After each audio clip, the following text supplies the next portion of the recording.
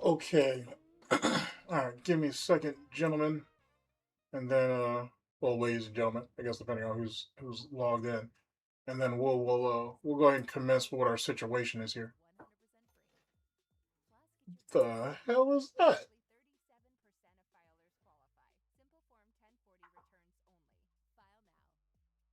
Okay.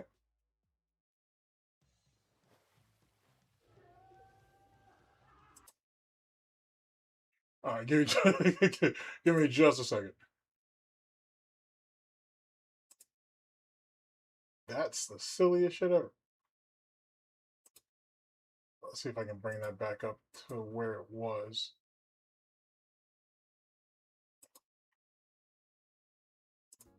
All right. So let me try to be quick about this because, as I'm sure, with a lot of you guys got stuff planned for today.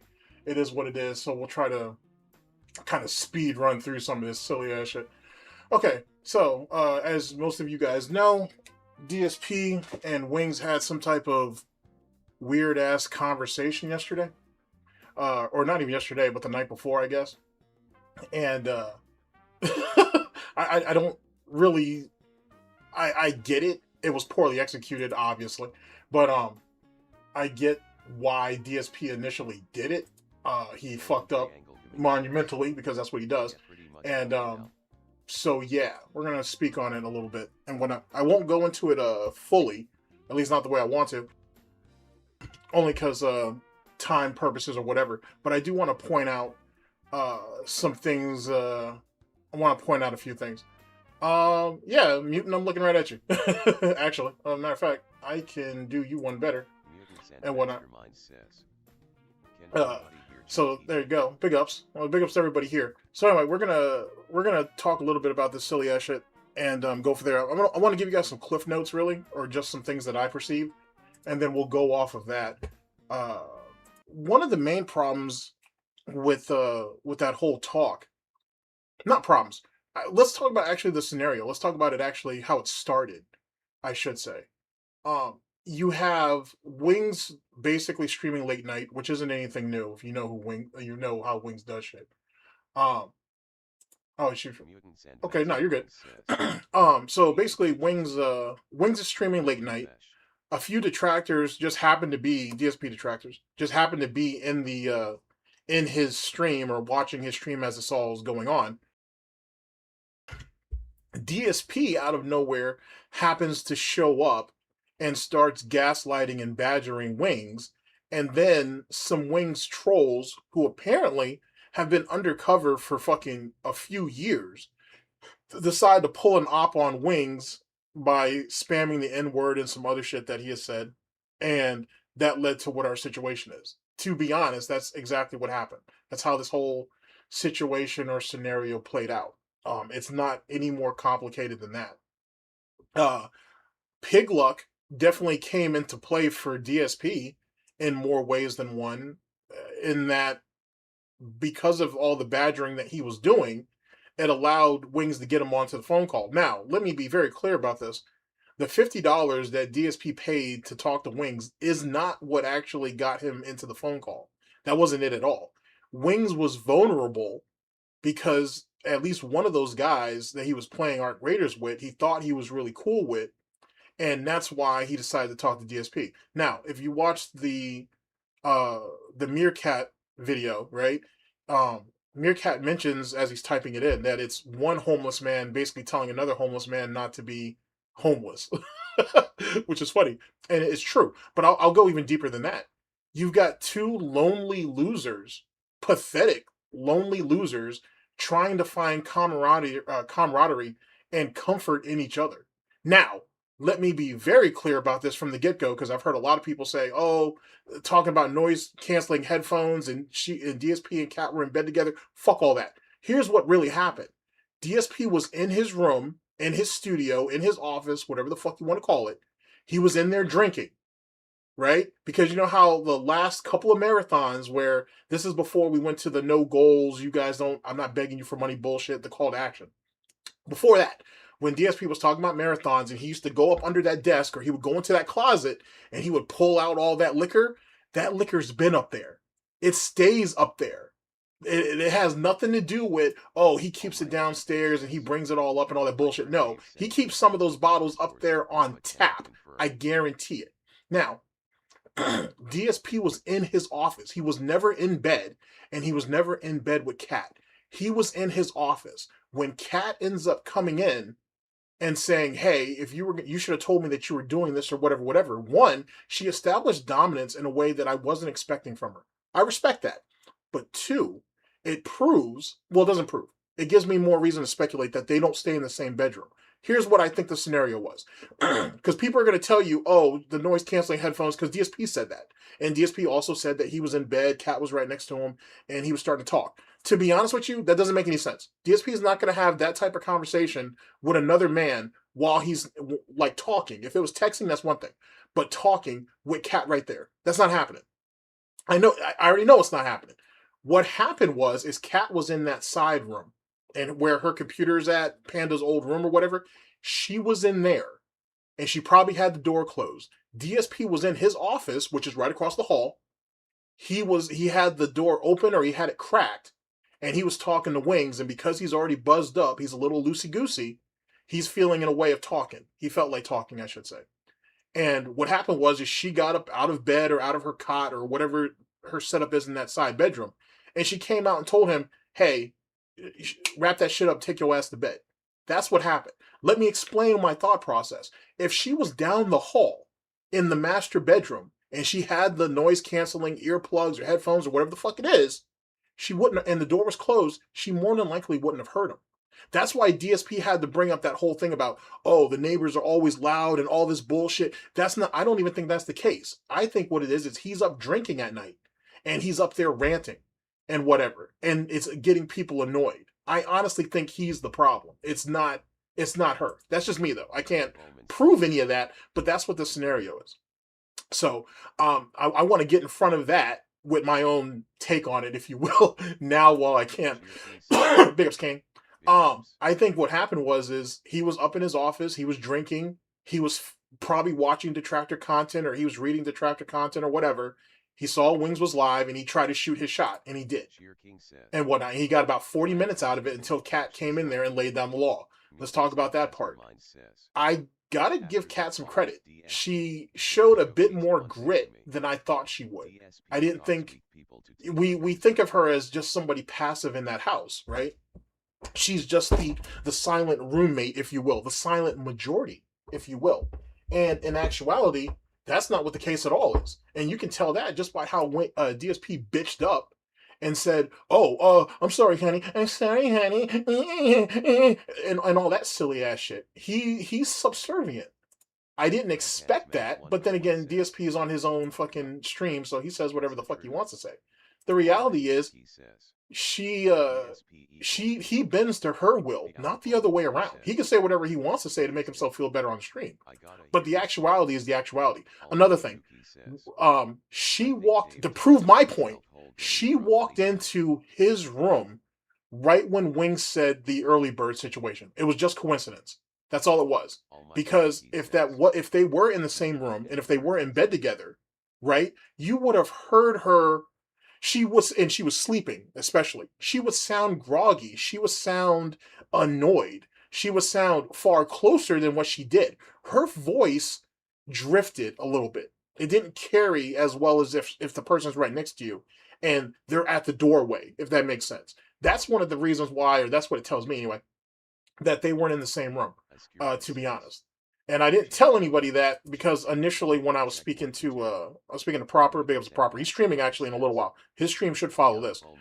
And then I'll try to get him into a joint stream later on. Because I got plans, and I'm sure he has plans later with the missus as well. But her voice wouldn't carry the way it did. He sounded like a child who got caught trying to get cookies out of the cookie jar. Mommy was right there to turn the lights on. That's what that sounds like. It breeds that, to be honest with you. Oh shit, that's right. I got the my bad. I forgot that. I got the text to speak on for this. Yikes. Let's go ahead and shut that off right now. I can read you guys TOSs out, or I'll have it read it out later on. But yeah, so that's what the situation is with that. Good catch on that, my bad. So that's what happened there. I honestly think it's not that, it wasn't any deeper than that. I think it's interesting. Divorce coin is off the table, but truth be told, where was she gonna go? What options does Cat really have? First off, just with her demonstration of authority, if you will, we see who really runs shit. I know I saw his little autistic shit with the cookies and the fork and all that. I honestly think he did that because he didn't want to eat off her, which seems kind of weird, but whatever. I mean, truth be told, they should have cut all the cookies in half anyway, so it didn't matter. But him eating with the cookies and him doing the weird hand thing, that's just autism or whatever that is. It's definitely the tism at its best, to say the very least. But she runs shit. To be honest, I wasn't really expecting that, but she runs shit. You know what I'm saying? And the way DSP had to try to get off that phone call proves it. The early bird thing, which is it's kind of framed to look like Wings brings up early bird, DSP freaks out. It's not. That's not what it was. It was Cat happened to enter into the room at the same time that that Wings brought up the early bird situation. That's all it was. And the fact that DSP stayed afterwards to hear Wings' thought process out proves it. Because if not, he would have just bounced out. So it is what it is on that. Let's see here. Yeah, I kind of know she has a little. Yeah, for sure, for sure, and whatnot. Also, another thing too. Wings bringing up his erectile dysfunction, and he hinted at he had already talked to DSP about that in private before, so they are talking to each other, Wings and DSP. I wonder if I wonder what else. Well, see, here's the thing though. The Wings is low testosterone and his low libido and all that bullshit. That's already something publicly well known anyway. Wings has already said that. Now, him and Kelly having intimacy problems was already assumed. So all Wings did was confirm something we already know. What I want to know now is would DSP have felt comfortable and vulnerable enough to tell the same thing to Wings? That, yeah, me and Kat are having intimacy problems too. That's what I'm thinking. Yeah, divorce coin is definitely off the table. For real, for real. Divorce coin is off the fucking table. That's done. That's done. Because yet again, let me go back to my original point. What's Kat going to do and where's she going to go? She's not as resilient as Panda. But then again, she doesn't have to be. To be honest, she doesn't have to be as resilient as Panda. She pretty much has everything she wants. She has the run of the house. She has all the fucking DoorDash she can gobble up. She has a low impact job that doesn't really phase her or affect her. And more importantly than that, she don't have any resources, to be honest with you. She doesn't have anybody, I think, that she has enough confidence in that she could literally spill her guts and be able to stay with them in the worst case scenario. I think if it happens, it happens. But I don't think there's really anything there that actually holds any weight to it. No pun intended. So to be honest, I don't think there was anything gained or anything lost on that front. She just has nowhere to go, and so it doesn't make any sense for her to leave a cushy situation. On top of that, let me bring this up. So that whole conversation, DSP's telling Wings, you can't do this, you can't do that. This is holding you back. This is this and that. When in actuality, these were things that Wings was saying that was holding him back, and DSP was co-signing to. The manipulation or the attempted manipulation is disgusting as shit because I feel like the same thing that he was telling Wings about, hey, you can't do this. We're in line. You and I, we're not built like burnt peanut and all this bullshit. He was basically trying to say, you and I only have each other without saying that you and I only have each other. I'm the only one here that really cares about you. Like that gay little situation that fucking DSP had where, I care about you, Wings. I really do, man. I care. Shut that shit up. Shut that shit the fuck up. No one believes that. Tell that to your wife. She's almost as big as Wings, so tell her that. You're not going to do that, are you? Then shut up. So here's the reality of that shit. The manipulation on that shit was disgusting. And more importantly, Wings didn't go for it. Because what does DSP have to offer Wings? Like on some like real talk shit. What does DSP have to offer Wings? Like what could he offer him to make it worth his time and make it worthwhile? Nothing. That's the reason why Wings won't co-sign to any of his bullshit. Because there's no value in it. There's no money in it.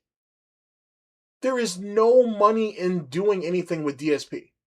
And DSP knows that. That's why DSP's trying to play this whole fucking sympathy angle. We're brothers in arms. I care about you, Wings. I want to see the best for you, even though I'm telling you, you can't do this, you can't do that, you can't do this, you can't do that. That's a weird thing to tell someone that you care about. It's not like Wings is trying to be an astronaut or some shit. You know what I mean? He's just trying to keep his fucking already dented head above water. You know what I'm saying? He needs encouragement. Not that I give a fuck about Wings. Fuck Wings. But he needs encouragement. He doesn't need someone telling him what he can and can't do. Like, you know what I'm saying? Buy the dip. That's good. I actually like that. It's good shit. So that didn't work. And then more importantly, and this is really easy, you learn this as a kid. if you want someone to do something for you without directly telling them to do it, you don't bring it up. But DSP started off with, I wanted you to come on my show. I wanted you to come on my podcast. I want you to do this. I want you to do that. Then he ends up pivoting and saying, well, I just wanted to talk to you. You know what I'm saying? I just wanted us to have a conversation. This is what I always wanted. And then he ends it with, I want you to come on my show. I want you to come on my stream. I want you to come on my podcast. Knowing damn well that Wings don't want that. Nor does he care about it. So what are we doing when you think about this shit in the long and short? Like there's nothing of value that's coming out of this. It just makes DSP look incredibly weird and stalkerish, to be honest. But it was only because of pig luck that the situation happened with those two guys or that one guy, whatever that situation was, where that op happened, that Wings felt like he owed DSP, and that's the only reason why he was willing to talk to him. Well, outside the fact that they were both lonely losers. But whatever. All right, so here, let's tap in with chat for a minute. Let's see what y'all think. I'm not done yet, but let me see what y'all think. Let's see. Who we gonna pick? Let's start off here. Mutants and Masterminds says, wow. I can finally catch a GTG live. Indeed. Welcome. Big ups. Be Out of Ulminster says, works out for me, I'm at work. Thankfully nice. It doesn't involve begging. Oh no, not at all. Not at all. The moment I start begging, unsub. Save yourself the trouble. Almighty Gookie says, I heard Dave sent Wings $50 or something but cannot confirm. He did. It's an actually I can pull up a video for you and whatnot where he sent it. But the phone call they had didn't happen until much later. But yeah, it did. Mutants and Masterminds says, after that call with DSP, it has showcased one thing to me. DSP stalks weak people to take under his wing. My man, yes. So another thing is, and this is my own personal Theo theory, not exactly a Theo theory. I'll flesh this out in a video later. Look at it this way. Look at, you have LTG at the top of the top of the slope. DSP's in the middle and Wings is at the bottom. DSP tried to shift the conversation yesterday to where, hey Wings, I was at where you were at 7 years ago or whatever fucking thing you said, but you could get up to where I'm at. You know what I'm saying? And I want to help you because I care about you and all this bullshit. So DSP is going to try to act like he's going to elevate Wings to where he's at, which isn't really very much where, it isn't further that too far off from where Wings is at anyway. Excuse me. And DSP is trying to get himself up to where LTG is, but LTG won't give him the time or day. So this goes back to my analogy with LolCal Live. DSP needs Wings for leverage, and that's all Wings really is. He's leverage. He's leverage. DSP in his own mind thinks, oh, I already have all the Wings trolls on my side. Now all I need to do is buck break you. You know what I'm saying? And then I'll backdoor Keem later, and I'll have even more leverage to get that money. Because DSP had already said, oh, well, you understand why I didn't take the locale money, right? You understand why I didn't do this, I didn't do that, right? And Wings retorted by saying, well, you understand why I did it, right? I needed the money. I needed to play catch up because I was fucked up. Oh, yeah, I understand. You were trying to speed line or whatever. DSP knows the money's real, but DSP needs to dictate the terms. And that's why he needs Wings. In the same way that Becky tried to do the exact same thing, if you think about it. Sheer King says, she sounded like she was so sick of him, lol. Well, true, but it also sounds like that's not something that hasn't happened before. It sounds like it's a nightly routine where DSP gets sloshed either downstairs or he's getting sloshed in his office, and Kat either has to tell him to go to bed or shut the fuck up. That's what I'm starting to think it's going on there. It sounds like it's almost a nightly routine. Ascuros says, she was being all Minnesotan nice about it. That's funny, yeah, kind of, sort of. Mutants and Masterminds says, Keith knows she has all the power. If she leaves, he knows the detractors will tear him apart. Not only that, but if she wanted to profit off of her story, she could. Like, she very well could, I don't want to say whore herself out, but she could very well put herself out there financially and she could cash out in a way that Panda could have as well if she wanted to. Trayan007 says, divorce coin is finished. Indeed. Beautifulminster says. Didn't the texts between DSP and PPP say that Cat yells at him a lot or something? It might have. I never got a chance to actually go over that. I should. But I wouldn't be surprised if that was in there somewhere. Discofanal Boss says. Divorce coin got felted, but we got something better in return. Oh yeah, we got something a whole lot better. Like, you know what I'm saying? Like right now, people are in the stages of just giving initial responses, right? Like Proper is going to end up going in like in depth later. If people are willing to give it a second look or even a third look, you're going to really find dirt in there. That's what I plan to do. I have to kind of put everything else I was doing on hold for a bit, and I'll try to work on that tomorrow. Well, no, not tomorrow. I got a long Valentine's Day weekend ahead of me. Tuesday, I'll start working on Tuesday. Mutants and Masterminds says. No. He'd never do it because he knows you guys will milk it for all it's worth. DSP can't get it up. Mercat will write 5 songs about it. I'm hoping he writes 7 songs, actually. Discofanal Boss says. It's a Gundam once jokingly said Keith beats DSP with a phone book, and to be honest, I agree. Me too. I initially thought about that too when she barged into the room. I was like, that was one of the first things that came to mind, the phone book thing that Gundam had talked about. Hilarious. Absolutely hilarious. Campan Smash 101 says. I think even less of Wings for allowing Phil to sun him all the time.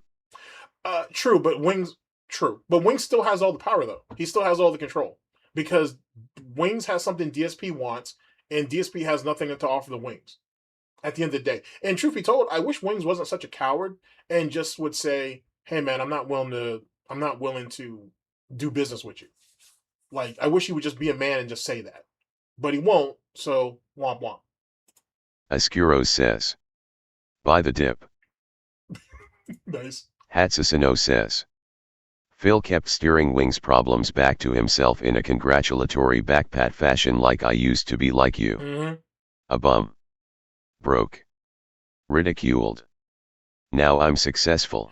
But Wings sees through the bullshit, though. He knows that all that bullshit about, I'm happy, and it took me so long to come to terms and be able to say that, but I'm happy. Happy people don't say that they're happy. Successful people don't have to tell people that they're successful. You know what I'm saying? They prove it with every breath that they take. And DSP knows that. That's why he has to overcompensate. And that's really all DSP's done over the last 2 years, is tried to overcompensate for all of his failures and shit. Basically playing catch up. The thing is Wings did it in a practical way. Hey, I needed this money. I sold my soul to Keem to get it.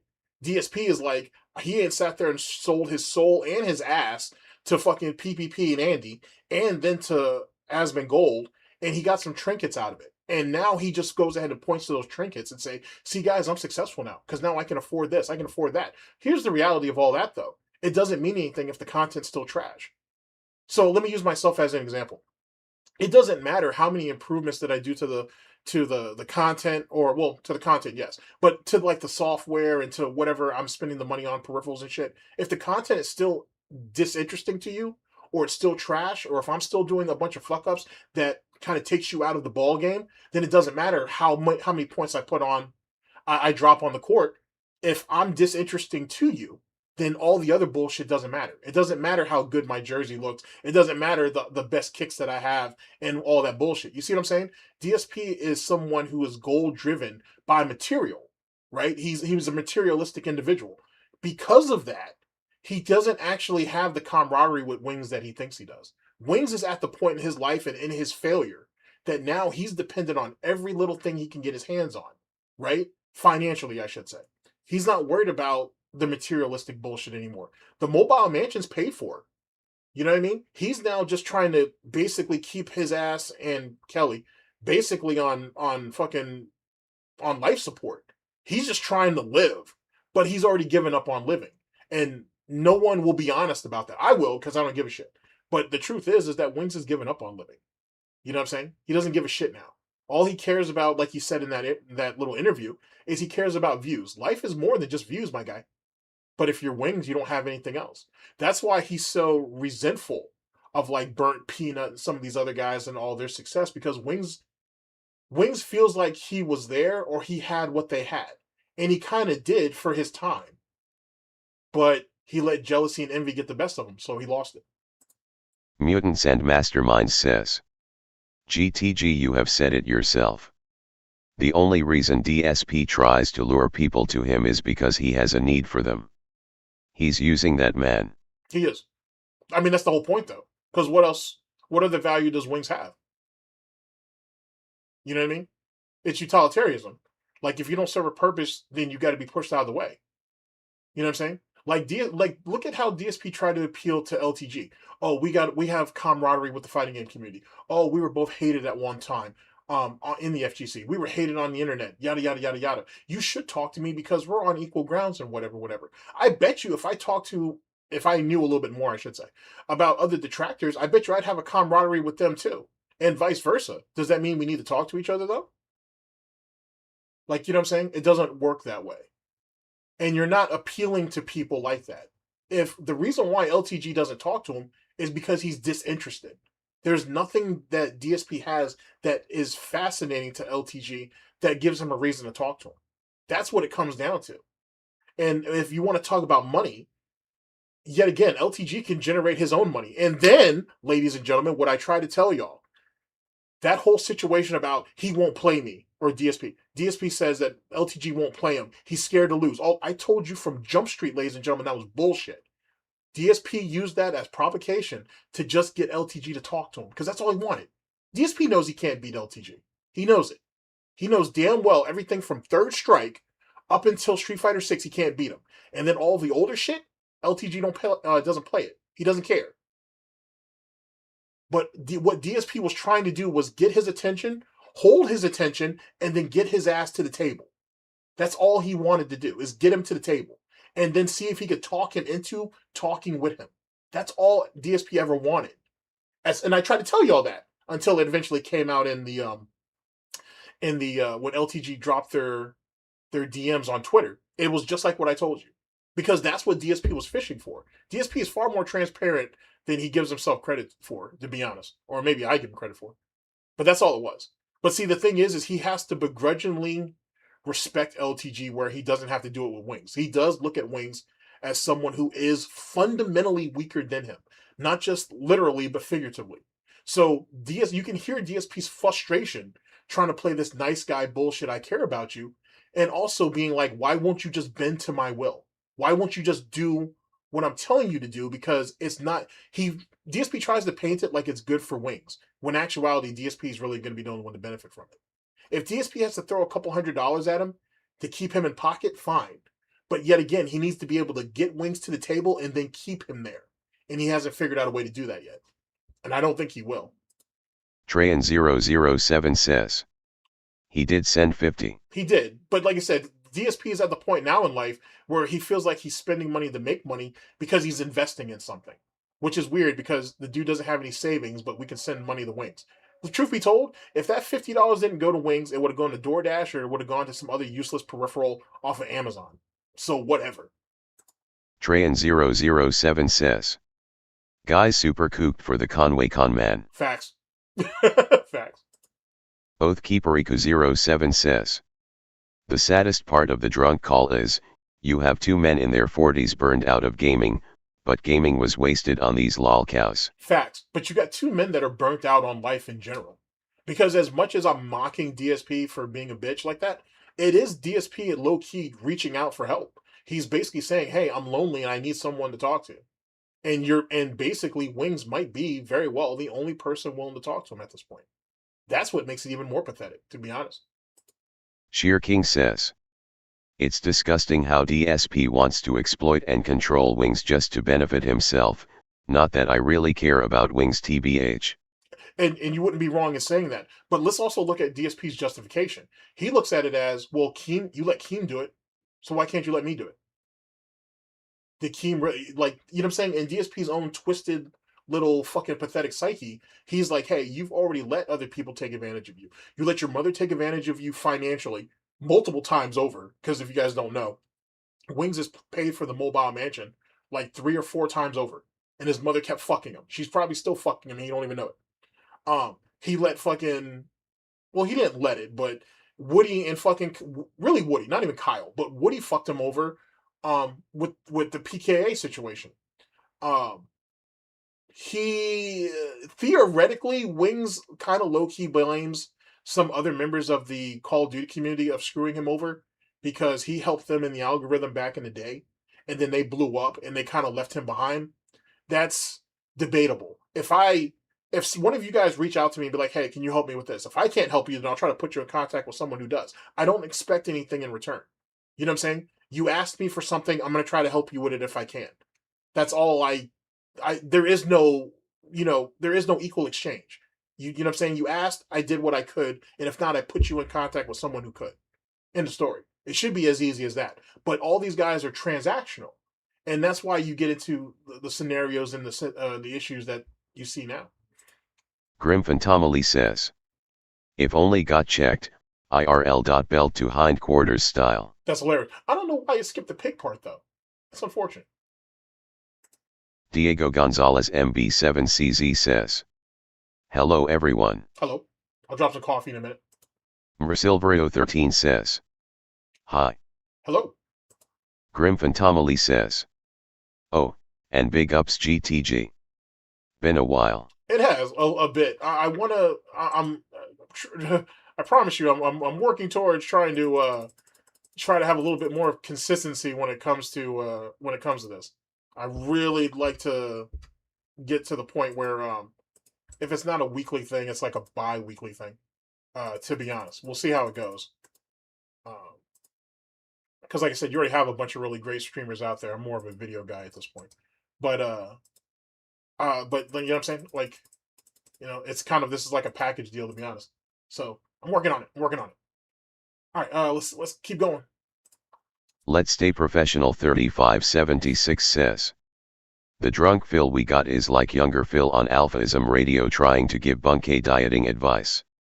Phil is in no position to give anyone advice, not even other lolcows. Facts. And bringing up the Alphaism Radio, when you listen to DSP back then, which is what, 20 plus years ago at this point, 20 years or 20 plus years ago at this point, and you listen to him now, it's the same person. Like, if he's pissed off and drunk, you hear it. If he's depressed and drunk, you hear it. If he's inebriated or drunk, and there's someone up there of respectability that he can't really go at, then we get into that little bitch, gay, little pity-patty voice and all that bullshit. The same scenario's there. And yet again, the way DSP does anything is the way he does everything.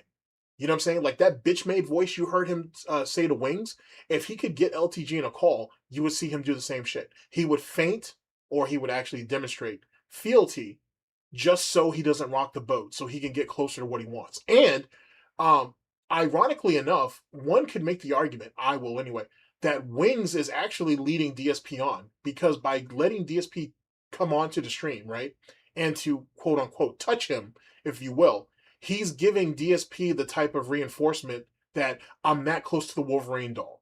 I'm that close to my goal. If I just go ahead and keep nudging Wings, I'm gonna eventually get what I want. Wings is looking at it as, oh hey, you're gonna drop me 50?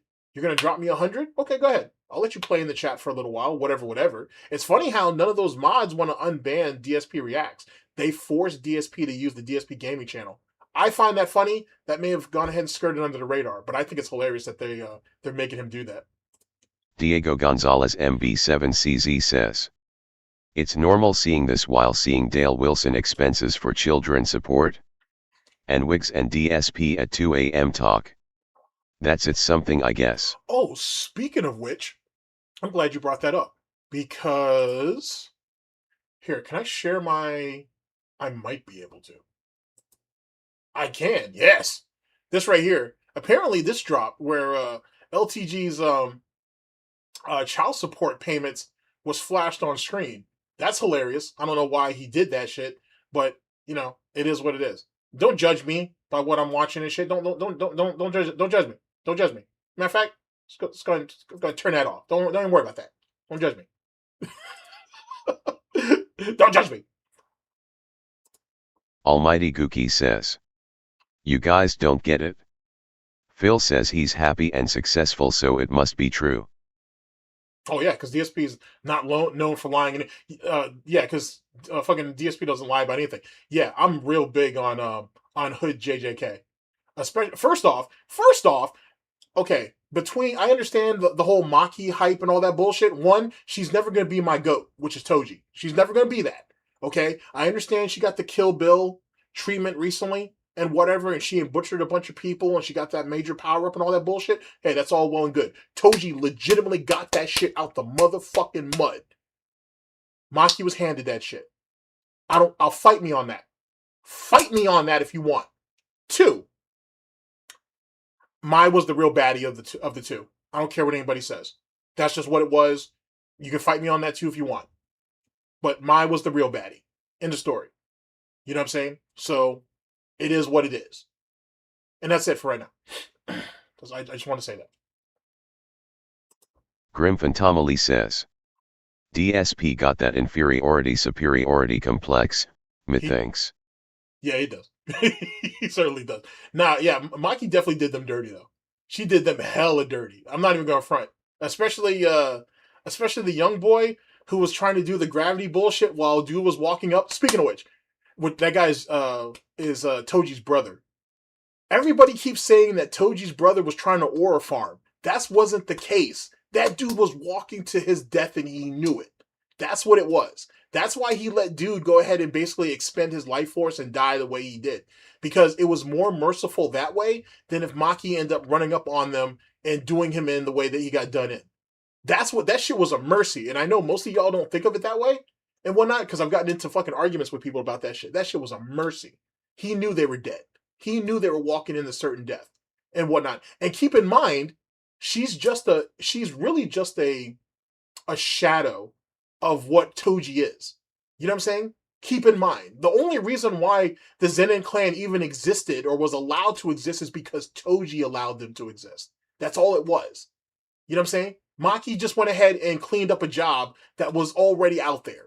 Let's be honest. Oh yeah, that parlay shit was funny as hell. That's good shit. But anyway, that's the reality though. Like I said, and that's why Toji's my GOAT. He'll be forever my GOAT. Hatsusano says, the most egregious trinket he bought is the selfie stick. Yeah, facts. He should shove it somewhere. And I'll let you guys use your imagination on where that go. Trayan007 says, it's more telling that Phil is still the same kid he was when he was in his early 20s. Getting blackout drunk and calling his exes. What else can he do? To be honest with you. And truth be told, he's low-key is trying to turn Wings into the new John. You know what I'm saying? Or new John and Howard, theoretically. He's literally trying to do that. Because he tried to do it with PPP and Andy. That's why you have all of that Discord conversation in the first place. So, and yet again, that's just another control mechanism. DSP did all that shit with Kino Casino so they wouldn't turn on him. He tried to show vulnerability, so to speak, so they wouldn't turn on him, so they would continue to feel bad with him, so they would continue to tolerate him. That's my own personal theory. Zal Pakax says, yo, are we getting a live stream? Let's go. Big ups. You're welcome. Diego Gonzalez MB7CZ says, Golden Triangle Gaming, can you share in this chat a link about LTG children expenses to spite some grease, not to only Becky DSP Wings Kelly or another one you have in mind? Because I feel bad for the children. Yeah, if you have the link to it, good. It should let you. At least I would hope it does. I don't have any filters against it. So if it lets you, then by all means. I mean, unless it's a video, like, if it doesn't, if it's a particular video, like, already, let me know where it is, and I'll try to pull it up, or I'll drop the link. So yeah, I got Tazen Vipper says, Filbert needs a shoulder to cry on cause Cot tells him to STFU. Well, let's be honest, man. There's no panty time going on in there. They're just roommates. It's just like what I've always told you. They're just roommates. There is no love there. There is no love there. You know what I'm saying? It's all transactional. They're just two people moving around in the same house. It's very clear that's what that is. You know what I'm saying? And if they do spend time with each other, it's begrudgingly, you know? Diego Gonzalez MB7CZ says, it's only manipulation for DSP and having him in his pocket. True. Campan Smash 101 says, I really hope that Kat heard the whole she's not fat anymore comment. Unless she's on Ozempic or some shit. You know what I'm saying? But outside of that, I mean, well, that and the acknowledgement that she was fat. I mean, let's be honest, man. She saw what she turned into. like I said, that woman was what, 110 pounds when she walked into that. Well, maybe let's be a little bit more realistic. She may have been like 115, 120 when she walked into that house. After that Mike Klum situation, she was easily touching 300 pounds. You know what I'm saying? So she wasn't up there with Amberlynn or Foodie Beauty, but she was up there. Jack Nimblify says. He was super drunk during that call, holy fuck. Facts. Jack Nimblify says. But he's drunk every night though. Also, why would Wings even want to work with you after you insulted him? Because DSP doesn't look at what he said in the past. He looks at what he's doing in the here and now. So think about it this way. Okay, so I talked massive shit about you, Jack, right? Like, you know what I'm saying? I talked massive shit about you. You know what I'm saying? Fuck that guy. Fuck everything it comes with, this, that, and the third. 2 weeks later, I'm singing your praises. Don't worry about what happened 2 weeks ago, man. That was 2 weeks ago. You know what I'm saying? I'm trying to build a bridge with you right now. And if I just happen to catch you in a vulnerable moment, that's even more justification that I care about you, because I acknowledge how bad your situation is, and I'm here to stand on business. 10 hooves and 10 hooves, sorry. 10 toes on everything. Diego Gonzalez MB7CZ says. Yeah, I need you to do the things I want, like a manipulator, invest in another LOL ca to use him as leverage. Facts. Zuckeras1 says. Phil needs a Rambo. He does. He very much does. And whatnot. But he's too scared to talk to Rambo, or Rambo's already changed his number, or whatever the case may be. You know what I'm saying? Because even more importantly than that, I think the reason why John and DSP never really smooth shit over is because I think deep down John realizes that DSP is never really going to change. He's only saying the thing to get me to do this other thing. And that's it. And John has moved on in that part of his life, I think. You know what I'm saying? But then I look at Brian, right? And I'm thinking, well, what makes Brian so much lesser than John? You know what I mean? Like, I haven't spoken to Brian personally, but I know people who have. And they say he's a really cool dude. And he really did want to help DSP. But I also think that he is better than DSP. You know what I'm saying? Like in Street Fighter and first person shooters, he doesn't look at Brian as a confidant or a comrade. He looks at him as competition. And he's black. And he's black. And he's black. So that's a thing too. So DSP just looks at him as competition, to be honest with you. Which honestly, I think that gives even more insight to what the relationship was between DSP and T Carter, if you really think about it. But we'll expound upon that theory later. Oathkeeperiku07 says. I have a theory that Kat isn't emotional about the trolls, but she does have some control of him and goes into the baby voice. She heard her name several times and spoke to tell to go to bed. Good point. Jack Nimblify says. I saw Hood JJK. Yeah, that's just fire. that's just fire. Holy shit. Campan Smash 101 says. I'm glad I woke up in time to catch this live. Big UPS, Ace. Big ups and good morning. Jack Nimblify says. Maki was doing them dirty though. She did. Dude, the way she was ice skating on that blood and shit that cut them cats down.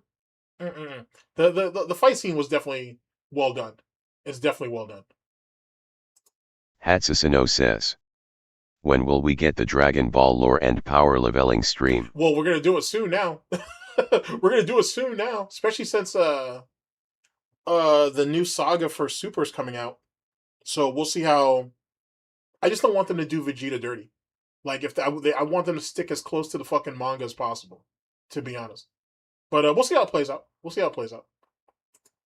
Grim Fantomally says. Damn it, my parley. Jack Nimblify says. I would rather have bled out LMAO. Yeah, me too. Instead of getting my head ripped off from my shoulders, yeah, I would have much rather just bleed out. Oathkeeperiku07 says. He wants to refinance the condo over giving his wife a trip. I think that rent and condo is in a state, it's still functional but it's a mess and Phil has to make his playroom special. Agreed. On top of that, someone just said that his property value just dropped.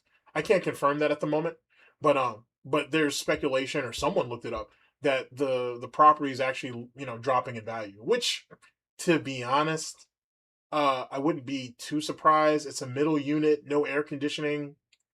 You know what I'm saying? It's not in the greatest shape over the years, given all the problems with the plumbing and all that, which yet again feeds into my theory that the week that DSP was gone, he was more than likely having some type of work done on the plumbing in the house, the toilets in particular, but the overall plumbing in that house probably needs to be addressed.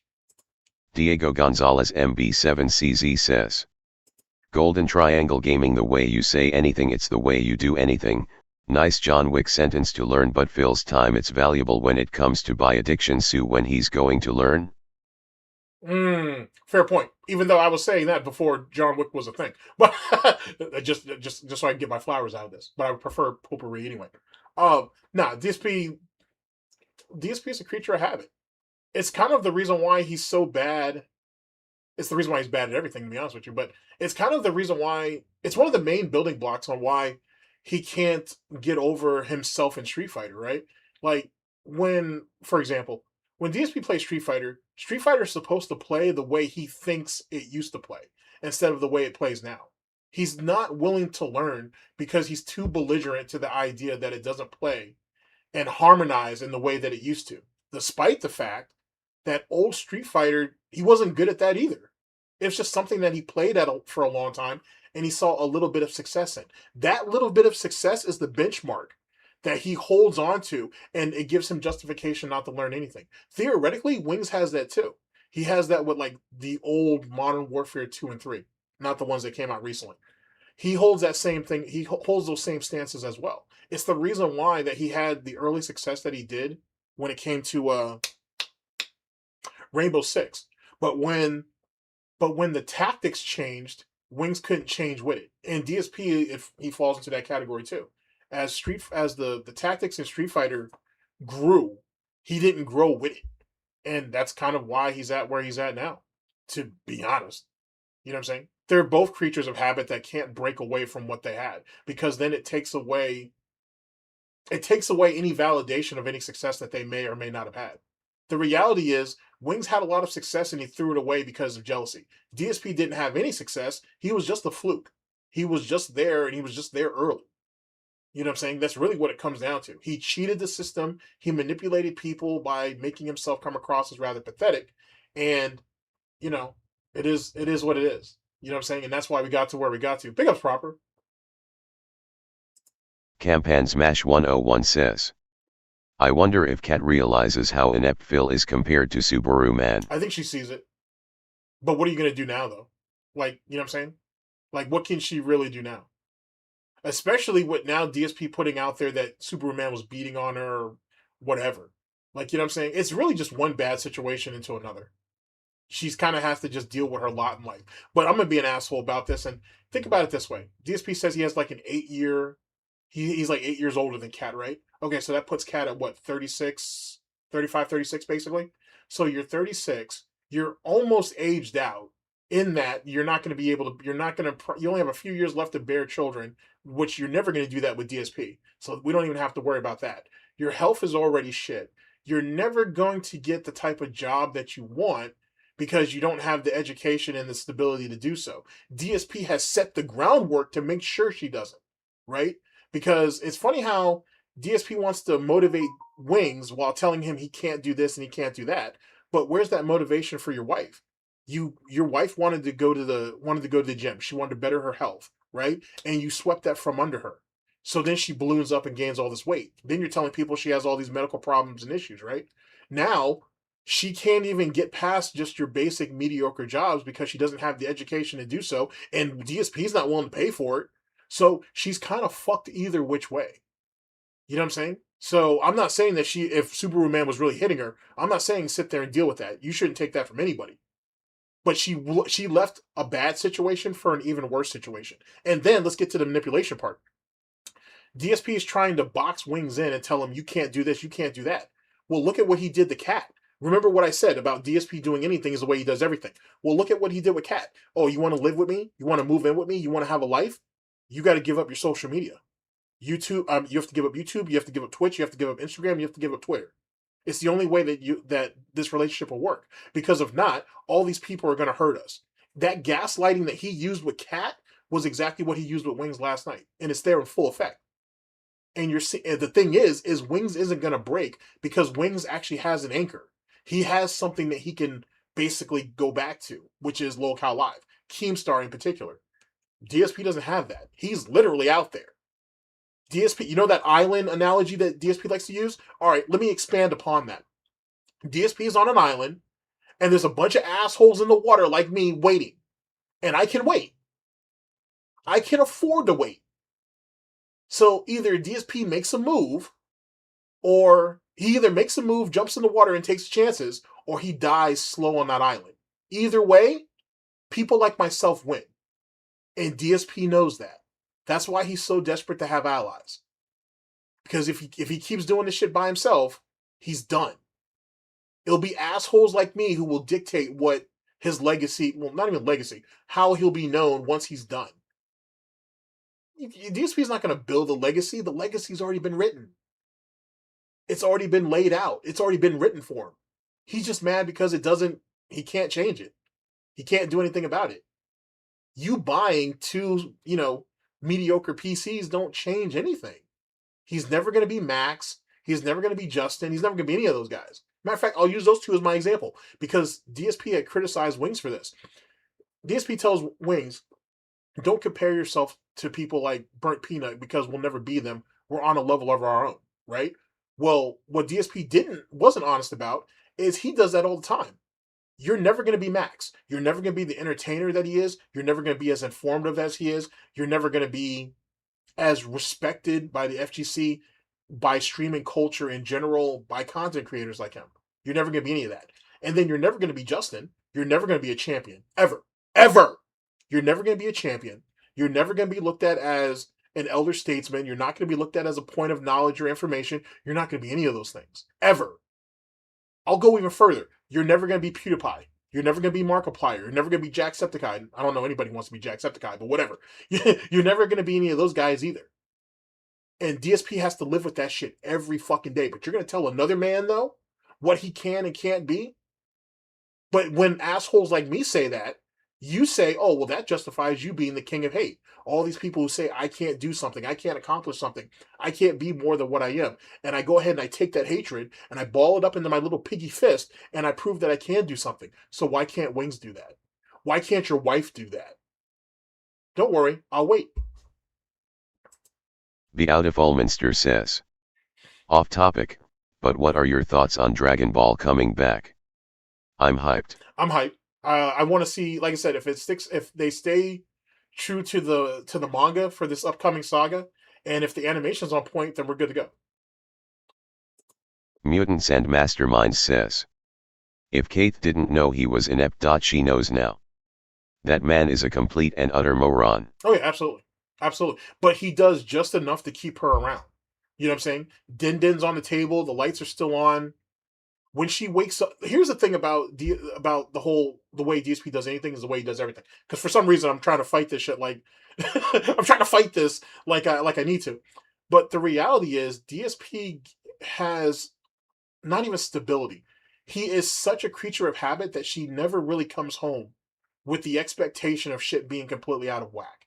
If that makes sense. Like she doesn't have to wake up every day wondering if the house is going to be repossessed. Or they're gonna lose the house or whatever. If there are two things that are guaranteed every time Kat gets up in the morning, is either A, is something gonna happen to her because of where her health is at, or B, does DSP drink himself to death, or does he have a stroke in the middle of the night? Outside of that, everything else is basically weaved in. I know that sounds kind of dark and it's early and whatever, but there's no point in me lying about it. It's best to be honest.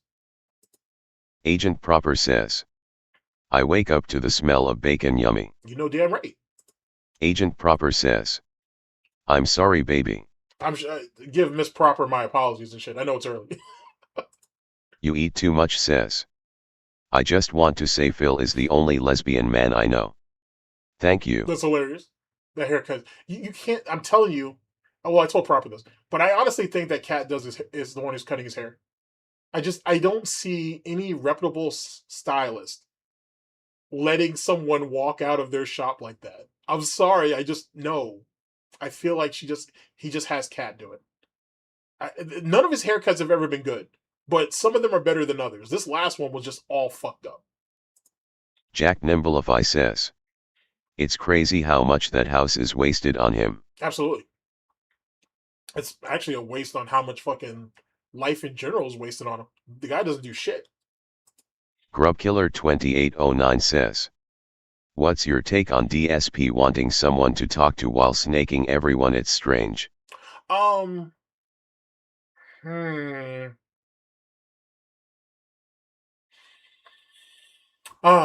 question. Okay, so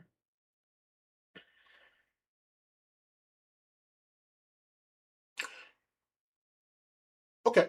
DSP just desperately doesn't want to be alone.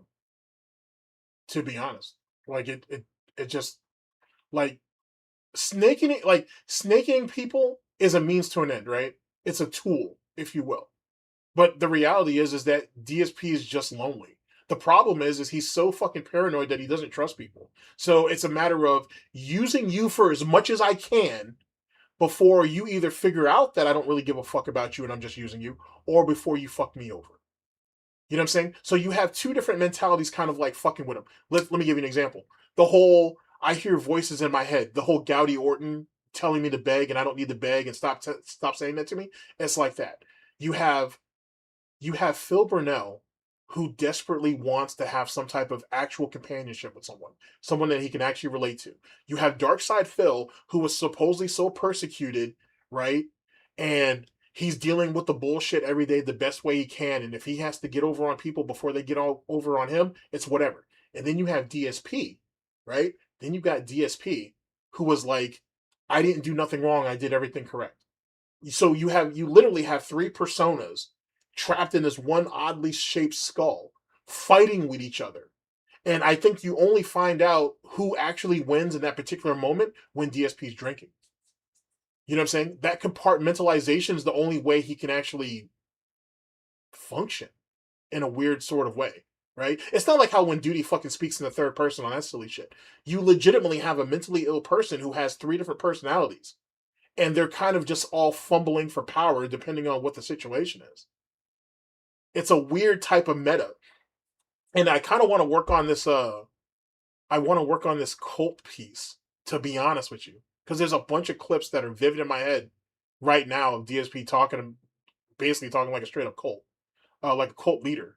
And it's just a matter of just sitting down and finding the time to do it. I really want to try to help proper with this last project that we're working on currently before I start stepping up on new ground. But it's definitely on the list. Oathkeeperiku07 says, I think Phil's paranoia about the trolls screwing with him in public if he got a job because he likely hears the stuff of other lolcows. Nah, Larson, Chris, Sirux, and Cobbs, yeah we should not. The question is though, is what can DSP really do at this point? Like let's be very honest with each other for a minute. What job can DSP really get and actually be able to succeed at? Like how do we actually go about doing so? You know what I mean? Like that's like the fundamental problem with DSP, and it's one of his largest shortcomings. He's not skilled enough to really do anything. Like he doesn't have the temperament, the patience to really do much of anything.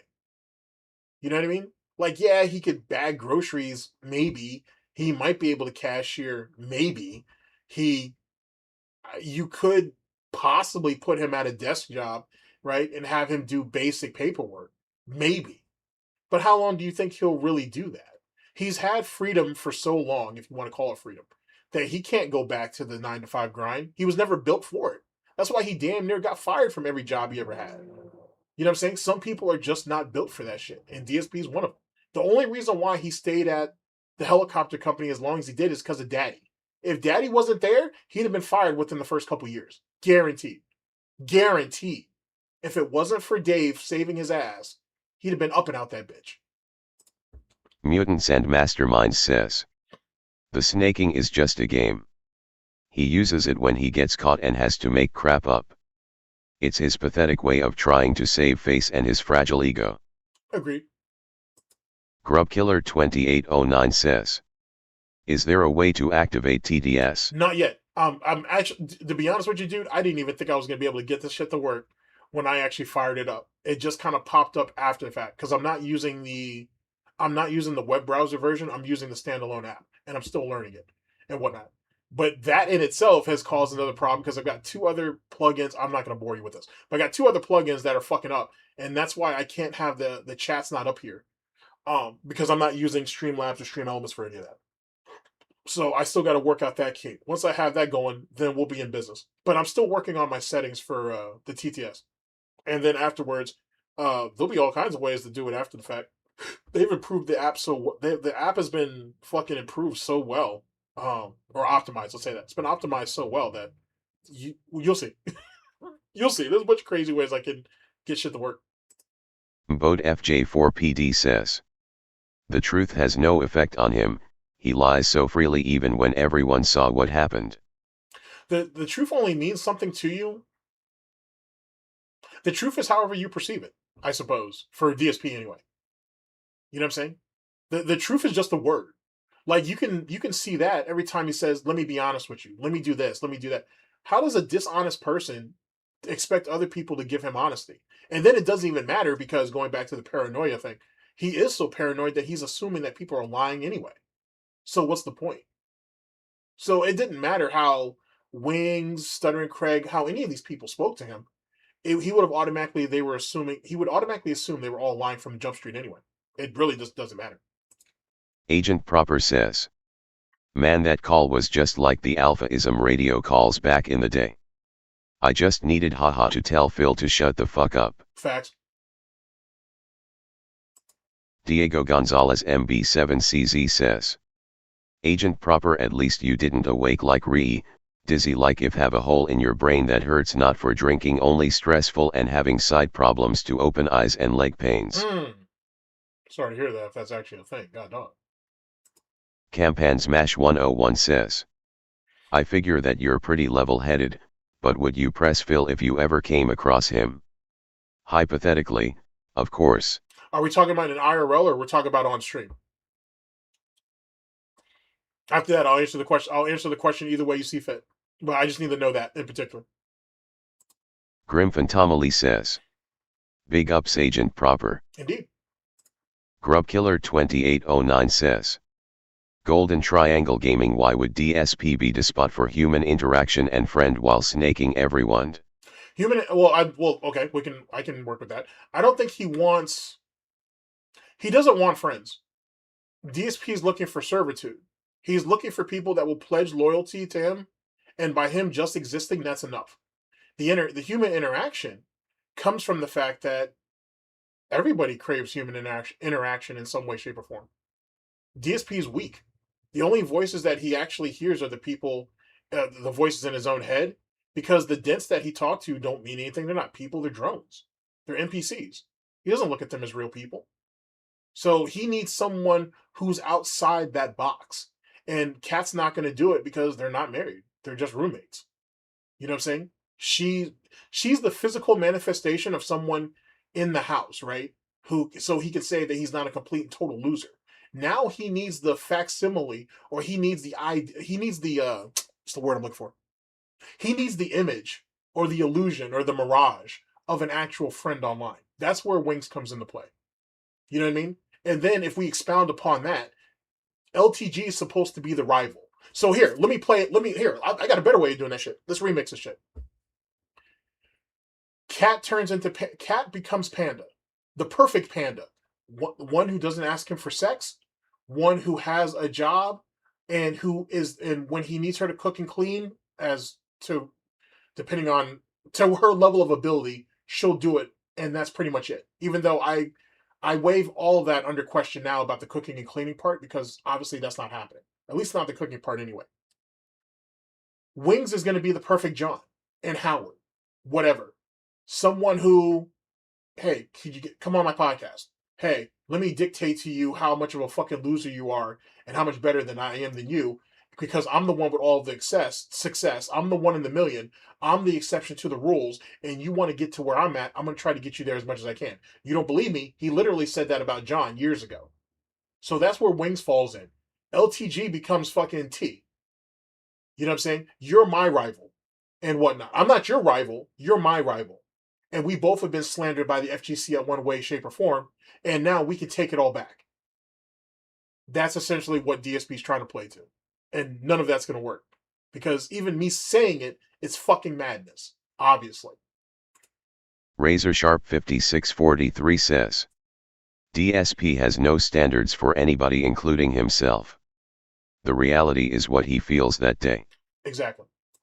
Agent Proper says, she must be drunk while cutting his hair. She must be. I just think she don't care. I honestly think she don't. They barely go out. If they even go out at all, to be honest. So what do you have to lose? You know what I'm saying? Like, you can jack his hair all up and it doesn't matter. He's still there. And then he's probably not brave enough to tell her he don't like it. Or would she do this or would she do that? Which that kind of only strengthens my point, given how he acted that night. So that's the reason why he never says anything about his hair. Because it's very clear that his hair is jacked up. You're paying, let's go with the fucking, the twirls and curls or whatever the fuck that place is called. Let's go with that scenario. If an actual stylist is fucking his hair up like that and he's not saying anything, he's a cuck. If your wife is fucking your hair up like that and you're not saying anything, you're a bitch. So which one do you want to choose? Because it's either one or the other. But no stylist is gonna, any respected stylist is gonna walk out letting his hair get fucked up like that. They should be taking a little bit off the top, not like he has much. Big ups to Dwight. And should be giving him a number one, should give him a skin fade on the sides. And it what's done is done. Or shave his ass bald and be done with it. Sheer King says, Keith totally cuts his hair. He doesn't want another reason to leave the Snort fort. I can agree with that. Or I can see that being a thing for sure. Zucker's one says, the peak is weak. The peak is weak. Facts. Big ups to fucking Dwight. Excalibur 2010 says, I think after curls and twirls closed, Phil's haircuts went to shit. But here's another thing too, and I'll look into this on my own. But what other haircut places are there? Because you bring up a good point, Excalibur. Remember, he used to have this haircut shop, right? That was pretty reasonably close to the house, right? Then Panda leaves him. Then that shop closed down, and then he has to drive further out. And then all of a sudden, Cat's going out there too. Now, we know obviously that shop exists because there are pictures of Cat in there, right? Even though DSP tried to deny it or he wasn't sure. Like, you can't tell what your wife looks like, you know what I'm saying, from a top view or whatever. Maybe she's not on that dome game. I don't know. Maybe you don't know what that throat do. But anyway, you can't tell what your own wife looks like. But the reality is, what reason does he really have to go out there? He knows that we know where the shop is, right? He knows that we might have tried to even call and try to, talk to whoever the stylist is or whatever the case may be. That gives the paranoia is on an all-time high. But then again, he lives for his detractors. Like, every breath that he takes, every snort that he makes, it's about a detractor at the end of the day. Excalibur 2010 says, Randy Snorton. Randy Snorton, I like that. Grubkiller 2809 says, sorry about asking twice, didn't know TDS was random. Big ups. No, you're fine. You're fine. Like I said, I'm still working on it, but no, you're good. Don't even worry about it. Sonicicago 5962 says, do you think DSP will join the LCU? Sooner than later. He's going to need the money.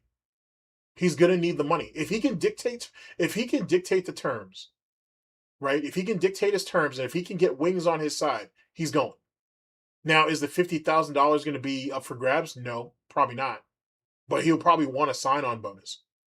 You know what I'm saying? If DSP can go up there without the antics, without the bullshit, kind of like what Amberlynn Reed does currently. If he can get something like that, I think he'll go. I do think he'll go. But the money has to be there, and more importantly, he needs to be in a position where he needs the money desperately, basically. But I honestly do think that'll happen. It's just Wings and Keem are smart in that. Don't badger him with it every single time. Let DSP believe he has control. And then they'll catch up to him when they catch up to him. Both of them, well, Keem at the very least. Keem has nothing but time on his hands. So just wait him out. Diego Gonzalez MB7CZ says, yeah, all you have explained, it's crazy coming to DSP if you are talking to the 2 AM to have something to gain. I mean references to power of something or control them or obsess Wings with him. Cringe. Agreed. I actually have See, this is what I was supposed to do on the last stream, but I have this video that I found that I'm going to eventually show you guys. I'm not sure if I'm going to be able to do it on this stream or not, but I do have a video that I want to show y'all. It talks about levels of intelligence. It's really interesting, and the first 3 levels in particular is what I'm actually going to hyper focus on when we get there. But I do want you to see some of that. It's you'd be surprised. You'd be surprised how much it applies. Oathkeeperiku07 says. The trusting he fears, like he thinks he'll always be betrayed. Wouldn't be surprised if it all comes back to his parents, they failed him and their purpose is only to give him things. Agreed. But see, I don't know, man. Like DSP has such a warped. He has such a warped sense of reality that I can't really. I don't think anybody can, honestly.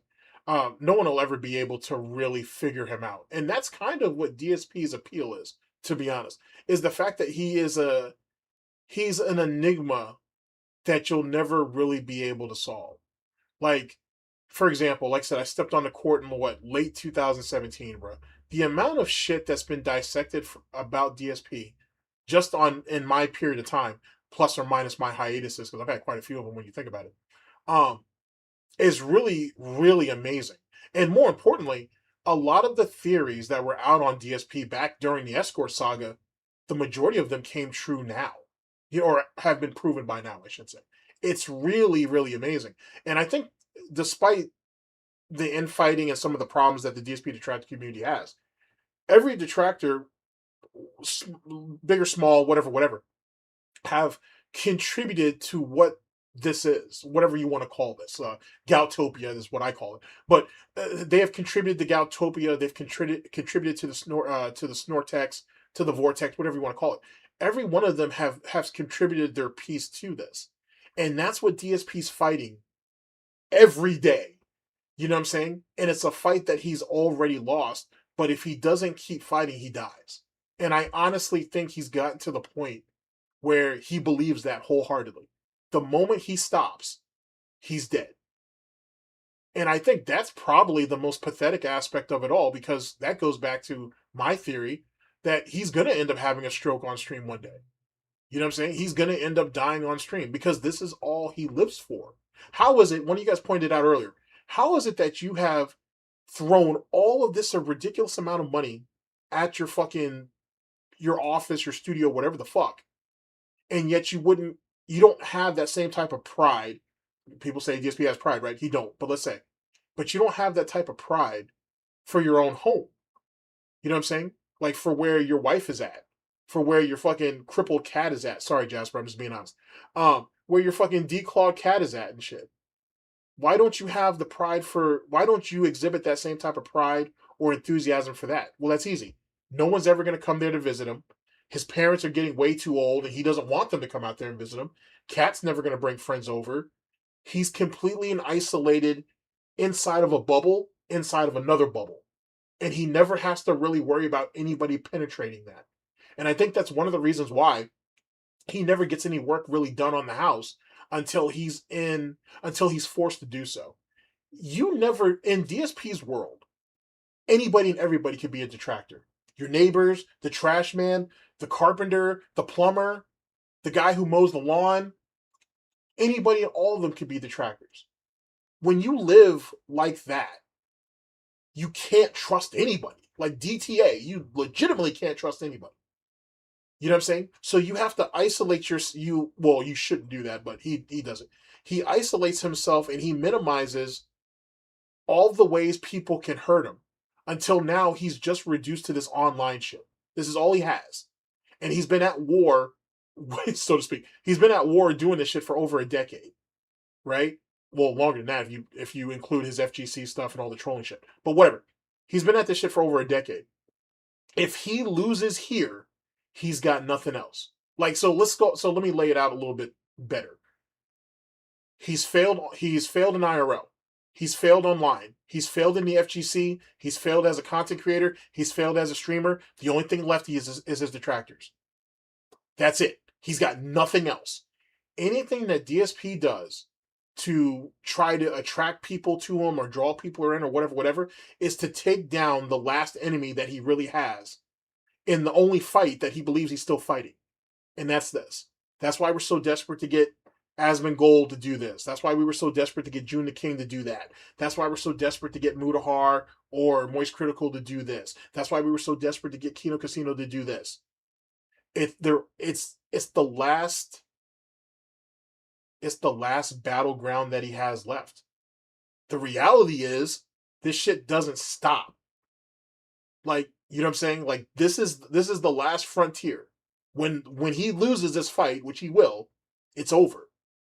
So he talks about people saying that they waste their life doing shit. I'll use myself as the example. He says, when I make content on him, or if I have an opinion of him, I'm wasting my life doing this. The thing is when I step away from my this mic, I'm done with him for the day. That's it. And I go on and I move with my day.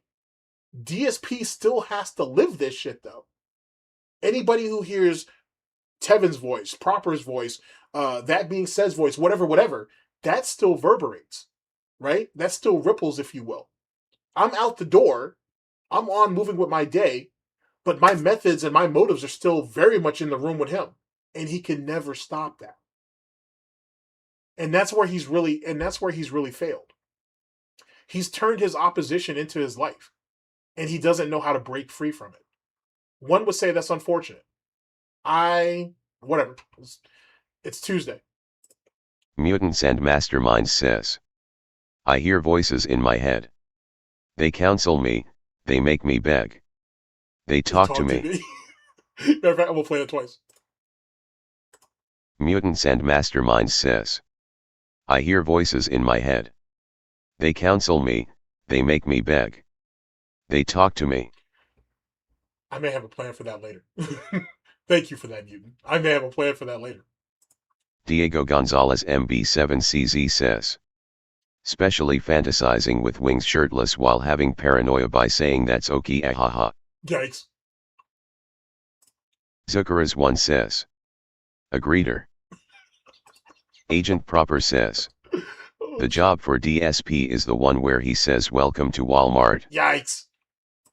Razor Sharp 5643 says, there was a RTU live stream a few days ago where he got your video recommended about not remembering his kids' names. He was not happy. Fuck him. Fuck him. I don't give a shit and whatnot. I don't. And then here's the thing. I'm about to be really I really shouldn't say that. Because it's not the kid's fault. It's really not. It's not the kid. I'm not going to say it. In a rare sense of fucking mortality, I'm not going to say it. Because it's really not the kid's fault. All right, I'm going to leave that. I'm going to say this, though. How is it that you've brought 3 children into the world and all 3 of them have issues and you're not there for any of it? You know how crazy that is? You know how fucking crazy that is? God blessed you with 3 children, and they're all, each and every one of them have something wrong with them. You know how fucking wild that is? You know what I'm saying? And it's legitimately your fault. I mean, they may have genetic dispositions or disadvantages as well, but it's your fault. You know how crazy that is? I'm going to save that.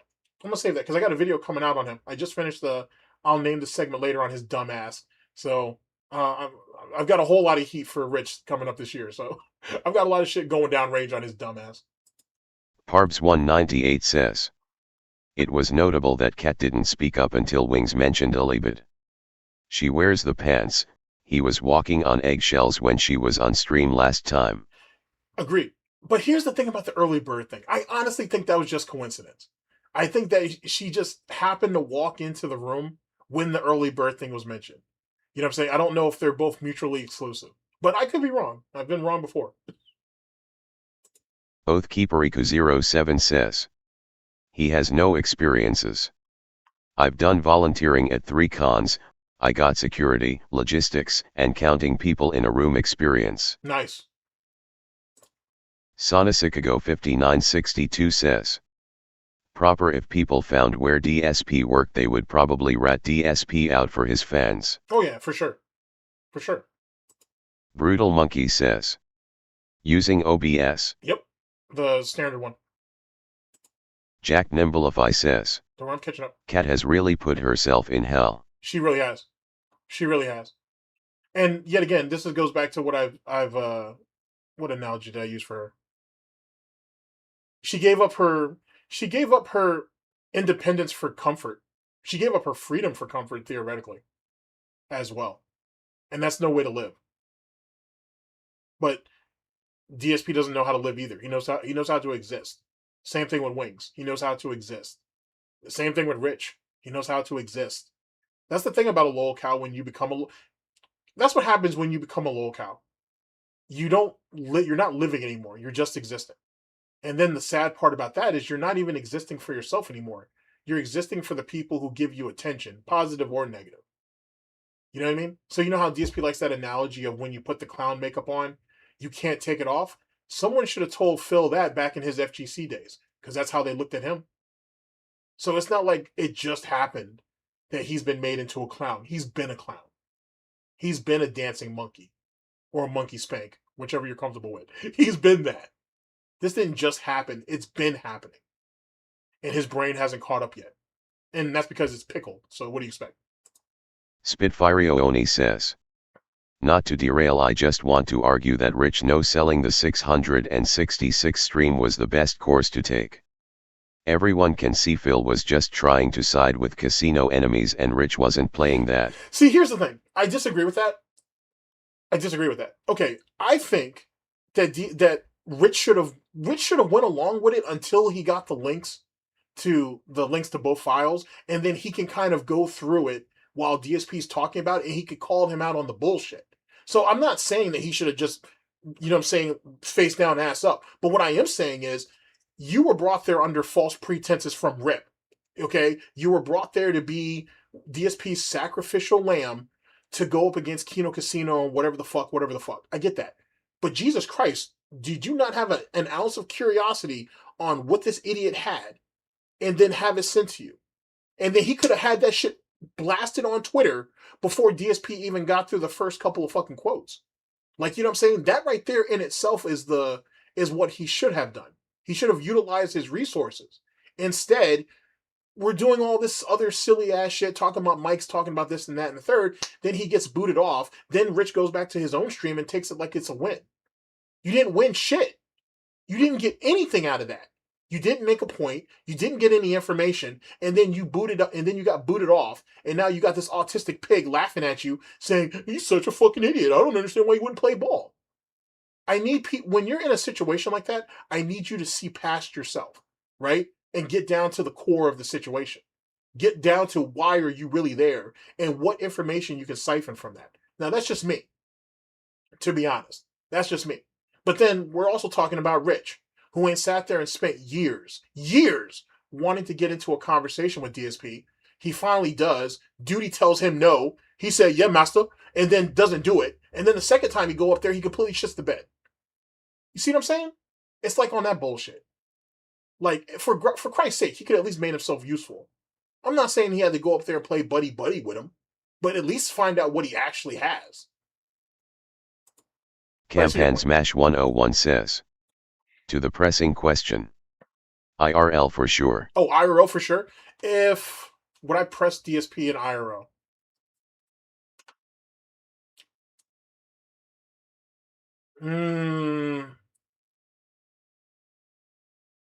Would I press DSP in IRL? I feel like DSP, I think me just walking towards him would cause him to cower, drop his head, and then walk in the other direction.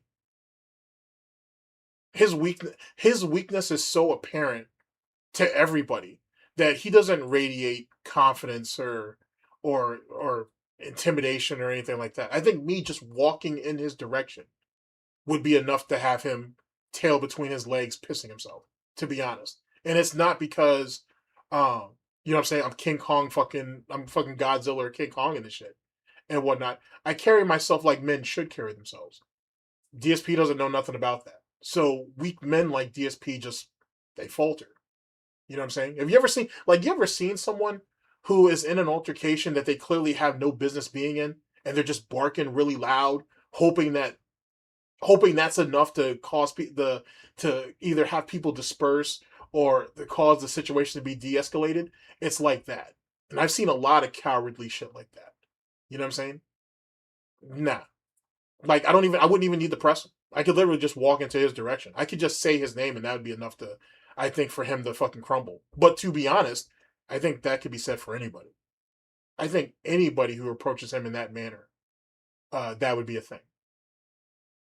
To answer your question. So would I approach him? Yes. I think he would just falter and walk away.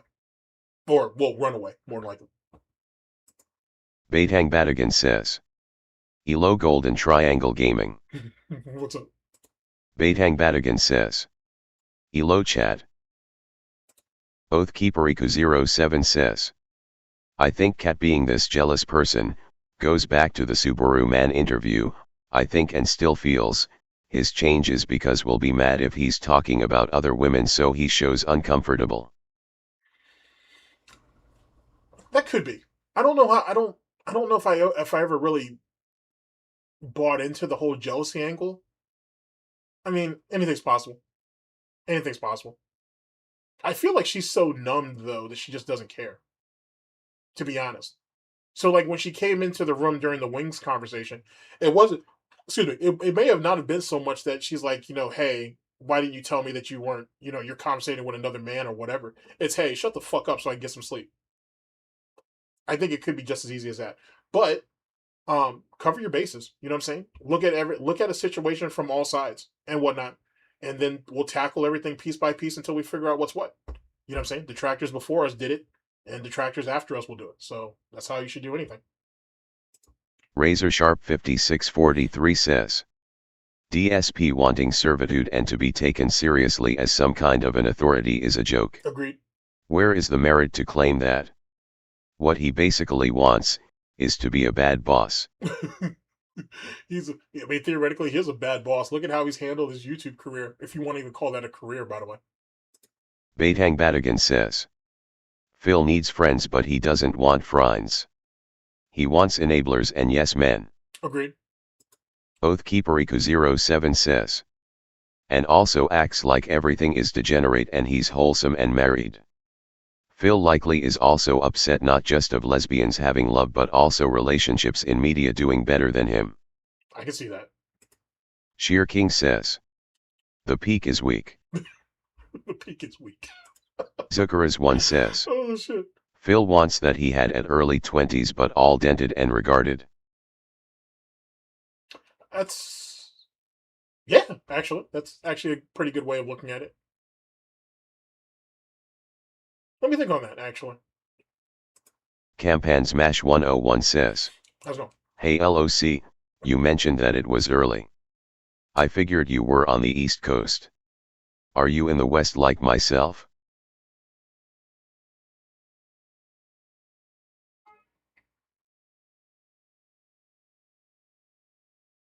I'm assuming he's... Okay, I'm not even going to assume that's directed towards me. That's directed towards something. Well, he won't. Grubkiller2809 says. Why would DSP be trying to make Wings into the next John when Wings don't seem to be useful? It's obvious Wings can't do anything for himself. But keep in mind, right, to DSP, a weak person can be molded. They can be shaped, if you will. You know what I'm saying? And then and when I use the analogy of John, right, DSP needs people who won't abandon him, DSP wants people, not even he needs them too, but he wants people to be completely and utterly dependent on him, right? So he's trying to get Wings, or he was trying to get Wings financially dependent on him, like what he kind of tried to do with John. Hey, John, come and do this stuff with me. I'll cut you in on the profits, all this, that, and the third, whatever. DSP is also trying to appeal to Wings from like an emotional standpoint. Like, hey, I'm that rock, right? I'm your friend. I really care about you. I want the best for you. So on and so forth. These are the things that DSP is trying to put out there into the universe in the hope that someone's going to be receptive and do it back to him.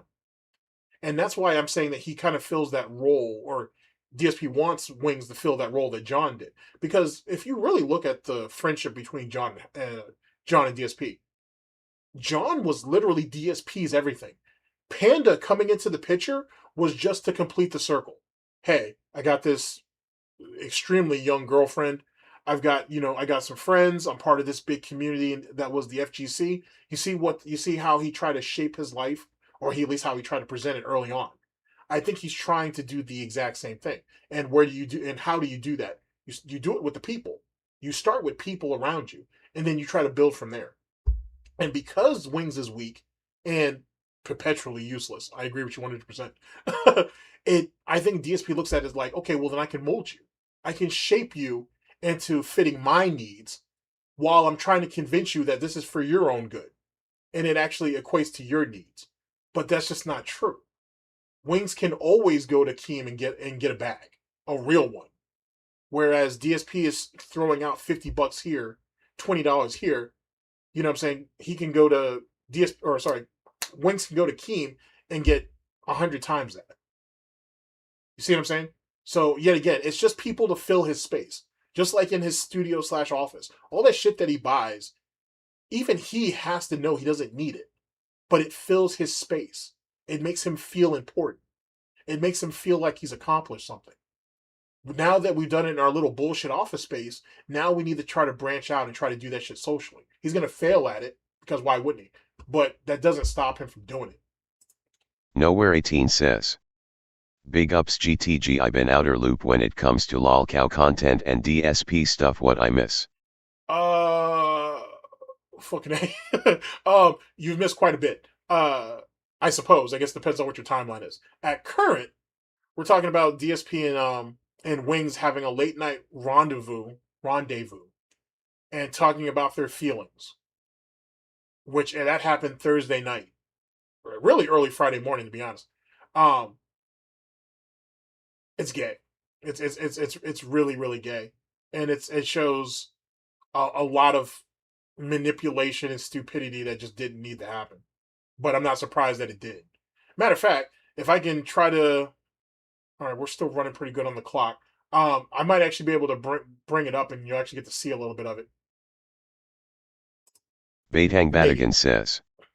You would think that Phil would actually stalk RTU when he's lonely, lol. Nah, nah. He has too much built up resentment for RTU. He's got way too much built up resentment, to be honest. And I honestly think RTU's a loser. Rich is a loser, hands down, right? DSP still looks at Rich as someone that can actually hurt him, though. So that's the reason why he needs allies when it comes to that situation.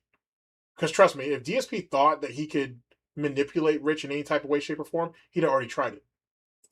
Sonasicago 5962 says. DSP would probably be forced to drop one buff weeb if he was to join Laku. Possibly. I don't know. Like, there's a lot of shit. There's a lot of fucked up shit that happens in the fucking LCU, bro. Like, this grimy ass shit. And I guarantee you, well, I can't guarantee you, someone over there in the LCU has something to do with Lebrowski getting taken down. In the exact same way that Amberlynn Reed is using the LCU to take down her reactors too. We'll talk about that later. But I honestly think that that's what Amber's doing. She's using the resources that Lolcow Bust, I think is the name of the show. She's using that shit to flag people. I honestly think that's what the case is. I can't prove it, but I'm pretty confident that's what that is. Zucker's one says. Could we make a power of DSP? I'm sure we probably could. Frederick Dawson 2253 says. It's Tevin's fault, dude. It is. And the funny thing is too, right?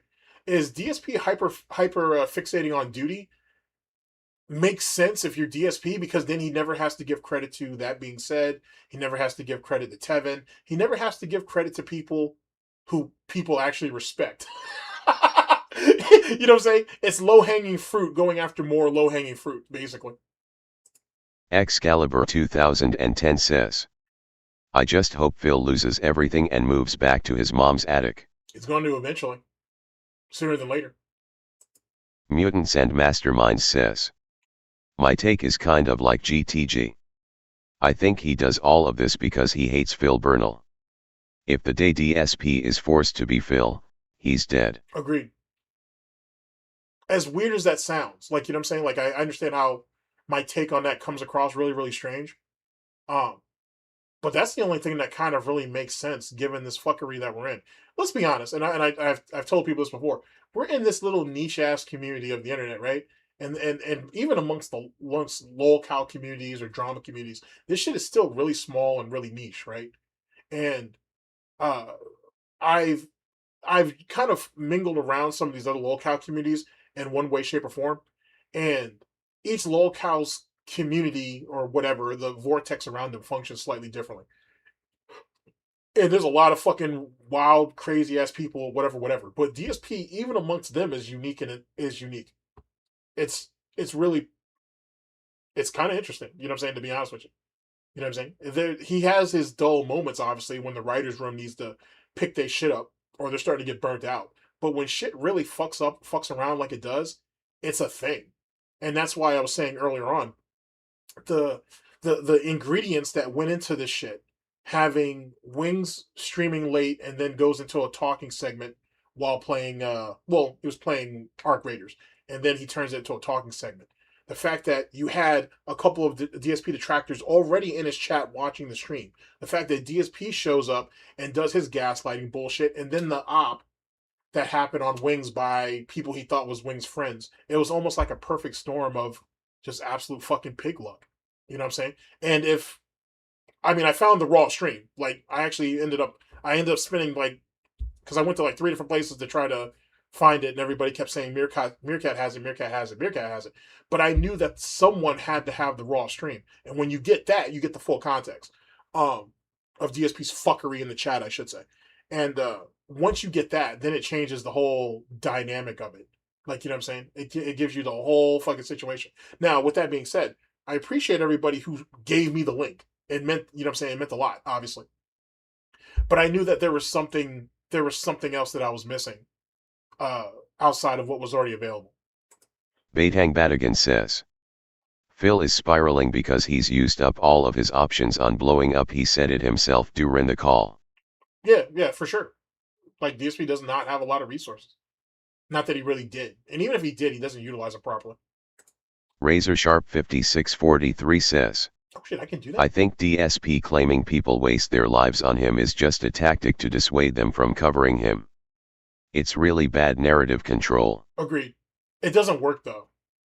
It doesn't work at all.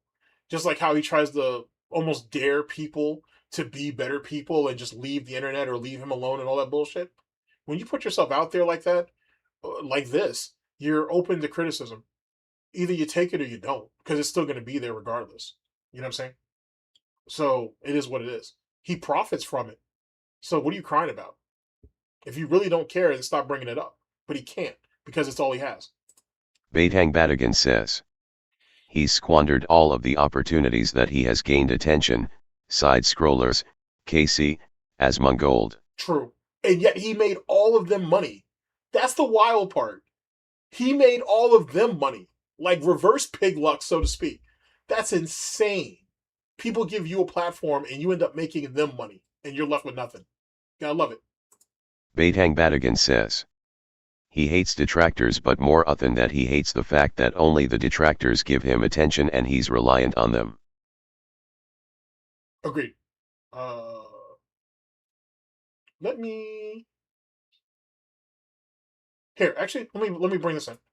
Frederick Dawson 2253 says, mutants and masterminds. He admitted years ago that he would have been nothing without this. He did.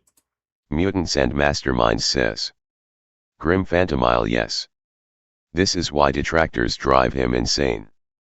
Every day you guys put a mirror in his face showing him who he really is. Facts. Mutants and masterminds says, Frederick Dawson 2253. He did it on side scrollers too. Remember when he gestured to his laptop and said something to the effect of, this is the window to the outside world. I do remember that. Holy fuck, I do remember that now. Damn, that's fucking so fucking crazy when you think about that. Fuck, man. I keep vaulting that shit. I've done that fucking interview like 3 fucking times over the years and shit, and I just keep vaulting that shit. I think I'm ready to do it now, though. Alright, let's keep Frederick Dawson 2253 says, the sad thing is that none of the lol cows realize this is a war of attrition. If GTG take a break, Tevin in the wing. Other detractors in the wing to take up. The pig roach never will get a break. In facts. And that's the thing about warfare in general, right? Like at the or even trolling. Let's not even go into warfare. Let's just talk about trolling in general. There's always going to be someone that's going to look to pick up the baton. There's always going to be someone that's going to see the opportunity for what it is and going to run with it, right? And none of these lol cows ever understand it. Like DSP holds on to this concept that it's all about money. It's all about profits, right? If there was no money in it, they wouldn't do it. Okay, and this is because of duty, obviously. But let's go ahead and play with that. What about the guys on Reddit? Not all those guys make videos. They don't. None of those guys, I don't think, really stream. So what about them? What about the guys on the farms? Most of those guys don't stream. Most of those guys don't make videos. What about the guys on Detractor Twitter? Most of those guys are content creators. Some of them stream, right? So so like I said, we got Reddit. You've got Reddit, Twitter, the farms. There's one more place I'm missing. There's one more outlet I'm missing. But anyway, Reddit, Twitter, the farms. Not everybody on those three platforms do this for profit. They just do it for the fun of it. What do you say then? How does he justify that then? He can't. It's just easier to point at a couple of people over here and be like, they make up the majority. And that's it. If, for example, if Duty gets faded out tomorrow, someone else is going to step in his place. It's just the reality of it. That's just the nature of the beast. Matter of fact, it probably won't even be one. It'll probably be three. Like this is never going to stop, right? Like there's too much money. Let's go with the money angle. There's too much money in the tea community. There's too much money in the drama community. There's too much money in conflict in general. No one's going to give that up. Whether you're doing it for profit or if you're doing it for the hell of it. It is what it is. The thing that separates DSP from other people is no one, as of yet, has gone too far with it. You know what I'm saying? Now, don't get me wrong. Some people feel like some boundaries have been stepped, but no one has actually reached out in real life and put hands on him yet. The job that Jaha should have finished. No one's done that yet. But that's what DSP is scared about the most. He's scared that one day someone's going to walk up on him and punch him in the face. And he's going to have a black eye. He's going to have like kind of the Ethan Ralph thing going on for a bit. Even though he's just going to come up on stream and say, look at what these detractors did to me and be showered with pity bucks and shit. But the pain part is not what he wants. He's willing to bleed, just not bleed in IRL. And yet again, he's fighting a war that he's already lost. Like it's done and over with. You're somebody else's plaything, Phil. Your wife, theoretically, well, she's a lot of people's plaything. This is never going to stop because there's no reason for it to stop. It is what it is. You know what I'm saying? You've never done anything in your life to earn respect.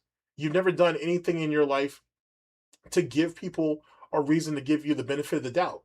You've treated people like trash because you felt like you could. Now you're isolated in this dilapidated house or townhouse or whatever you want to call it. And now you're scared to even leave. You won't even leave your home anymore. Because you're scared of a bunch of faceless people online who have an opinion of you. That's what you've been relegated to.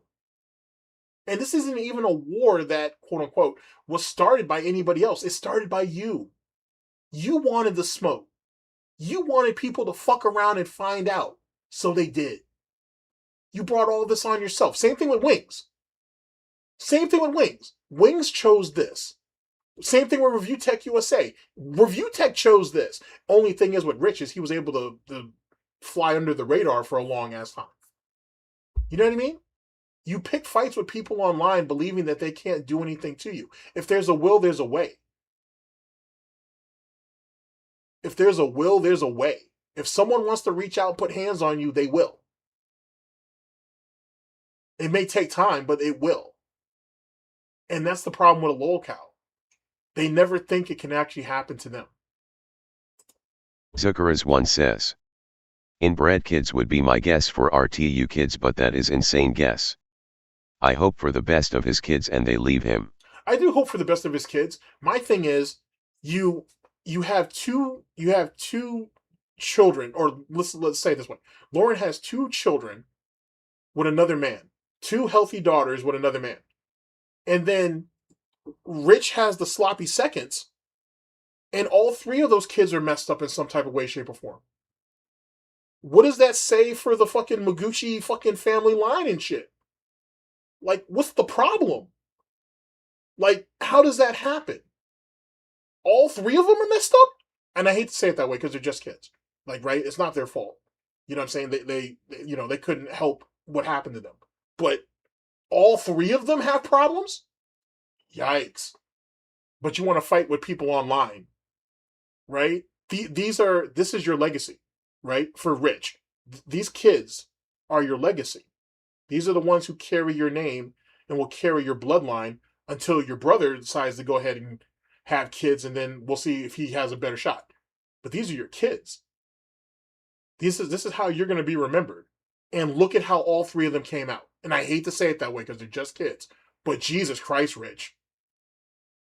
But then Rich want to have a problem with some shit when someone like Proper shows up into his chat and says, hey, Rich, I don't know if this music career is going to feed them kids, so maybe you should be more productive with your time for their sake, and gets banned for it. Imagine that. Agent Proper says. Kate heard the word fat and like a sleeper agent she woke up. That's hilarious. Grim Fantomally says. Mutants and masterminds, too bad he can't accept it, because it would make him even far less of a man, if he wasn't already, that is. True. Frederick Dawson 2253 says. GTG, Tevin, and all the other could retire today and new people will take the reins. Yeah, absolutely. They just too stupid and stubborn to quit. just there's always going to be a replacement, man. There's always going to be a replacement. Just make the best of the time that you have here, and you know what I'm saying, sooner than later someone's going to move up. All you can do, I'll speak for myself. I hope that anybody who follows after me, they just don't make the mistakes that I made, and keep an open mind. I'd like to think I've always had an open mind, but just try to avoid my mistakes, to be honest. And I think you'll do just fine, to be honest with you. Frederick Dawson 2253 says. Lol, cows are too stupid. Agreed. Mutants and masterminds says. Grim Phantomile, sooner or later. He's going to have to. Life usually won't let you sit in a 4-wall fallacy for too long. He'll learn the hard way. He's learning the hard way now, theoretically. Frederick Dawson 2253 says. Mutants and masterminds imo the dents are just at fault. Him and Wings would have been better off if they had to go IRL years ago. They'd be decent in a good field making the money they do now. Actually, let me cue in on that as it pertains to Wings in particular. Wings could have done the factory job or whatever it was that I'm pretty sure he was working in a factory at that time. While he was doing the Call of Duty shit. The reason why he ended up he ended up getting himself fired or however that situation ended up happening, or the plant closed, whatever supposedly the story is that the situation with like Call of Duty content was just blowing up crazy. And then when the MCNs, with the rise of the MCNs, he went over there and got the quick money. Wings, and I firmly believe this, old Wings, like right now, Wings of Redemption's dead. Jordy Jordan is the only person that's left. Wings of Redemption is very much a fucking kingmaker. Or he was, I should say. He put a lot of people on. He had a lot of respect doing what he was doing at a time where everybody were either ARs, shotgunners, you know what I'm saying, submachine gun guys or whatever. They were rushers, basically, or they were point men. He was one of those people who not only established and made camping viable, but he also kind of established, or he helped establish, the psychology of using your teammates as basically meat bags and whatnot, and taking a map piece by piece or holding ground and assuring victory by moving as minimum as possible, right? And the problem is that you had your Randy Savages, you had your Mark of J's, you had your C Natters, you had your iFly alumni, despite what ended up happening to him later. You had your Raw Troops. You had people who were pure rushers, right? And they made their style popular. And instead of Wings just being comfortable doing what he was doing, because for a weaker player, fucking camping's the way to go. He got he let shit he let shit get to his head and made himself feel inadequate, right? Or made himself feel lesser because he couldn't do what they did. And then he started to lash out at those people for his lack of abilities, if you will. And that's what ended up fucking him. If you want an even better example of that, look no further than fucking Rainbow Six Siege a few years ago, when he was still on Twitch and when he was still quote unquote on the top of his game, being carried to diamond. As more and more of these younger guys came in and were streaming and making content, they beat him out, and they beat him out with more aggressive tactics. Where Wings thinks he's being cerebral, which he's not. He's just being lazy. Other guys were just being more aggressive. And Wings has never been good at being aggressive. He doesn't have that dog in him. Mutants and Masterminds says. Frederick Dawson 2253 I agree. Look at DSP now. He desperately leans on them to pick him up and carry him. Spitfire Oni says. Just to add, I've talked too much crap about Phil to not press him if I saw him IRL. When he showed up under Lummox's videos, I had to speak up to him. IRL, it's a wrap. A lot of people actually felt that way when he showed up under Lummox's video. I was really surprised on how many people ended up pushing his buttons and shit. Let's see here. Ikoiko 3039 says. Can't take the TDS robot voice. Ikoiko 3039 says. Peace. I'll get it worked out, but I appreciate you coming by. Pork Wine says. At this point I doubt DSP could change to be a better person, and I use person lightly, so I just want him to regress. Like I said, he's doing that now. Grubkiller 2809 says. Is DSP's weird behavior with female characters in gaming due to Cat's jealousy, or is DSP himself feeling a certain way? It could be a little bit of both, but I'm leaning towards the latter. Mutants and Masterminds says. Pork Wines, I'm one of those people that feel people can change. His issue is that he will never put in the work needed to redeem himself. He's too lazy and wants praise for the bare minimum. It's kind of hard to ask for redemption when you genuinely feel like you haven't done anything wrong. Oathkeeperiku07 says. Something in that room will fall and break on stream, and hope to God, no house fire, because Phil will damage the poor neighbor's condos. Agreed. Yeah, that's the thing though too. I don't wish death on DSP, but if something happens in that middle unit, both of his neighbors are basically fucked. You know what I'm saying? So it's not as much as it would be funny to see DSP being outside crying as he loses his little command center and everything else in the fucking Snort fort. You also have to remember there are two separate families who might lose something as well. You know what I mean? Pork Wine says. 1000% he is way too lazy for pretty much anything. When he eventually has to get a real job, he is screwed. Besides the personality hurdles, he can't adjust his lifestyle to the lower paychecks. True. Frederick Dawson 2253 says. TBH Dodie is like MCKYDSNU and Tevin are like a steakhouse to me. Oh, man. Diego Gonzalez MB7CZ says. Pork Wine's facts, and one of the worst nightmare for Phil, it's that he's on a blacklist to get paid if he gets a work. Non-single employee or when it comes to work will accept this guy with banks fraude. Actually, I'm glad you brought that up. Because DSP spoke about how how KO Gaming got blacklisted, right? But before that, he said it got shadow banned. But whatever, shadow banned, blacklisted, it is what it is. The reality is that's not what happened to KO Gaming. He didn't take advantage of the momentum that he was given, because of it's funny how I always forget this game. What was it called? Homefront: The Revolution. And by the way, the only reason why that video did as well as it did is because a larger content creator used the portion of DSP's video in his video and then shouted him out.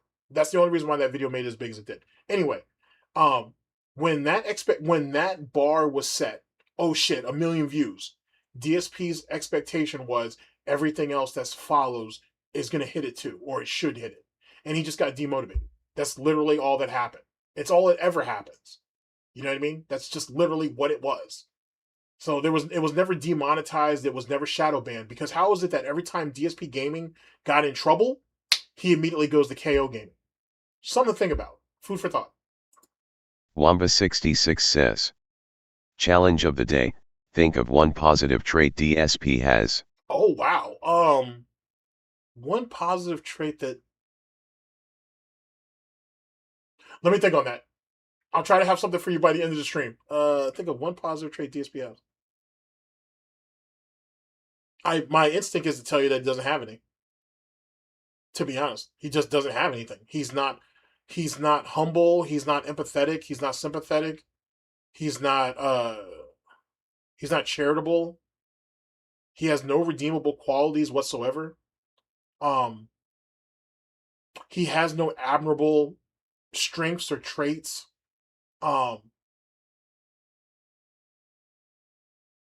He doesn't have any. Actually, I can answer your question now. He doesn't have any. To be honest with you. And this is coming from someone who will tell you front-facing them, I'm an asshole. But he doesn't have anything. He doesn't have a single... No, not that... I'll let y'all work that out. But as far as I see, he doesn't have anything. There's not... I can't think of one good thing about Philip Paul Brunel. Not one.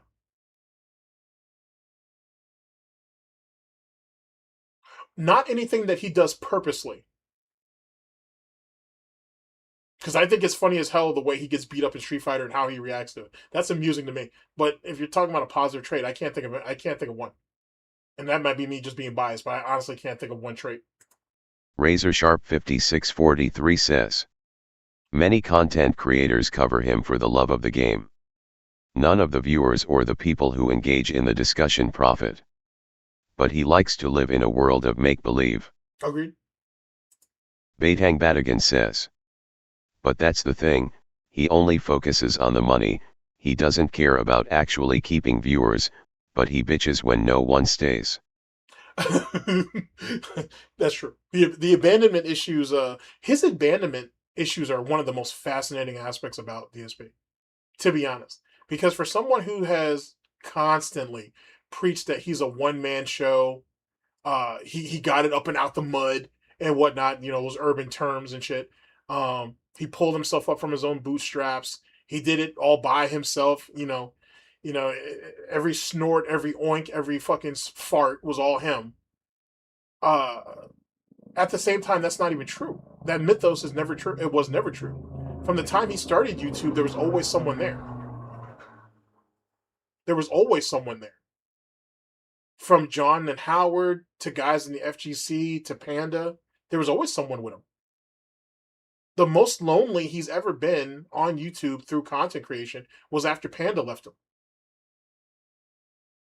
As far as I see it.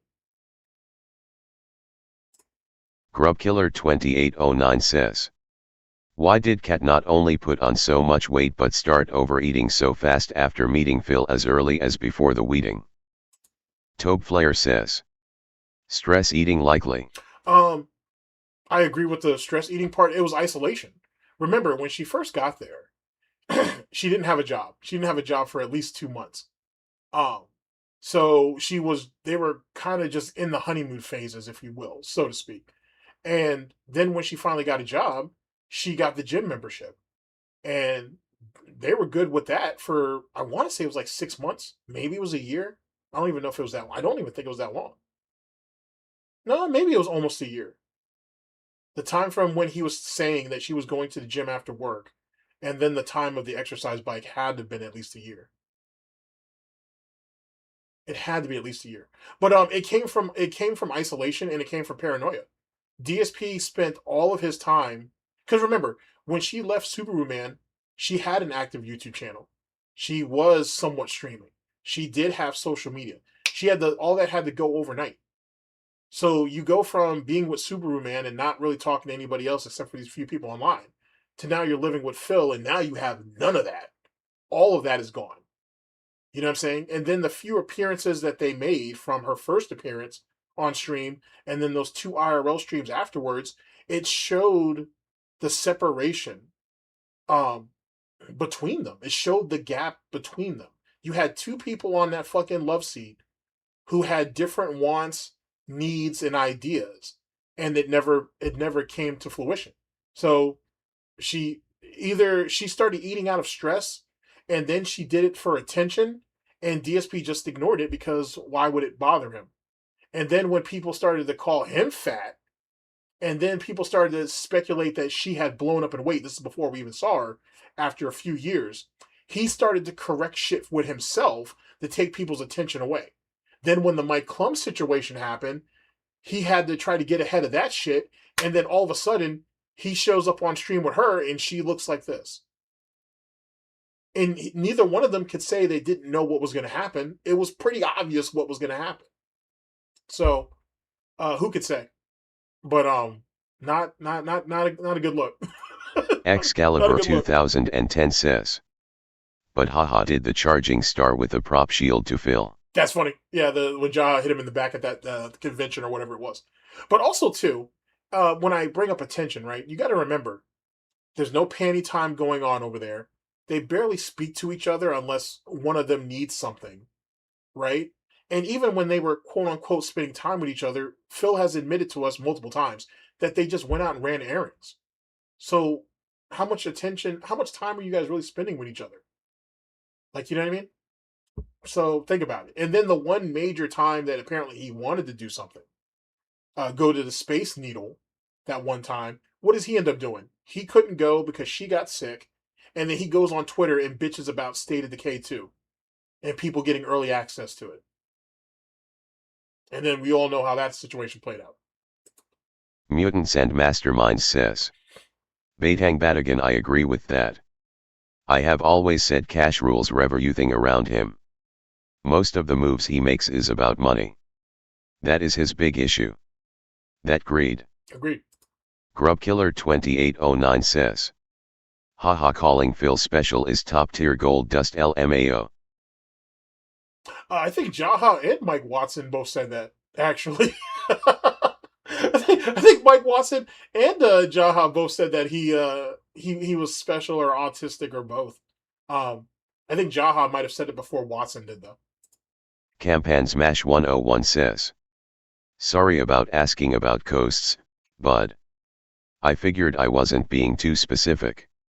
Wherever you are, you're the man, bud. Oh no, if you're speaking about me in particular and whatnot, I'm East Coast, but you can usually find me in the Midwest. That's because of work, though. But yeah, I reside on the East Coast. Frederick Dawson 2253 says, DSP cries the most, put is messed with the least. Other lol cows have it 10x worse. DSP detractors mostly just document and give opinions. That in itself is too much for him, though. Grubkiller2809 says, also that police report calling him 220 is wild. Okay, here's the thing about that, right? So, like, I understand Broside Phil gets, like, a lot of shit for, I don't know why he does, but he gets a lot of shit for his appearance on the Truth Seekers, right? But to be honest, there was so much gold dust that came out of that Truth Seekers thing, right? Whatever you thought of the appearance or whatever, just what it produced, he deserves a pass, to be honest. Like, that 220 thing, well, first off, the police report was gold, because DSP lied to fucking Broside Phil and fucking Steven's face about the fucking police report number. Why? I don't know. You were already dead to rights. Right? So he tried to use that as a technical. No, he didn't. He said that the police report number was right. He said that the officer or the detective was wrong. My bad. I caught myself on that. Why would you lie about that? Like, you know what I'm saying? Like, how did you not know that the person that you spoke to and then the person who investigated your report was two separate people, right? Like, how did you not know that? Like, you know what I'm saying? Like, I don't know why even DSP even said that. And then here's the thing. DSP said that there was no follow-up, but Broside Phil said that there were. So why are we lying about that situation? It's whatever. But the fact that they considered him a 220 was right on the money. The problem for DSP anyway is it proves that normal everyday people do look at him as crazy. That's not a detractor narrative. People out in the wild look at him as just as disoriented or dysfunctional. Let's say that. I'm gonna try to be nice about it. As dysfunctional as the rest of us do. Think about it. Just that one phone call that he had with her, and then I think there was like an email exchange, and that was enough to be like, yeah, this guy is a little bit off tilter. You know what I'm saying? I'm not surprised by any of that. Brutal Monkey says, I would do more than that. Frederick Dawson 2253 says, out of 1000 MFS there will always be one that will say I'd bet, Ihineld. That's true. Grubkiller 2809 says, I know one of RTU kid is blind, but what's wrong with the others? Rich actually came out and admitted that there's something wrong with his son. With both his sons. One of his sons, this isn't exactly what's wrong with him, but he's a bit rotund for his age. But he has some type of medical issue and some kind of problem. And then his youngest child, because McKinsley is actually his middle child, if I remember correctly. His youngest child was sick or has some type of chronic illness or whatever that situation is. I don't have the full details on that. It would be kind of easy for me to chalk it up being like, damn, Lauren, what are you doing over there? But if his kids or just have a disposition to getting sick or being ill, then that speaks volumes, to be honest with you. It's just a sad situation all around. Tazen Vipper says, LOL Richard is the master of moving as little as possible, which is why he's soaring to 450 pounds. Jesus. Oathkeeperiku07 says, all this will come crashing down, we DNT know when, we don't know how, but Phil will learn that trying to be like everyone else with some background, won't matter when you don't have a house.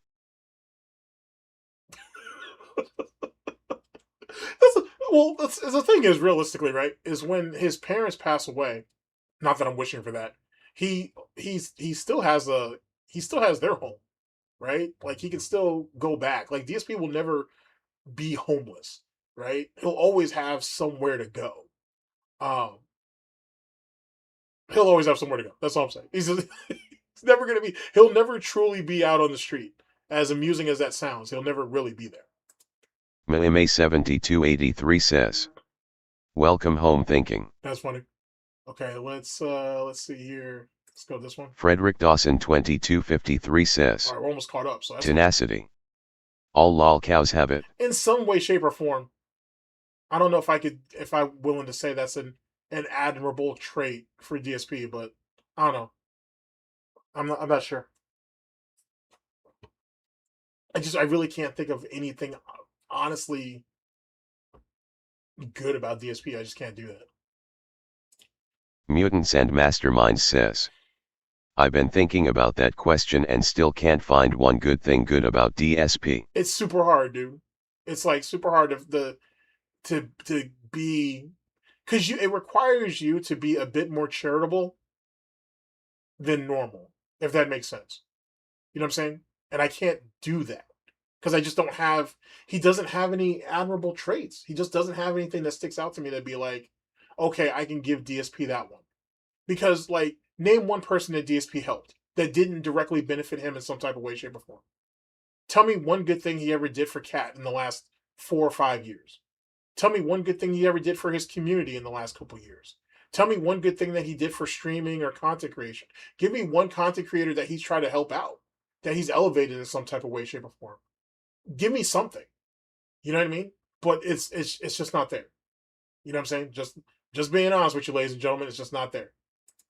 You eat too much says, Phil is not even charitable. He is just a total douchebag. Agreed. Zal Pakax says, GTG merch when? Coffee, mugs, menus, memorabilia of any kind would be appreciated. Also, I'm loving you mixing up the pork with some chicken from time to time. Okay, so when we chose to step into monetization last year, there was some talk about doing something along those lines. Now, There are some people that I need to talk to and whatnot. Chio, there's a few other people that I want to run some stuff by, and then we'll see what's what. But interestingly enough, I have thought about, um, obviously coffee cups and mugs because that's on brand. But I also have been thinking about menus as well. With that being said, expanding off into chicken, pork. I think rich. I'm about to settle on rich being turkey at this point. Um,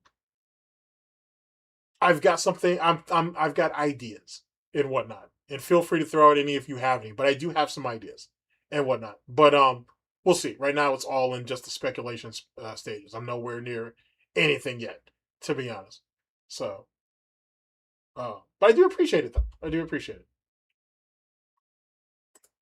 Zucker's1 says, good at scamming dents? I don't know. I guess it depends on. I don't feel like it's a good thing. I never feel like it's a good thing getting over on people who lack the capability or the understanding of what you're doing. You know what I'm saying? That's just me. Grubkiller2809 says, what is your one biggest takeaway from the Wings DSP call?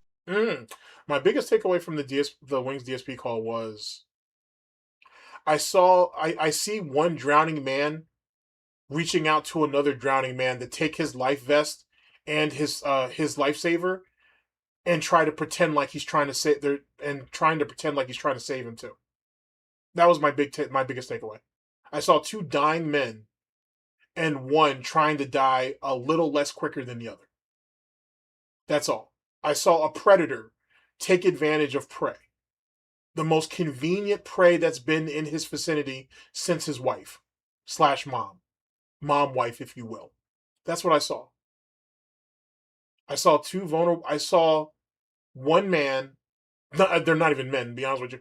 I saw one person try their hardest to exercise dominance over another man or another person to make themselves seem less afraid, to make themselves seem less weak, to make themselves seem less like a failure. That's what I saw. To be honest, that's what I saw. That was my takeaway. Zucker's1 says, I'm going to be clock in for work soon. Peace. Peace. Have a good day. Actually, it's almost going to be time for me to tap out too, because Proper should be getting set up any minute now. You eat too much, says. Phil is the model and icon for being bad again. Oh no, you're not getting me in one of them coughing fits and shit like y'all did to me last time. We're not doing that. Oh, we're not doing that. Mutants and Masterminds says, okay, I got one. DSP is like Fabian Cortez from the X-Men comics. He has boosted detractors and made them better from videos, music, art, and comedy. I like that. I like that. That's pretty good. That's pretty fucking good. I really like that. Tobe Flair says, matter of fact, let me see if he's insane. He is. Mutants and Masterminds says, yeah, DSP lost weight. The man still has a Fred Flintstone shaped head. Here's the thing about the weight loss thing. Now that I'm glad you brought that up. I don't know if dude is actually just sick. I'm going for the afternoon slot. Okay. Okay. We might actually be, well, ladies and gentlemen, we might be able to extend this. We might be able to extend this now. How much time do I have on the clock? Okay, we might be able to extend this chat. We may have, which means we might be able to get into a video. We might get into a video. I think DSP's weight loss, I don't know if it's so much that he's not working out. I don't know if it's Ozempic or if he's taking some type of weight loss or whatever they call those things. I think he's legitimately just sick. I think he's just slowly deteriorating. I think that's honestly what it is. Because I don't expect him to display muscle tone overnight or any of those things. That's obvious. But his breathing hasn't gotten any better. He doesn't look any stronger. He doesn't look any healthier. You know what I'm saying? Maybe that's just me. But he doesn't look any better, really. He just looks, like the melted candle. He looks unhealthy. He looks like he's dying. And I don't even mean that to be funny. He looks like he's dying. Oathkeeperico07 says, Phil is also likely a feeder. He never limited DoorDash or what they eat. He's trying to be healthy while his wife is made fun of for her weight. She is just a big shield for him for usage. Agreed, but they can't. Neither one of them can cook either. They only know how to heat food up. Hell, I don't even know if DSP even makes his mama's sauce anymore. You know what I'm saying? The Brunel family sauce. I don't even know if he even does that anymore. Razor Sharp 5643 says, I feel the only thing Phil craves more than money is affirmation and power.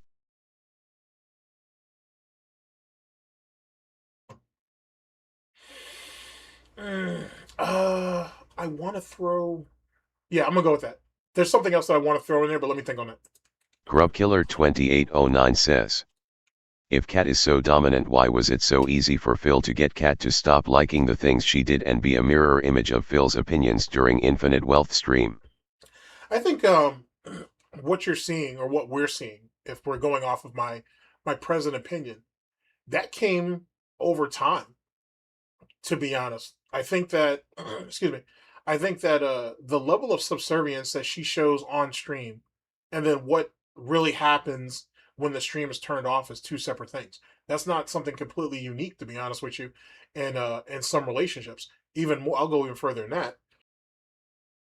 That might not be something completely unique to people who are like in streaming households, if you will. Um, but you've given me food for thought, though. You have very much given me food for thought. Ramza 675 says, has kids, tattoo of DSP on his arm. I don't even want to like that's just despicable. You don't have your kids like tattooed on you or any type of way, shape, or form, but you'll put another man that actively doesn't like you on your body. I don't know who talked him into that or who thought that was a good idea, but I don't even know how Lauren agreed to that. How she would allow that to happen. That's wild to me. Frederick Dawson 2253 says, if he go back to his parents' house will be hilarious though. All the bridges he burned, friends he talked SHT about, that town he hated. If he goes back he can't deny he's a failure. It's fitting. It's fitting like how LeBron James should go back to Cleveland and finish his career, in my opinion. But it would be fitting if DSP ends up going back to where he started. You know what I'm saying? I find it it's poetic justice, because I don't necessarily believe in karma, because karma is just justice without the satisfaction. I don't believe in justice, but it's just like that. It would be poetic if that's what the case was. You eat too much says, he gave video game boxes. That's cute. No. Baitang Badigan says, that's funny though. A person who has no respect deserves no respect. Agreed. Grubkiller 2809 says, it's impossible to say anything good about Phil B. Everyone exists to be exploited. But that's how he goes about it. Spitfire Oni says, okay, we're starting to catch up. Have you been keeping up with Comicsgate still? I've been waiting for Sever's fans to wake TF up. Yeah, bo Isaac too. Isn't it beautiful? Okay, so the fact that Trashcast is gone temporarily, is Ethan Van Skyler basically admitting that he lost. The fact that your boy Zach is trying to continue to lead his campaign against Eric July and saying that, every one of these days the business is going to fail is just pathetic, and it shows you what Zach always was. Like, you know what I'm saying? Like, I don't think your boy Zach didn't just become this. He's always been this. You know what I'm saying? And now that you see the pressure on his ass, on all of them, because let's be honest, Comicsgate's damn near dead at this point. You're seeing it all in real time. I think the thing that really it shouldn't have surprised me, but did, was when Riley and whoever that other guy was over there saying that Eric July should just apologize. And apologize for what? For what? You guys are on a sinking ship, and Eric July is supposed to come around with his yacht and be like, hey, I'm sorry, guys, you want a lifesaver? Fuck all that shit. You know what I'm saying? Die screaming. As far as I'm concerned, fuck them all. And there's so much infighting that goes on over there anyway that who gives a shit? So, fuck Comicsgate. For real, fuck Comicsgate. And fuck Ethan Van Skyler. Because now he's wasted his best 2 years, 3 years really, but 2 years of being productive to now having to go back and hand draw and do all this shit. And I saw him the other night. That hand's looking kind of shaky. I don't want to. I don't want to will anything into existence or nothing like that because the wife is already dealing with something. But that hand does not look nearly as stable as it did a couple of years ago. He's gonna come to the realization one day that he's gonna wake up and realize Eric July beat him in more ways than one. You sat there and waste all this time and energy while Eric built what you guys promised to build, and now you guys literally have nothing to show for it. You know what I'm saying? And if your boy Zach wants to be a good soldier and die on the battlefield, then if he dies, he dies. But truth be told, he's already given up too. He's already lost, and he's like that lost platoon that was from the Japanese who were still on that island fighting for 30 years, thinking the war was going on because no one sent them the message. That's what your boy Zach is. He's fighting a battle that's already over. It's been over. It's been over. But he can't go back now because then he has to admit that he failed. And more importantly, he has nothing to go back to. That's what Comics Gate is. Instead of doing what they were supposed to do, they try to wage a war, try to do their fake little internet blood sports bullshit. They end up eating each other alive, didn't produce anything, and now they're just a bunch of people waiting to die. In Minecraft, of course. That's all it is. Carl Allen 749 But it is interesting says, to watch, though. Is it no if content creators donate to DSP? If I'm making bank off him, I'm gonna drop a few dollars to make sure the content keeps coming. Let me hear that one more time. Carl Allen 749 says, is it no if content creators donate to DSP? If I'm making bank off him, I'm gonna drop a few dollars to make sure the content keeps coming.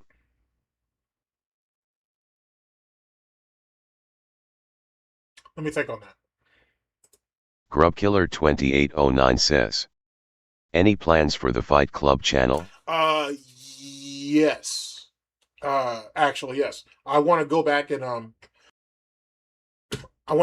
start doing I basically want to go back and not redo, but I want to look over some of the early years of DSP detracting from DSP cult leader basically up until 2000 maybe. We'll see where we go with that.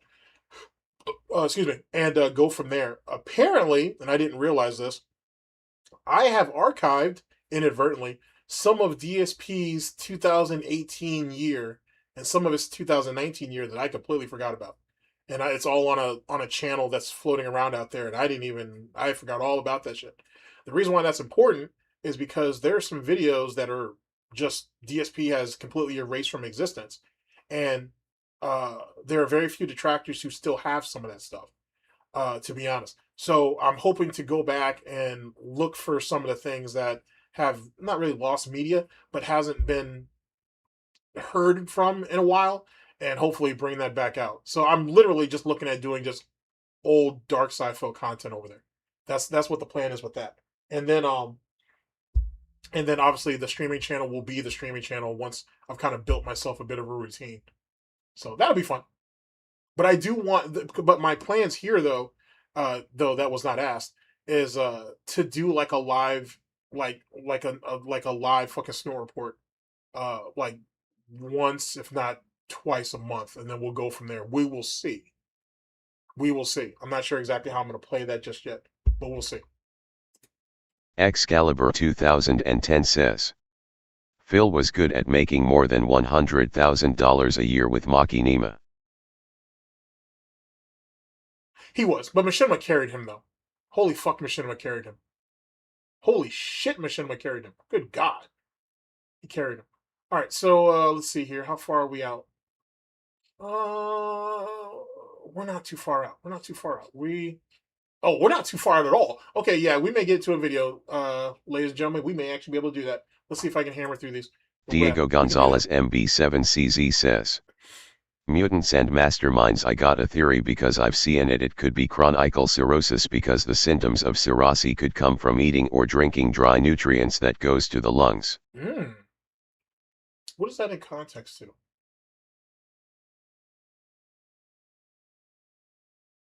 All right, here, let me keep this pushing, but I actually want to know more about that. David Owner 4 says, you streaming with Proper today? No, I won't be able to. Props. Apparently, he's looking at later this afternoon, so he's gonna take the afternoon shift. So I don't know how much of a gap between when I end this and he picks up, but that'll be a thing. He's gonna go into well, I don't want to ruin it, but he's going into a pretty extensive breakdown of the phone call. So definitely look forward to that. And then, like I said, I'm gonna work on a video next week. If I can stream whenever the next time I stream, I'll hopefully, you know what I'm saying. I'm not sure when. I want to try to shoot for next weekend, to be honest. Uh, Maybe he pops in. You know what I'm saying? We can have a back and forth and see what we think about all that. Diego Gonzalez MB7CZ But not says, today, to be honest. mutants and masterminds' words goes to the blood vessels and affect the mass of the body to gain energy that traduces to adrenaline to the heart and receptors of energy to the brain. Okay, I see where we're going. David Owner 4 says, DSP making fun of weight loss drugs and still taking them on the DL would be totally on brand for Filberto. It would. I honestly, and that's why I wouldn't be surprised if he's doing it. I haven't completely bought into the theory yet, but remember, give her a pill and leave her somewhere. That's his MO. His MO is to throw medication at it and hope it works. Now, why he thought he was going to get past low tier God with that, despite the drumsticks that LTG's walking around on, I don't know. But, but that's just me. Diego Gonzalez MB7CZ says, mutants and masterminds, in other words, that's where you can have an idea for why he's so paranoid, besides the stress of someone knocking his front door to punch him, possibly like GTG said he's sick. That's my thoughts.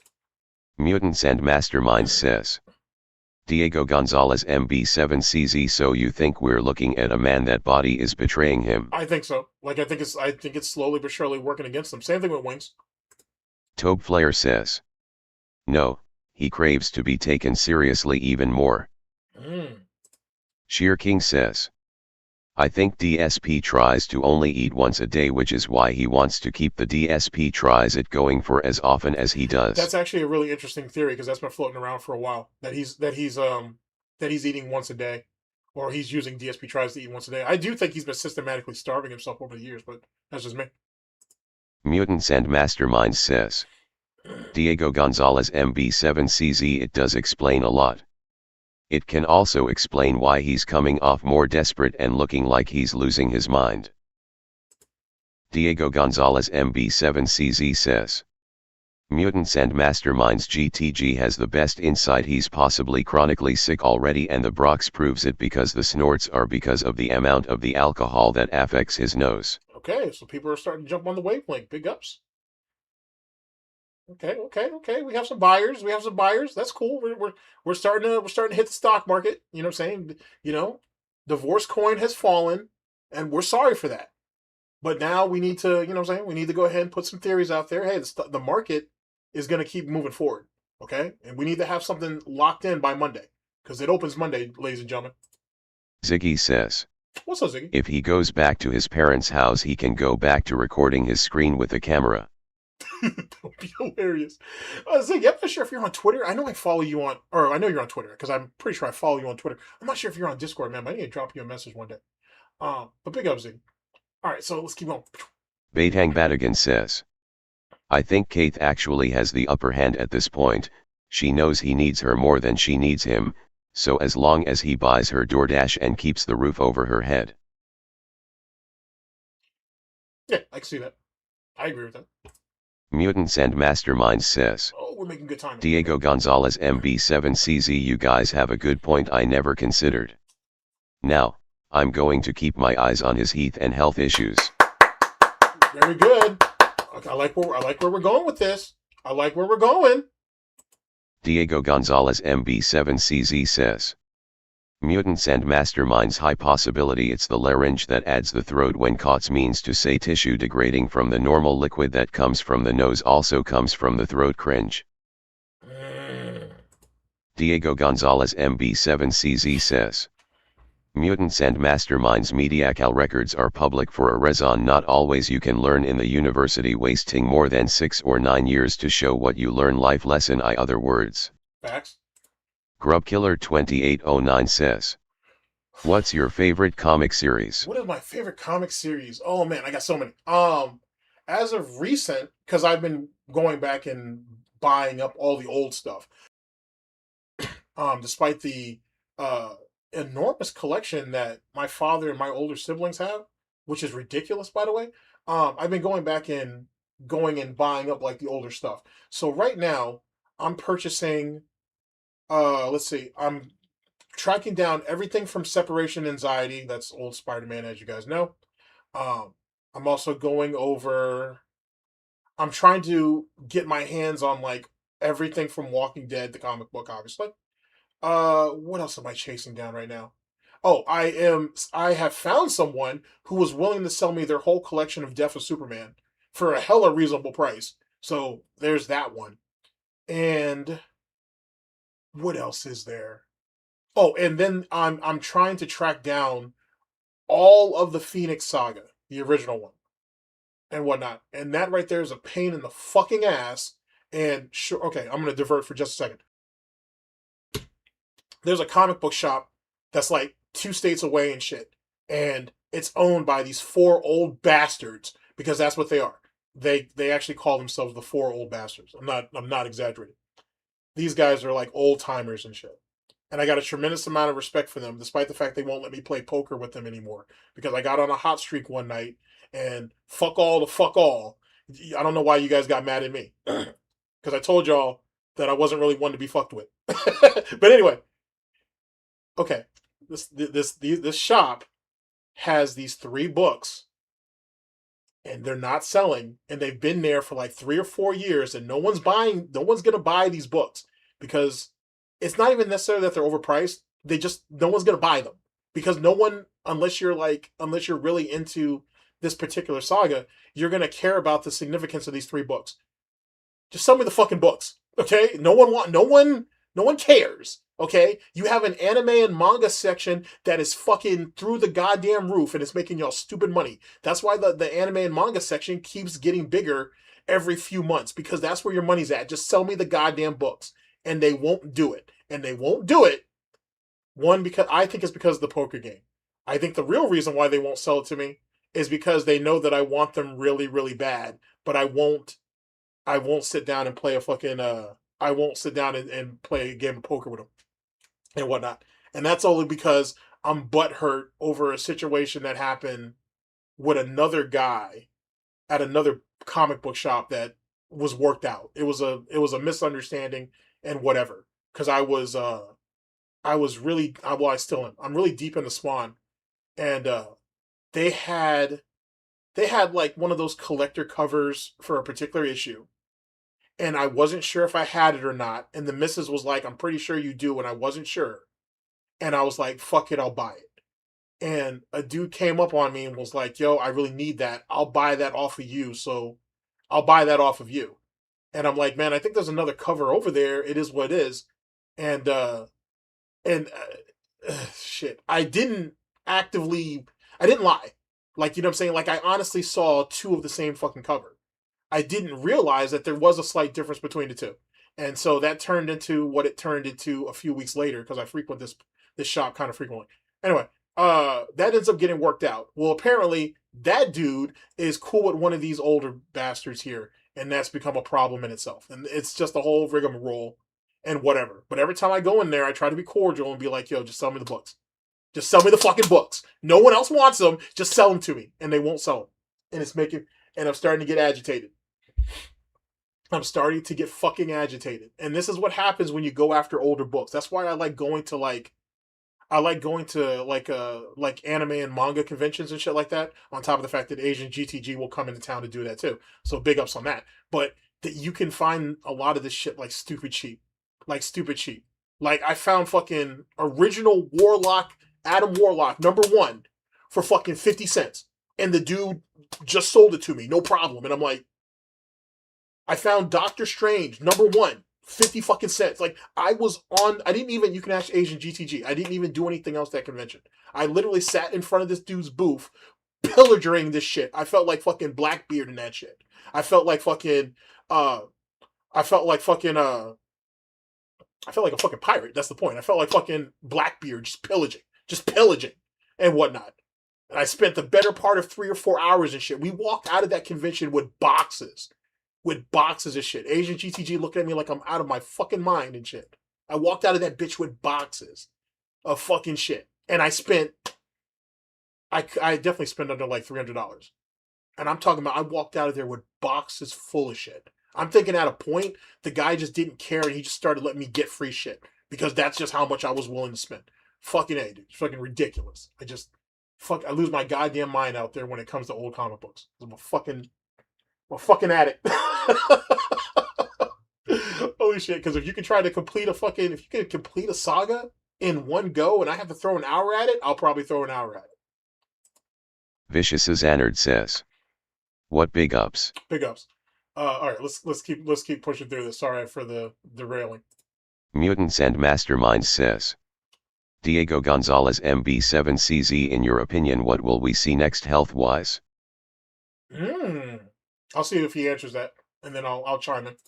Spitfire Oni says. I'm still struggling to think of something good. He can't even eat food like a normal person. He snorts when he breathes.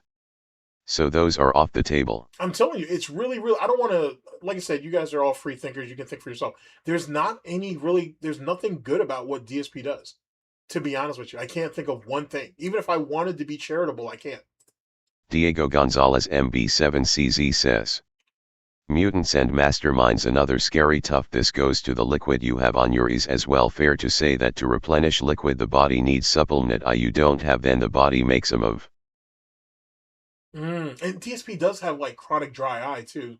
Well, sometimes he does. So it's not really chronic, but you know what I mean. Baitang Badigan says. And what does she have to show for it aside from his mold-ridden Okondo? Hurtful. Diego Gonzalez MB7CZ says.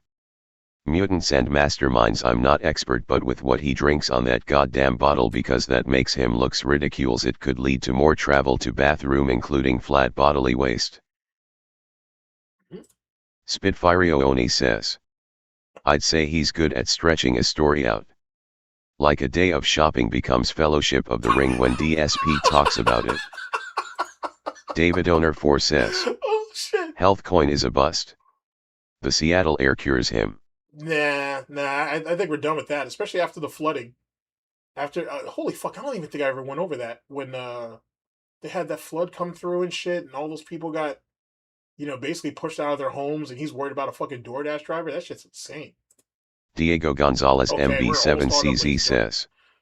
Mutants and Masterminds, in other words, bodily weight not in normal means. You better don't ask me about that's another theory about his bathroom that doesn't flush aside of the leftovers for Jasper. It's crazy. Razor Sharp 5643 says. About DSP's health. A few years ago in a Final Fantasy playthrough he slipped up and admitted he has diabetes. Wait, what? Hold on a second. Razor Sharp 5643 says. About DSP's health. A few years ago in a Final Fantasy playthrough he slipped up and admitted he has diabetes. Holy shit, I do remember that. Give me just a second. I do remember that. Let's see here. Oh, please God, tell me I still have the clip of that shit. Oh no, I have to look. I know what you're talking about. I distinctly remember what you're talking about. Holy fuck. Razor Sharp 5643 says. I can post the timestamped link if you've not seen it. Yeah, hell yeah, if you have it, please. Please! I feel like we've gone over that on the other channel, like someone posted it. Yeah, if you have it, by all means, please do. Holy shit, please do. J244K4 says. Cashing up on Lorehouse, our favorite noodle fill. Bet. Okay, so now we're caught up. Big ups to everybody. Let's see. So let's go. We're God of Throne themed here, just in case you guys didn't know. You know what I'm saying? That's a thing. You know what I'm saying? That's a thing. Gout Man in the Dents. All right, now let's actually bring you guys into what we're here for. Why are you guys so obsessed with comics? Like honestly, I feel scared, elated, anxious. Yeah. Okay, now let's actually speed run this a bit. So, okay, this is Lummox's video that he put out where he actually goes over this. I want to see if I can try to go over some of these cliff notes. Let's see where we're at in the timeline here. Oh, and no one would watch it. everyone agrees Call of Duty sucks this year. Got it. Well, this is 1 point. I didn't expect to hit it right away, but we're already here. Doing variety of content, I know you can do it. In fact, you know what? I'm going to say this publicly because everyone's listening to this. I know you can do it. It's just tough because you're going to have so much against you. You're going to have so many people saying you can't do it because, oh, look at all these failures that Jordy has had in the past. No, you can do it, dude. I know you can. I have confidence in you that you can do it. Like, I have confidence in you. Okay. I've just found the way to do it, but it's not going to be playing a game you know you hate, having these assholes join your party and dumping the N-word, you know, and that's not your fault, but It's not his fault, but man, Oh, they will use it against me hard. Even though there's entire videos on YouTube where it just spouts off that YouTube has movies hosted on their website that they'll ban you for. I don't know. right. That's right. And they're doing it on purpose. That was Yeah. 100% when I saw you were Weaponized. playing that game. I was like, he needs to make some bucks tonight. And I get why he's doing it. And the second I heard these guys talking, I was like, oh, it really comes down to Jordy's just tolerating him. He really is. Like, Jordy's going out of his fucking way. Jordy's going out of his fucking way to tolerate him. And whatnot. And the problem is with that, and this is one of DSP's many social hangups, is when DSP talks to anybody, he's only listening to you to the extent, let's reword that.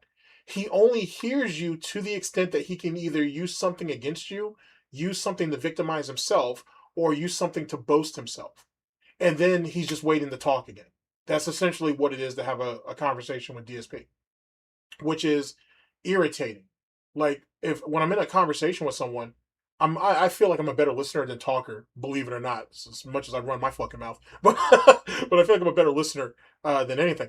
But when you're talking to somebody, I want them to know that I'm listening to you.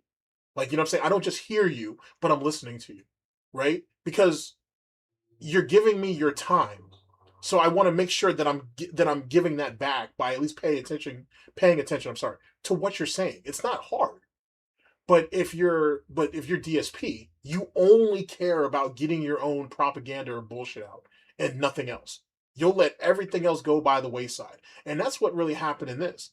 Him agreeing with Wings was really more of, oh yeah, Wings, yeah, that's right. Now how can I apply that to me? Or how can I put you down? Or how can I do this? That's all it really came down to. And the fact that Wings was willing to deal with it for as long as he did really got me fucked up and whatnot. Yeah, it's like Proper said he'll attach that later. But that's fucking silly. But that's really all DSP's MO is. It's to talk to hear himself be heard, to be honest. oh no. I don't like to mislead people at all. Like You mean like that surgery money? Like I said, ladies and gentlemen, we're just going to hop around on this. I'm not going to actually go through all of it. I'm just going to hop around a bit. have a lot of the low-cal money still. I have a lot of it.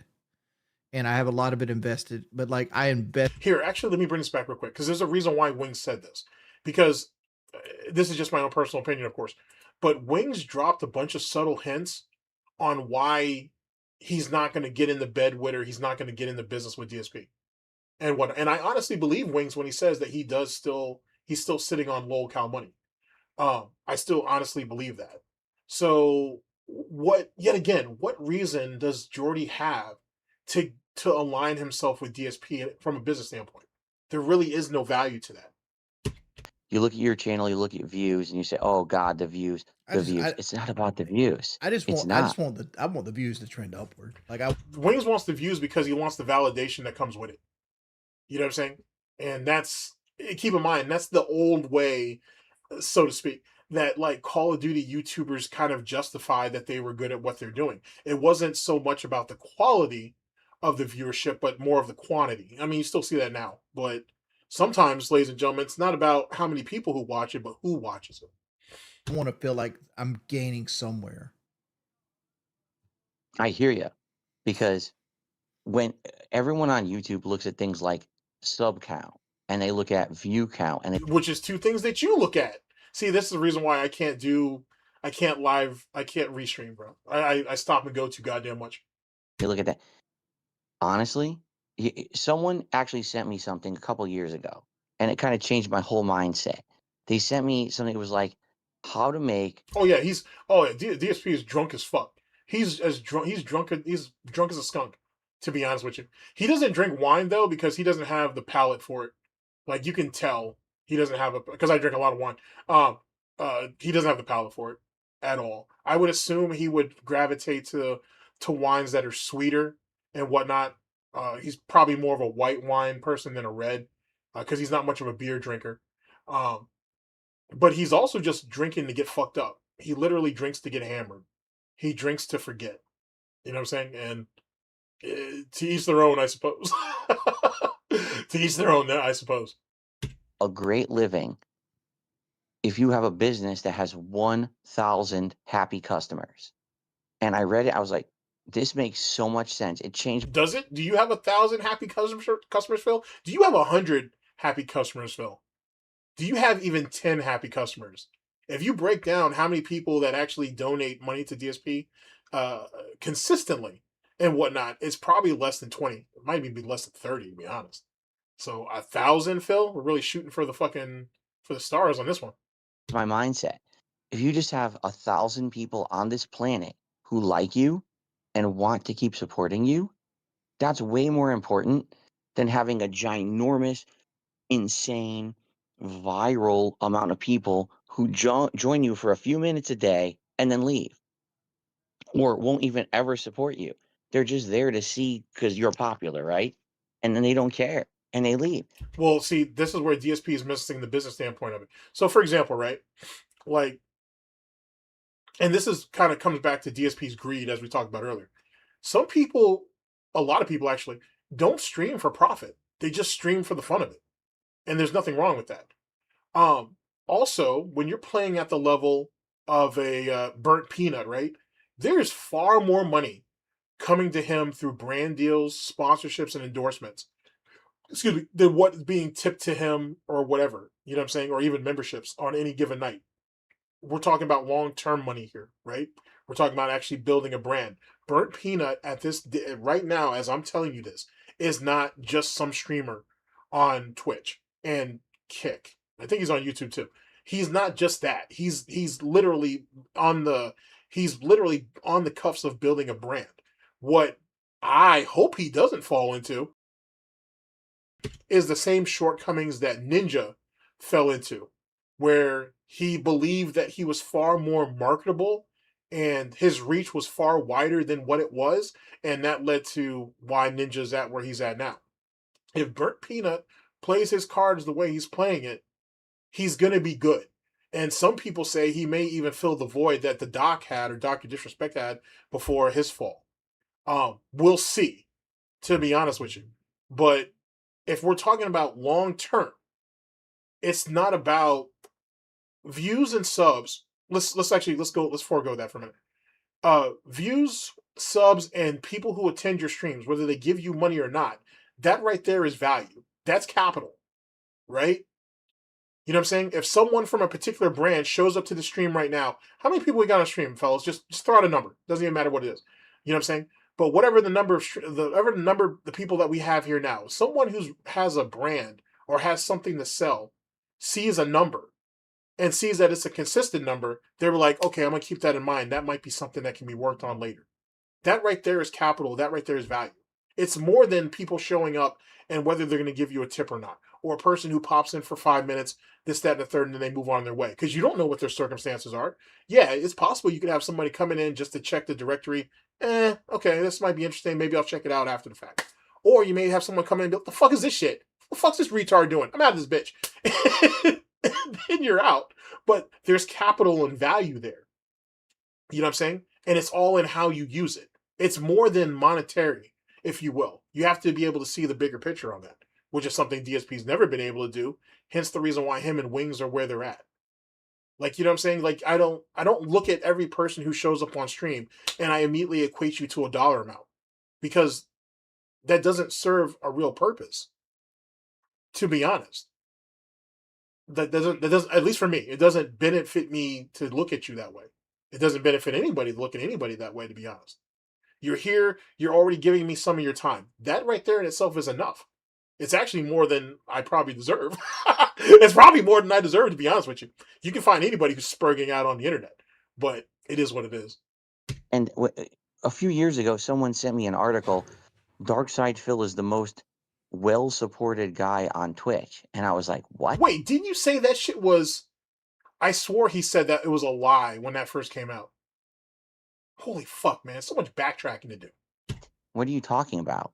And then I read the article, and it was like, you know, in scale of how many views and subs Phil has, he has people who support him more than the average person, and they showed like statistics, and I'm reading it, I'm like, it was wrong, but still, it was kind of right. Like, no, it was wrong, but because it made me look good, I'm gonna go ahead and take that.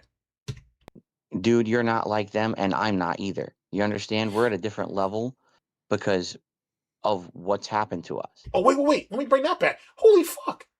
I forgot. That's actually what I was looking for initially, but we're there. We got there eventually. You have so many people who are micromanaging every single thing you do. They're analyzing every single thing you say and how you do it, every mannerism that you move on camera, right? What's up, Chio? It doesn't matter Big ups. if you improve, if you actually do or not. To them, it's just another thing for them to cover. It's just another thing for them to make content out of. If you're doing bad or good. And that's the thing. You could do bad, you could do good. When have you ever done anything good, though? I guess that's an active conversation we're still having. They don't care. All they want to do is get another video, another little clip, another sound bite, another thing to post on Reddit, another thing to post on X that they can make money off of. And you get to the point where it doesn't matter anymore because you know that no matter what you do or say, they're going to say you did the wrong thing. So for me anyway, at the point I am in my, and I say career and everyone laughs at me, career, we've right? been doing Yeah, this it's shit a almost career. 20 years. Like, that's a career. Right. It's one thing if them, you're just it's starting out calling it a career, but like, nah, dog. Like, my face has got gray hairs from this shit. Okay, that's your fault, though. And if it's a career, what do you have to show for it? Like, you know what I'm saying? Like, what did you really accomplish in this career? What did you actually do? Like, you know what I'm saying? Like, there's no, you know what I'm saying? There's no severance package at the end of this shit. There's no retirement off of this shit. There's no gold watch or nothing. So, you know what I'm saying? Imagine you doing something for 20 years and having nothing to show for it. That's the really sad part of it. Like, if you really want to play into that fucking PWR bullshit about my career, whatever, all right, fair enough. What do you have to show for the shit, though? What did you actually do? What did you actually accomplish? Makes you think. Well, they laugh at us, right? And they say, oh, what you do is so easy. It's like, yeah, you try sitting in front of a public audience for 20 years. Well, for me, it's like around 18 years. You're around 19 years, actually, at this point.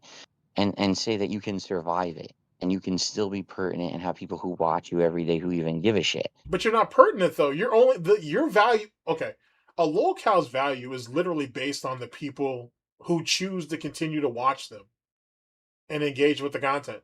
And that's not your quote unquote core fans or viewers. That's that outside element. That's that other thing. That's what gives, if you guys even have any value, that's what gives y'all value.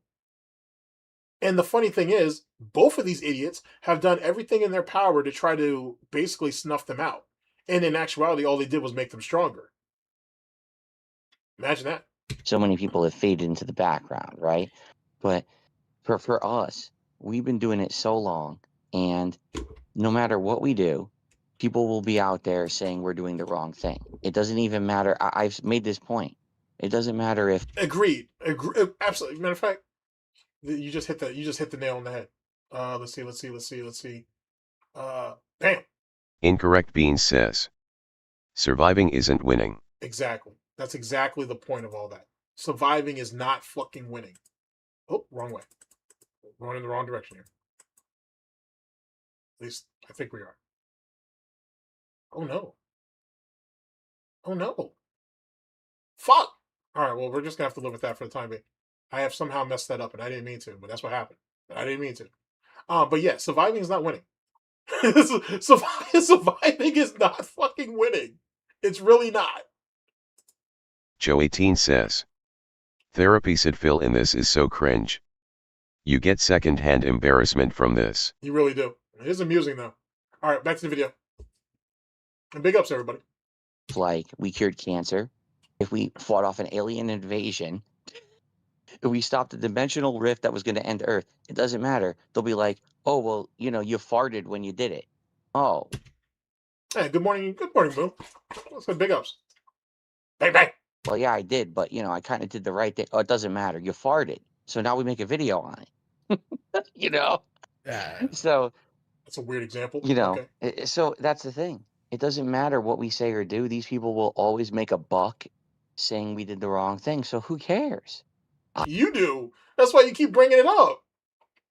That's why you keep ranting about duty and shit. That's why you keep saying that, oh, if there was no money in all this, people wouldn't do it. They would just fade out. And that's clearly not true, obviously.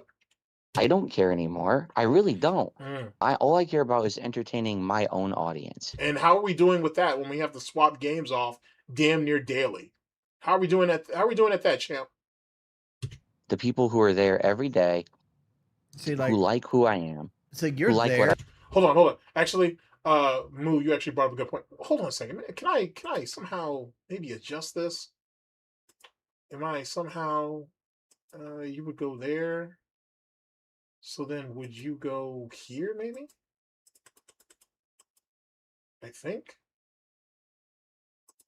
If not, I just have to play it that way, but let's see here. Bam. Mumu Buckaroo says. Oh, no. Isn't it funny that Rich and Jay are friends again but they haven't streamed together in almost 7 months? Damn it. I didn't get that to work. I'm not surprised by that at all. I'm not surprised. Please believe I'm not surprised by that at all. Okay, so there's that. So, yeah, but I'm not surprised by that at all, to be honest with you. That was just so Rich could stay front facing with it. That friendship is never going to be the same. Not after what those guys went through. To be honest, you can't just go back. You know what I mean? That's not how that works. That's not being practical. I'm just burned out. Like, oh, I hear you. I'm just burned out. Oh, I know that, dude. Dude, you're playing Arc Raiders tonight. I'm like, what is this guy doing? I know he hates this game. Because people are like, oh, you got to do new stuff. You got to do new stuff. And like, yeah, like what I like playing hasn't led to a lot of success, right? So like, it's like, all right, you want me to play Arc Raiders? Arc Raiders is the biggest game. Because I was making the point, like, Burnt Peanut doesn't do much more than I can do, right? Like, he just makes fun of people while playing Arc Raiders. I do the same thing on Red. He's entertaining, though. And that's the thing that both these numbskulls keep missing. When you compare yourself to whoever, you have to actually look at what is it that you do and what is it that they do that separates the two of you. Burnt Peanut is fucking funny as shit. That dude is entertaining as hell. The setup that he has and how he kind of fluctuates between different the aesthetics, I should say, or the ambiance, and the ambiance. It's interesting. It's engaging in a lot of ways, and that's the reason why he copied it from Dr. Disrespect, because yet again it was the same concept. But also with Burnt Peanut, at least not yet, he comes across as a dude just out here fucking around having a good time, playing with his buddies. It's not any more serious than that. I will say that duplication glitch that he used the other night, he didn't respond well when people were like, hey, that's bullshit, whatever, you're accusing other people of cheating, and you're doing it too. I don't think he handled that properly, but I wasn't in his seat. I didn't have 40 or 50,000 people watching me do that, so it is what it is. But he essentially treats this shit as, hey, I'm turning on the stream, we're going to crack some jokes, we're going to play some games, he's going to eat some Big Macs, he's going to drink some beer, and then he's going to end the night. It's, you know what I'm saying? Like, it's nothing more than what you see. He doesn't make it complex. He doesn't make it like you're obligated to him. What you see is what you get for the most part. You get an obnoxious peanut and whatnot talking a whole bunch of shit and say, lock in! Let's go! Charge! You know what I'm saying? It's gimmicky fun, to be honest with you. I gotta say, like, early streamers used to be like that. until the money came in, and then the jealousy, and then the envy and bullshit. So I think that's what makes him successful. But Wings was never like that. Wings was never like that at all. Neither was DSP. So you can't compete where you don't compare. Sick. And I was trying to prove a point. Like I could get on Arc Raiders and be just as entertaining as Burnt Peanut. Yeah, no, you failed at that because I found that stream. That's not no. That's not that's not what happened at all. And I think people are having like a bias against me. Oh, now we're being biased against you. Do tell. Because of that fact. Right. I'm going to say something up front. You need to stop comparing yourself to people who are like ridiculously overblown successful, because that is your biggest problem. You look at guys like Burnt Peanut, or you reference other people who are streaming Battlefield and they're blowing up. Dude, you're not like them, and I'm not either. You understand? We're at a different level because of what's happened to us, because of the level of scrutiny, the level of harassment we've gotten, and we're lolcows. Not that we want to be. Wait, I thought DSP wasn't a lol. Okay, so we're admitting. I missed this part. So we're admitting that we're lolcows now. Okay, fair enough. But we are. You cannot look at. How often am I on Discord? I'm on right now, Goji. How often do I check? Every few days and whatnot. If you shoot me a message, though, I'll shoot you one back. So, you know what I'm saying? But like I said, I'm on. I got it open right now and whatnot. I don't know if. See, I wonder if that's you on my friend list. Like I said, if you shoot me a message, I'll shoot you one back. Guys like them and be like, oh, well, they're better than, I could do what they do. It won't work. You could literally do exactly what Burnt Peanut or someone else does. No one will care. Okay? What we have to do is we have to find a way. See, you're gonna hear a lot of this we thing. Like they're fighting the great war of lolcowdom with each other. Like they're the only like they're the last men standing, basically, or men standing. To appeal to an audience that actually cares about guys of our stature. And So when does actually entertaining people become a thing? Right? Like you can care about someone all you want, you know what I'm saying, within reason. But like, are you being entertained though? Is your time, do you feel like you're utilizing your time watching this person? I don't know. I think it's taken a long time, right? I've made tons of mistakes over the years. Yes, you have. But I think I have done that. I've found an audience that likes who I am, what I do at the level that I do it, and I'm happy. And it took a long time for me to say that. Like, that's actually hard for me to say that. I'm happy because I'm not big. I'm not rich. You're happy because you're not big and you're not successful, I guess is what you're saying. You're happy that you're not successful. Oh man, Phil. Wait till I get in the video form and I'm not restrained. Boy, you got problems, son. But I'm happy doing what I do every day. And a lot of people don't believe me when I say that. Well, yeah, because happy people don't have to say that. I'm happy because I'm not rich. I'm happy that I don't have notoriety. I'm happy that I'm not successful. Okay, that's a choice. That's a choice. Maybe you don't even believe me when I say that. But I actually... He don't. You can tell by Wings' face he don't. Wings knows he's being bullshitted. I genuinely am happy. Oh no, he definitely admitted. He definitely admitted you eat too much, that he's a low cow. I mean, he's done it before. But for him to do it as blatant as he did this night, like I said, he's drinking. The truth comes out, bro. With the content I put out. But I can't settle for that, though. So you would rather just sit there and be miserable? Bitch, you're settling now. You're settling now. God damn it, Rich. Oh, Wings. You kind of look like Rich. You're both bald losers. But you know what I mean? It's not even about getting rich. Like I got a wife that had thyroid cancer and it could come back any day. So like I have to save for the future. Like there's gonna be no. Okay. She's gonna get what sick you're saying, again. dude. I totally understand what you're saying, but I want you to understand something. When I say I'm happy, it doesn't mean that I'm happy and I'm poor. Who said anything about being poor?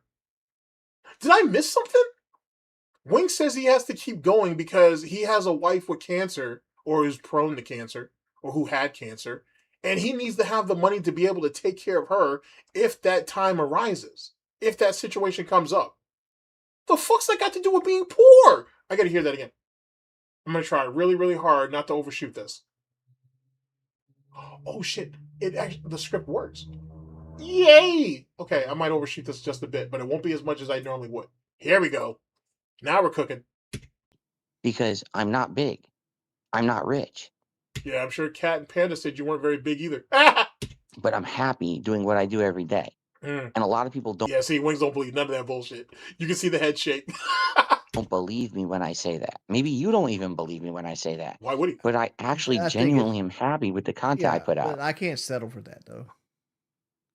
It's not. So, It's all not. right, It's so- not. It's not even about getting rich. Like I got a wife that had thyroid cancer, and it could come back any day. So like, I have to save for the future. Like, there's gonna Oh, be. no. there- Okay. You know, No, I she's gonna understand get what you're sick saying, again. dude. I totally understand what you're saying, but I want you to understand something. When I say I'm happy, it doesn't mean that I'm happy and I'm poor. Yeah. It means I'm happy and I'm doing good too. Like I'm in the best position of my life financially and things are going good. Even though my detractors What was that? Like a power move? Saying, hey, Wings, I can take care of my obligations. I don't have to slave for somebody else to do what I need. That's kind of what it felt like. It felt like a weird ass flex. Maybe? I might be reading into that.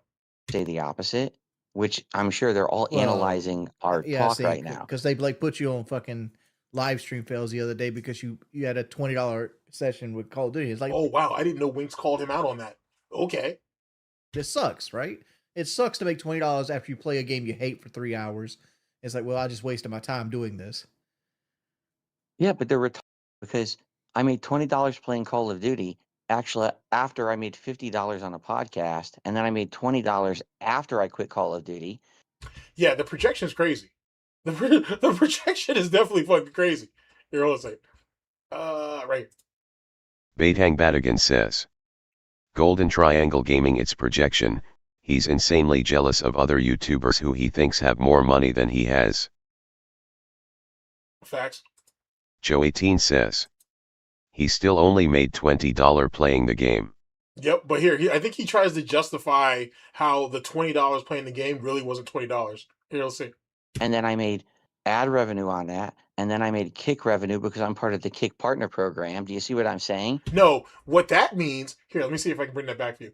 Remember when well, for those of you who saw the video, remember how I said that DSP combining all of his different avenues was going to come back to bite him in the ass? You know, him counting tips, counting super chats, counting so on and so forth, memberships and all that bullshit. This right here is what I was talking about when you do that. Now he, just as how he uses it as a shield, truth be told, it's only just helping to build the guillotine that's going to hang his ass later. Like you can't really play that game. If someone says he only made $20 playing said game, you don't get to go back and say, well, that's not what happened, because during the whole stream, I made X amount doing this, and I get paid hourly by Kick to do this, and I do. You don't get to do all that. You don't get to do all that, and he knows it. So that's why he had to go in a roundabout way. Sorry about that. To actually attack the subject, which is pretty pathetic if you think about it. $20 after you play a game you hate for 3 hours. It's like, well, I just wasted my time doing this. Yeah, but they're because I made $20 playing Call of Duty. Actually, after I made $50 on a podcast, and then I made $20 after I quit Call of Duty, and then I made ad revenue on that, and then I made Kick revenue because I'm part of the Kick Partner Program. Do you see what I'm saying? No, I don't, because I thought he said he didn't care about ad revenue because he makes so much money in support on stream. So we just contradicted ourselves again. Again! Mm-hmm. Like, what they're saying is bullshit. I didn't make $20 on a stream. I haven't made $20 on a stream. So no one said the stream though. They said you made $20 playing Call of Duty, silly son of a bitch. In like 10 years. But That's they nonsense. got a little snippet of where you complained about it. And Oh, they just boy. used it and utilized it. Exactly. That's absolutely right. And that's what they always do.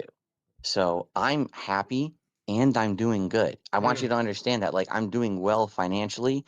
I'm not rich, but I'm also certainly not poor. I'm at a good place, and things are getting better. They've been getting better for like 3-4 years.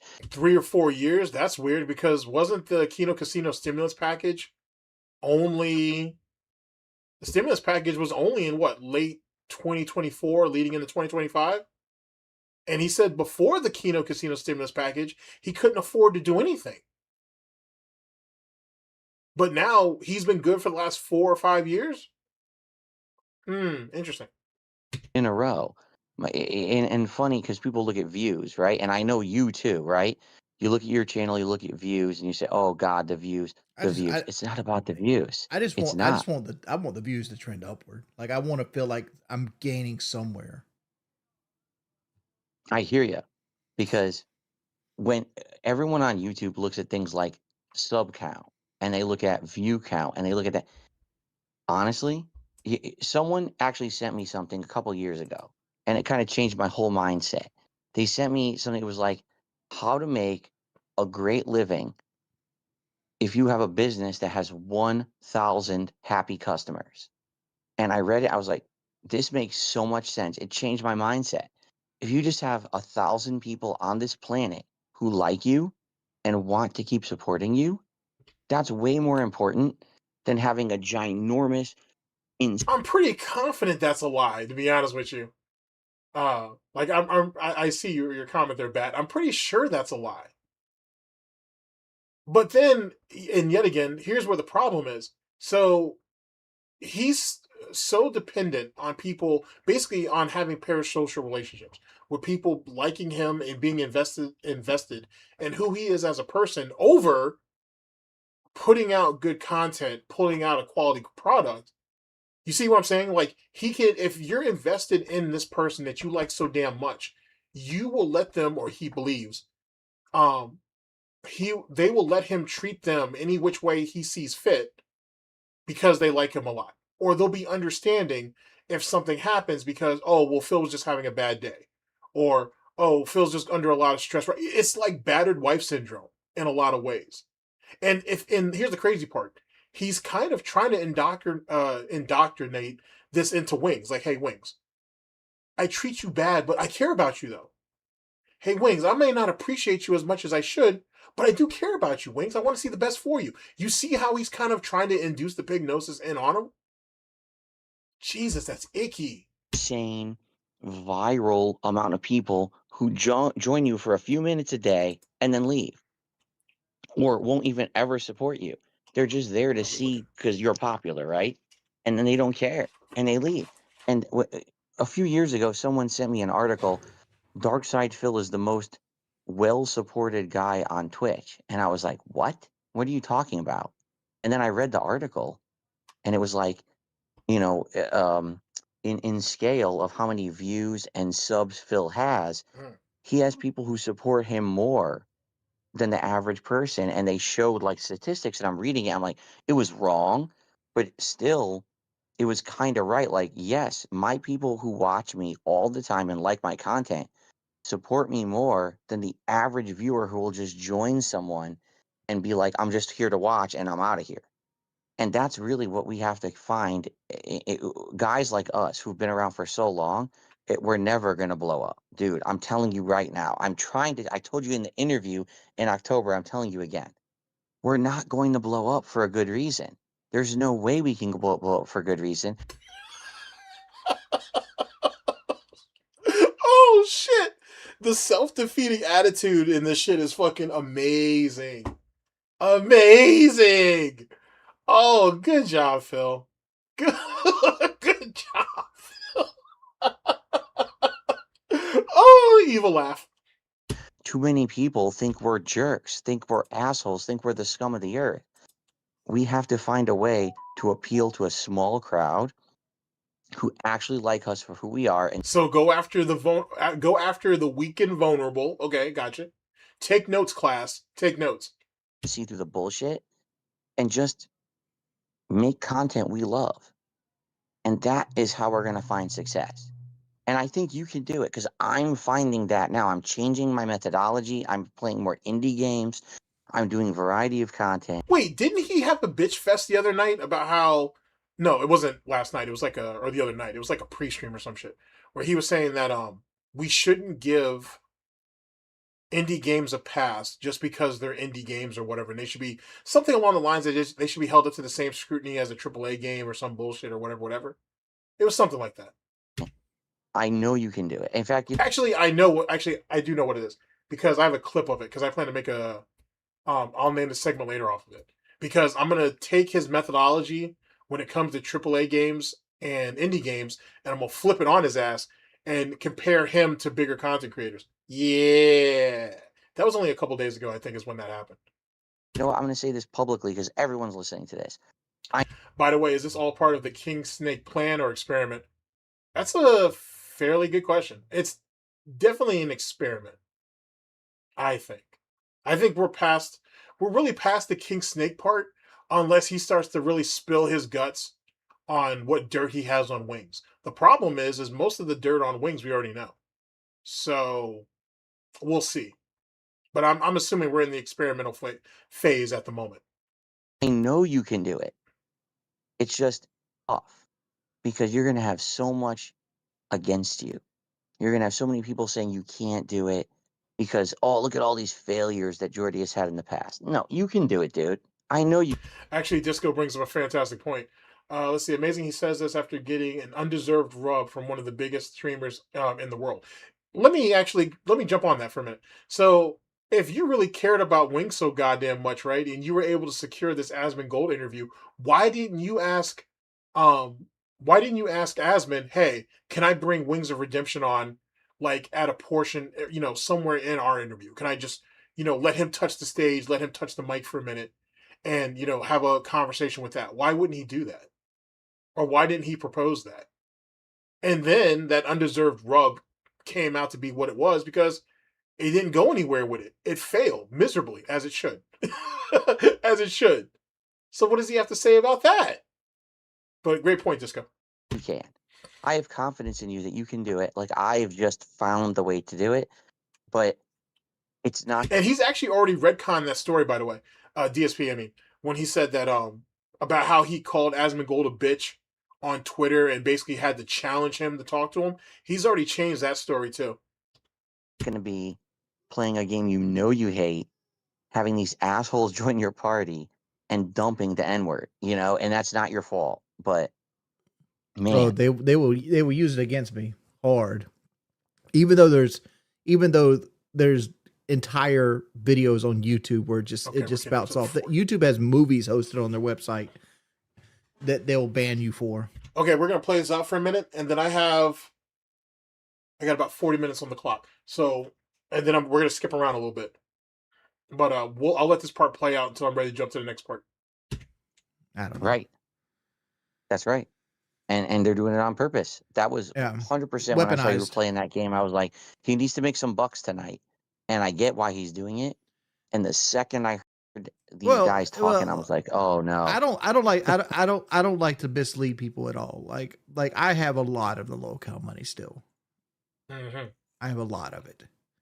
And I have a lot of it invested, but like I invested everything in the things like CDs and like Roth IRAs and things like that.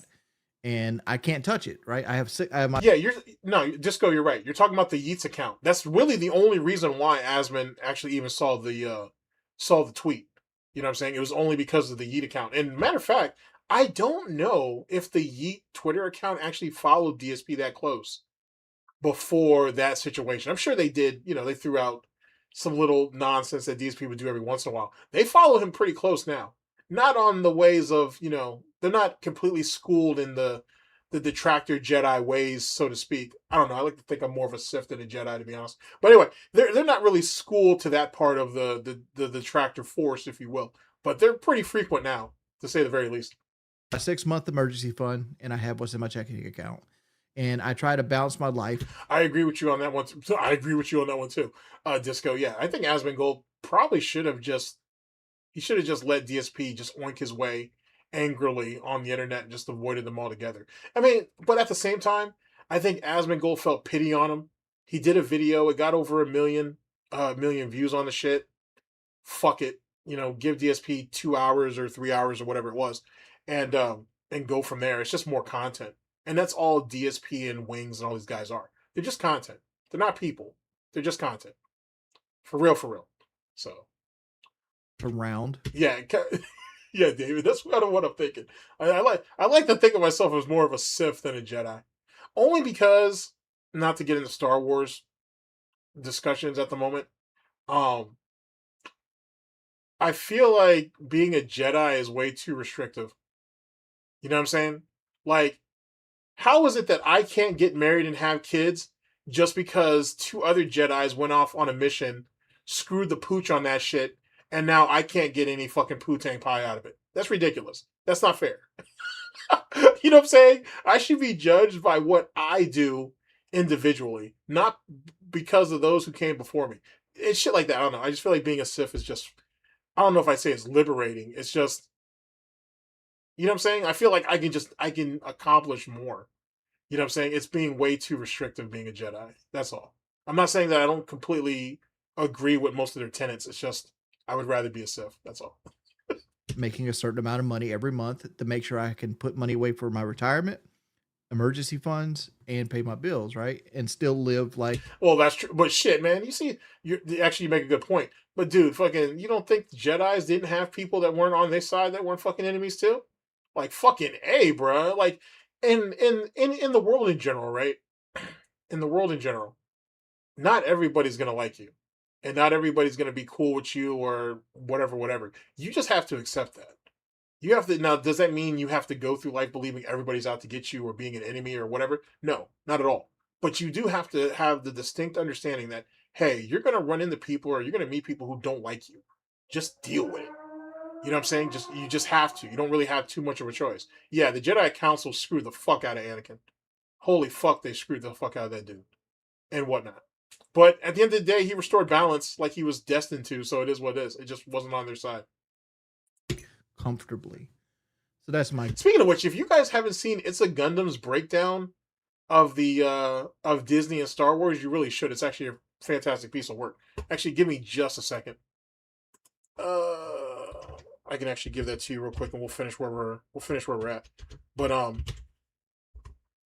that was some fantastic work. There was stuff in there that I didn't even know about.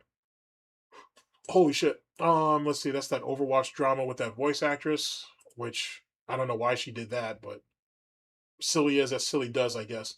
Okay. If you can't look and see the Anakin blowing up the. Here we go.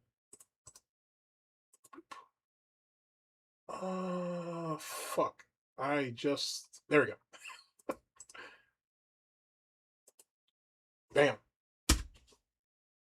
All right, that's the link to Gundam's video about Catherine Kennedy and her legacy with Star Wars. It's a good watch. I highly recommend it. All right, back to it. Goal. Like I tell people, like, don't give me your last dollar. I'll figure me out. You shouldn't even have to tell people that, though. You shouldn't have to tell people to give me that they should donate the last bit of money that's in their pocket. Like the reality, and this is what fucks DSP up with that Jax Raptor thing, or Razor thing, whatever. Jax. The situation with Jax is he needs to prioritize himself long before he thinks about giving DSP money or supporting him or whatever. Because you take a public transportation getting to and from wherever the hell he works at does not help DSP and it doesn't help you. If you have your own vehicle, it gives you better flexibility, it gives you more versatility, and it gives you an opportunity to go out there and find an even better job than the one that you're settling with because you're limited by your transportation. That should have been easy. But DSP don't say that because DSP don't care about what you're doing. He only cares about what you're doing for him. End of story. That should be just point and shoot, to be honest. Right. But like, you're saying we can't blow up, and Yeah, my right. goal is Thank not you. to blow up. My goal is just to be sustainable, right? Like I'm not looking to be Burnt Peanut with 75,000 users making $600,000 a month. Holy shit, we pocket watching the fuck out of him. Speaking of which, they actually his statistic is slightly wrong. Somebody else just recently did that, and they said that Burnt Peanut's probably making about 1.1 million a month, actually. Whatever. Whatever. Right. Would it be nice? Yeah, anybody would want that. But at the same time, there's a lot of responsibility when you got the fucking golden scepter that, you know, a lot of people don't understand either, right? Because like Burt Peanut, anytime he says something wrong, it's going to be the end of his career. Like Dr. Disrespect is a bad example of that, but it's an example of that, right? Because he used to be the guy with the golden scepter. That's not how that works. If you have the golden scepter, you make the rules. You can't just be canceled over one little thing. That's not how that works. I get what he's saying though, but that's not how that actually works. Right. Wait, you don't know who Burnt Peanut is? Give me a second. All right, we're going on a side trip. Let's see here. Burnt Peanut. Yeah, there we go. You're right there on my front page, actually. Let's see here. Give me just a second. Let's go on a side trip for a second. Huh. Actually, give me a second.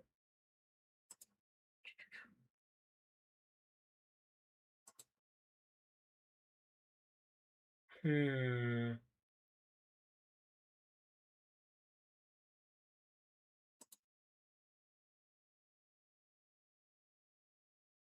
am I at this? 2444. Okay. All right. So let's go ahead and expand this a little bit.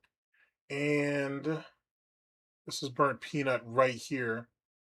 Let's see. This is being broke, something that Wings and DSP know a lot about. Okay, let's go with this. Wait, Peanut, what are you?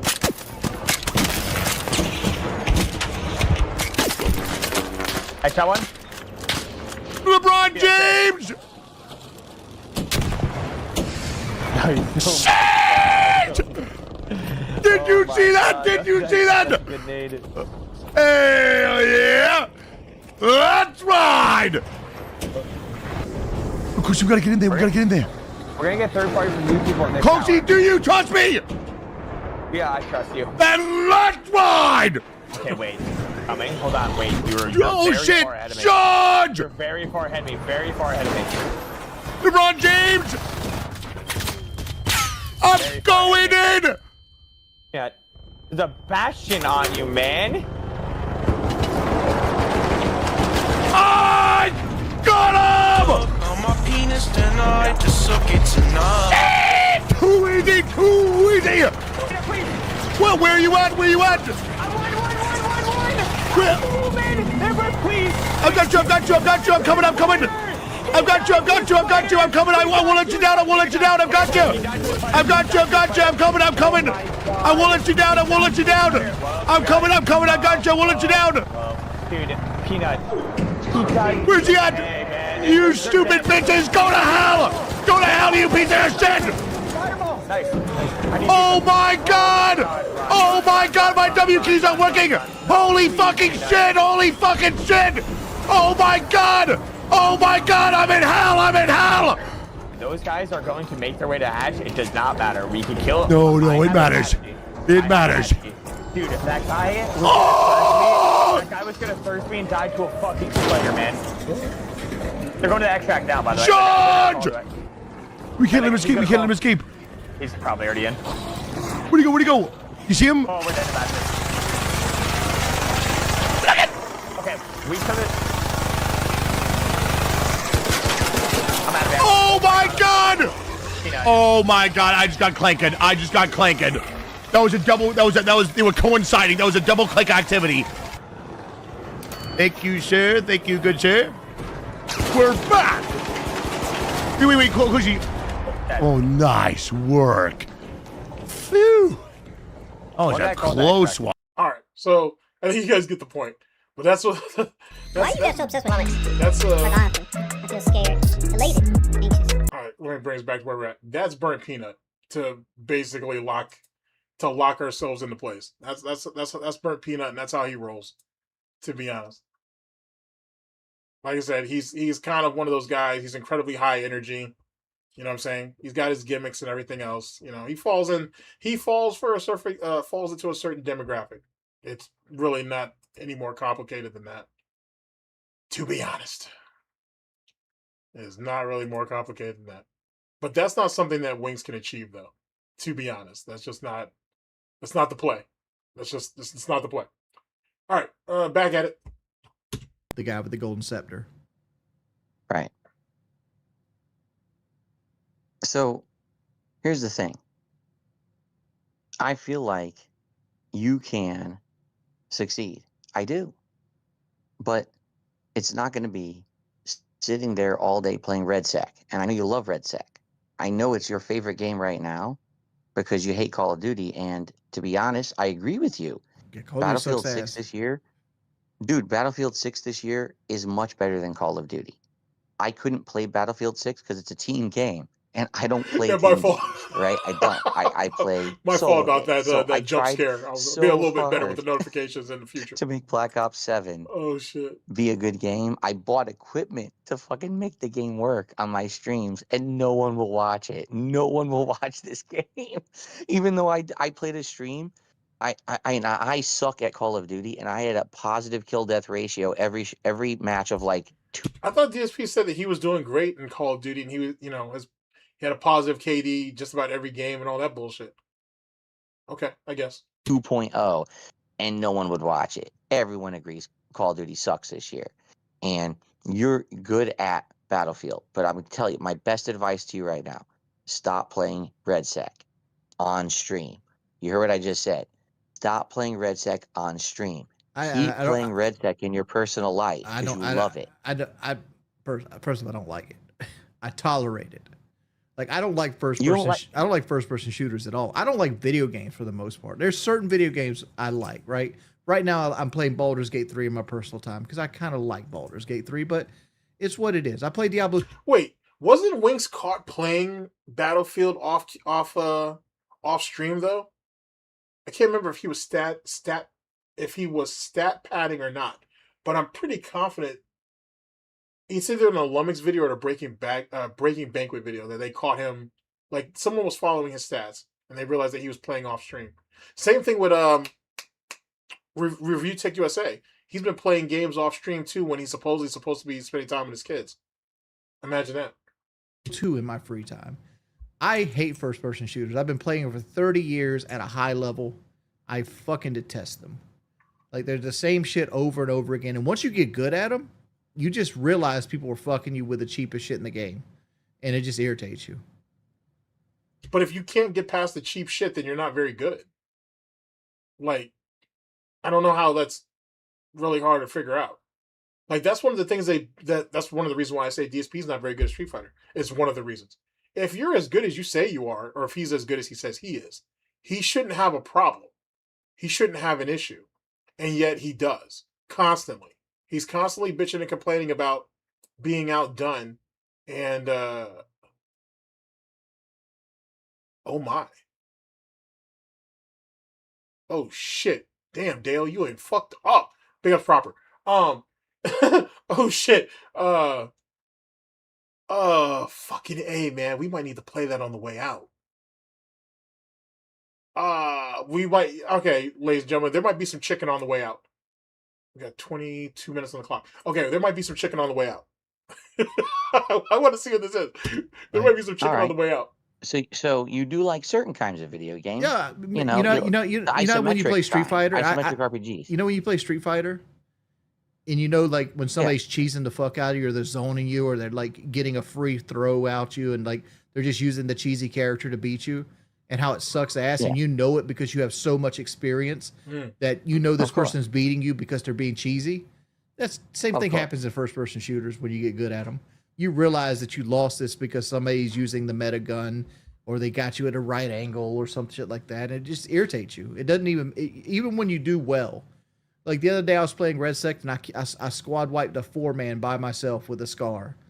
Didn't even flinch. No adrenaline enough, no dopamine hit, nothing. I don't even give a shit. I'm like, all right, fuck. At least that's over. Like, that's the feel of it. Yeah, you'll lose all satisfaction because there is you no realize satisfaction.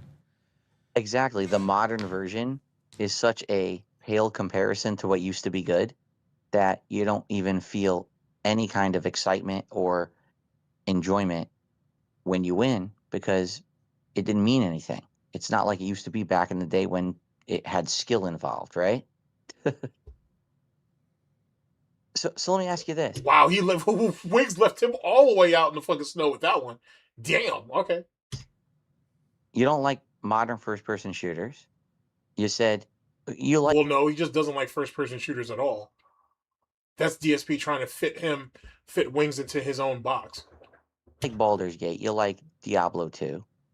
It sounds to me like you're totally turned off from video games these days. Is that a correct 1000%. statement, or do you think there's 1000%. anything you would actually like to do? Like Resident Evil 9's coming out. I don't give a fuck about playing it. I'll buy it. I don't give a flying fuck about playing it. We'll see. We'll see. I could care less if that game does well or not. But it's going to be something different. It's something that will attract people that might not click on the stream, and I'll play it strictly for donations. Yikes. Okay. See, this is what I try to tell people. Streaming, if you're doing this for a living, is just turning into just it's just the internet's version of the 9 to 5. That's all this is really turning into. It's a bunch of people who used to enjoy shit and now they just do it for donations. That's all it's starting to turn into. That's a shame too, to be honest. The most liberating position that most of these people would ever get in their lives, and they figured out a way to just turn it into just another 9 to 5 job. That's really wild. Right. Like that's just the life I live. Like I don't give a fuck about Resident Evil 9. I don't care about Grand Theft Auto 6. They could come out tomorrow and I'll be like, all right, whatever. So what do you want to do then? Honest question. I mean, I asked you this the other day and you didn't answer me. I gave you the answer earlier today. I don't know. I'm just burned out. But the fact is, I'm not allowed to be burned out. So like, I just got to keep going. Man, you are. I'm not exaggerating. And again, everyone's listening to this. I know they are. This is not a private conversation. You're in the same situation I was in. Like maybe let me think. Shit, 7-8 years ago, because I got to the point where I was making videos on games every single day, and I was pumping them out at such a rapid pace, like covering. I could beat a game in like 2 days, right? And everyone knew me as Mr. YouTube, the guy who could beat a game in 2 fucking days. Mr. YouTube. So everyone would flock to DSP videos because he can beat the game so quick, and then we can, get a fast opinion on it.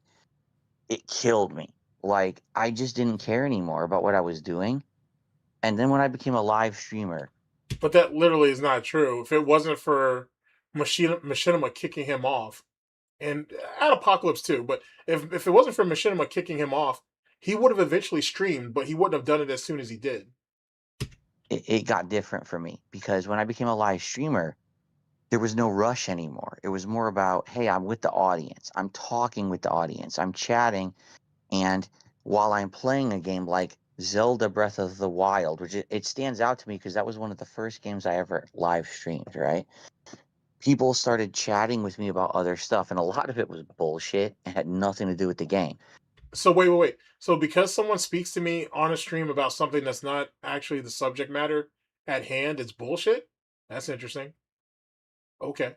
But then people started talking with me about my experience with games and my experience with Zelda. And I was like, oh, I don't have to just talk anymore. I don't have to be stupid with, like, say, sexual comments or dumb swears all the time. I can just, like, talk with people about games. He does that shit now, though. And it's just the comments are more gay than anything. Since then, it was like an epiphany for me. Hanging out with people on the stream while I play games has made it so much fresher and so much better for me that now, even though I'll admit sometimes I feel like I'm burnt out if I'm playing a game too long that I don't like so much, just that social experience makes it better.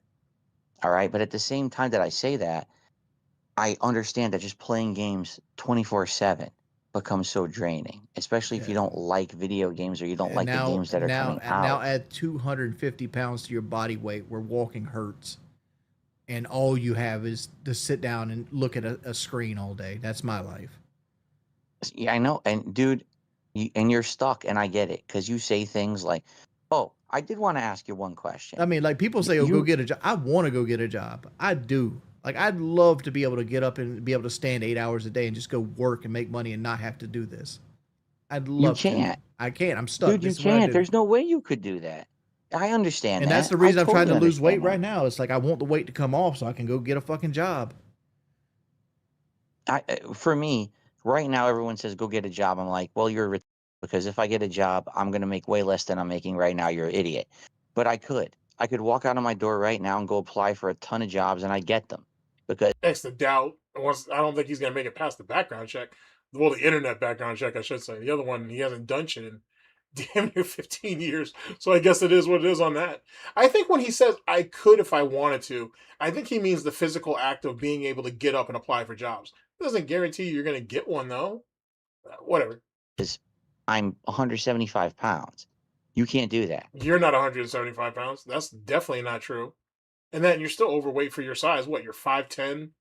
You should probably be like probably should be really like $165, $170, to be honest. But he's definitely not 175. That's definitely bullshit. That's definitely bullshit. And I get that.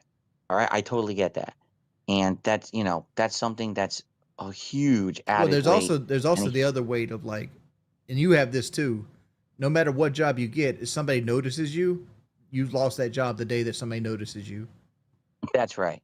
And these people will never let us get a normal job. If they can find out where we work, they're going to try to mess with us because that's another win for them. That's another video for them. That's another, another adrenaline or endorphin, another endorphin rush for them that they hurt someone on the internet that everyone hates, right? Yeah, I hear you, dude. That's literally describing himself when he was, quote unquote, trolling people in the FGC. So what the... Okay. All right. Okay. I totally hear that. All right.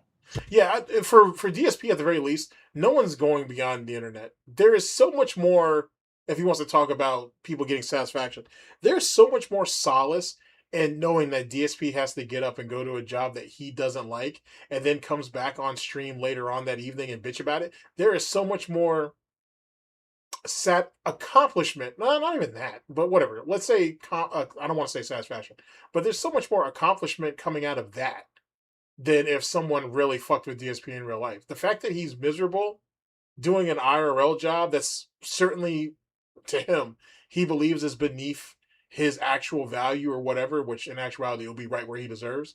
That right there in itself sounds way better. But that's just me, though. So here's the thing.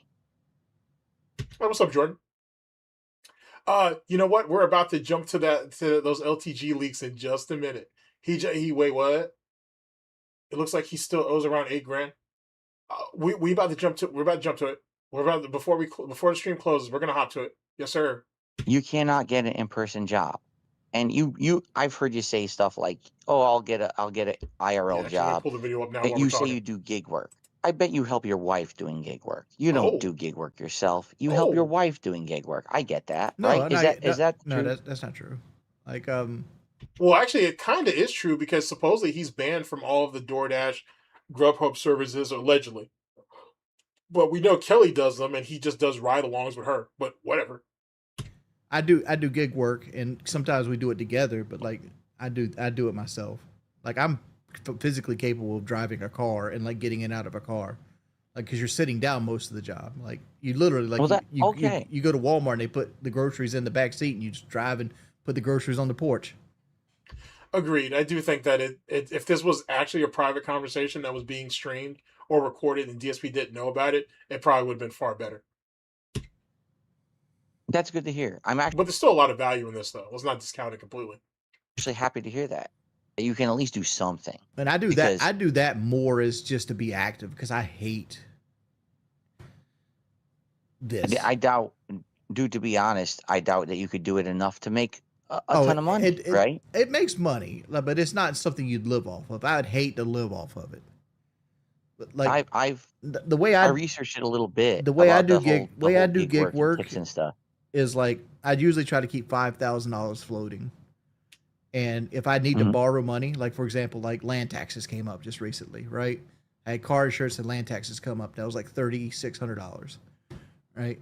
I pulled it from my DoorDash fund and now I'm going to pay myself back. So I start paying myself $300 a month back to that, and I also start dashing or whatever again till I get that $5,000 back.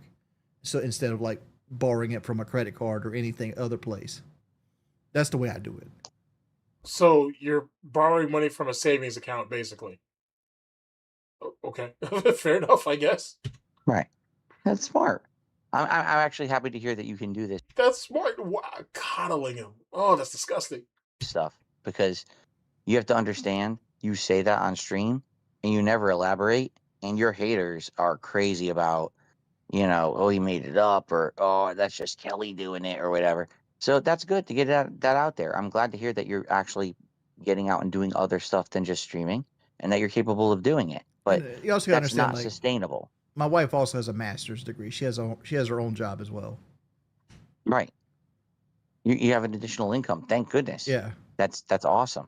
And thankfully, again, what all our detractors say, right, is always the worst possible nonsense. It's crazy how he keeps looping back to Detractors, though.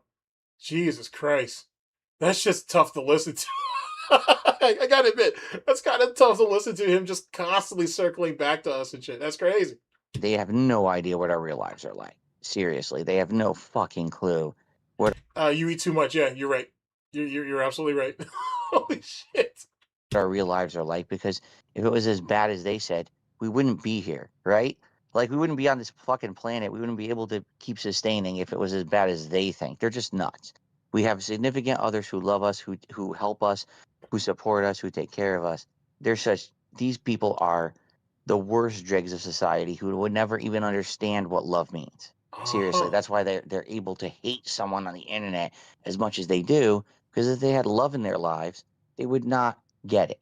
They would not even understand that. Jesus So I'm Christ. happy to hear that she's there for you, you know, and it's not just you doing everything. That's awesome. And since we're doing like that, like, I don't feel like, another thing with the weight loss is, like, I don't feel like I treat Kelly good enough. Oh yeah, here we go. As a husband, because I don't have no libido, right? Like, so you can't perform. So you can't live up to your obligations as a husband and do what needs to be done. I see. Okay. Like, so like, now the question is, has DSP told him that same thing? That's my question. Our romantic life could be so much more, but my body just doesn't make the chemicals needed for me to like push for that kind of stuff. So like it ends up, I don't know. I shouldn't be talking about this. No, you shouldn't be talking about it. You shouldn't be talking about it. But I'm gonna laugh about it anyway. I just wish that I could be more than I am. Right? Like I wish I had a more manly thing. No, and dude, I get it. And this is coming from the same dude who runs around here and says, "Oh, well, if you guys could just get yourself some pussy, you guys wouldn't be losers and all this bullshit." And you literally can't get it up. So what's worse? You not being able to get a girlfriend or whatever, or having a wife and still not being able to perform? I don't know. Because every moment that I live, and the reason a lot of people make fun of me is they say, "Phil, you're talking about working out. You're talking about getting healthy. What a joke. We don't believe you." And then they look at me on camera as like, "Oh God, he's skinny." Yeah, of course I'm skinny. I'm not lying to you fucking idiots. I'm doing it for a reason, because I want to live longer for my wife. Wait, didn't he say though that if that he hopes he dies first before Cat? I swore he said something along those lines. If I go to Pig Go real fast, I bet you I can find it. You know, I'm older than her. Not so much older. I think it's about 8 year difference. So you were 8 years. So you're 8 years older than Cat. You were 11, damn near 12 years older than Panda. You guys seeing a pattern? I'm 43. I'm about to be 44 in April. Because like I'm about to turn 40. I'm about to turn 40, and I'm starting to like look at movie actors that didn't live much fat. Like Dawson from Dawson's Creek died at 48 just recently. Right. And he wasn't a 400-pound land monster. And I'm like, dog, do I have 8 years left? Is that what it is? You know, it's like you start thinking about that shit. Thinking about it is great. Are you going to do something about it though? No? Okay. Yeah. And You get to the point where I was feeling bad. I really was. I had pain in my joints. I'm like, what am I doing? I'm over 40. I'm looking up the article on it right now. Looks like Steven Spielberg actually donated $25,000 to the dude's GoFundMe. So that's cool. Looks like people will definitely follow in that example. Sorry to hear that he passed away though. That sucks. to start working out. And I did it not for me. I don't care about how I look. What do I give a shit? I want to be But you care about how you feel though, right? All right. here longer for my wife.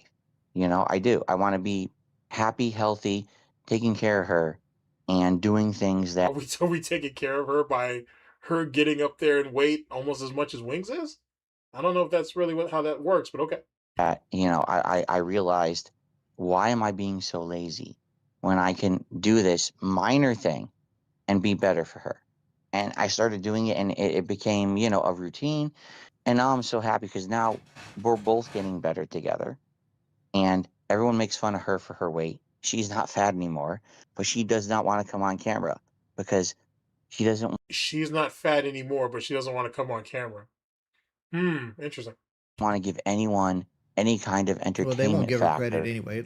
Like Kelly gained some weight recently, but like Kelly lost a lot of weight. All right, let's skip ahead a little bit.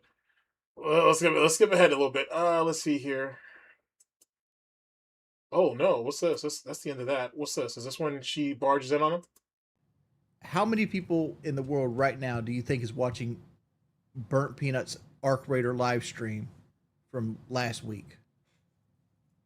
It might be a couple thousand because he's so big, but like by the time that you get a year out, that stream is going to get the same views as like the Heavy Rain. You might convert. Oh, okay. I see what this was. This is when Wings was basically challenging DSP on the idea of having residual views because DSP was saying he wants to build a legacy that people 10 years from now can watch and pull enjoyment from and all that shit. Well, we already know that doesn't work for you, DSP. So we can go ahead and scratch that shit off. And I think this is Wings challenging that.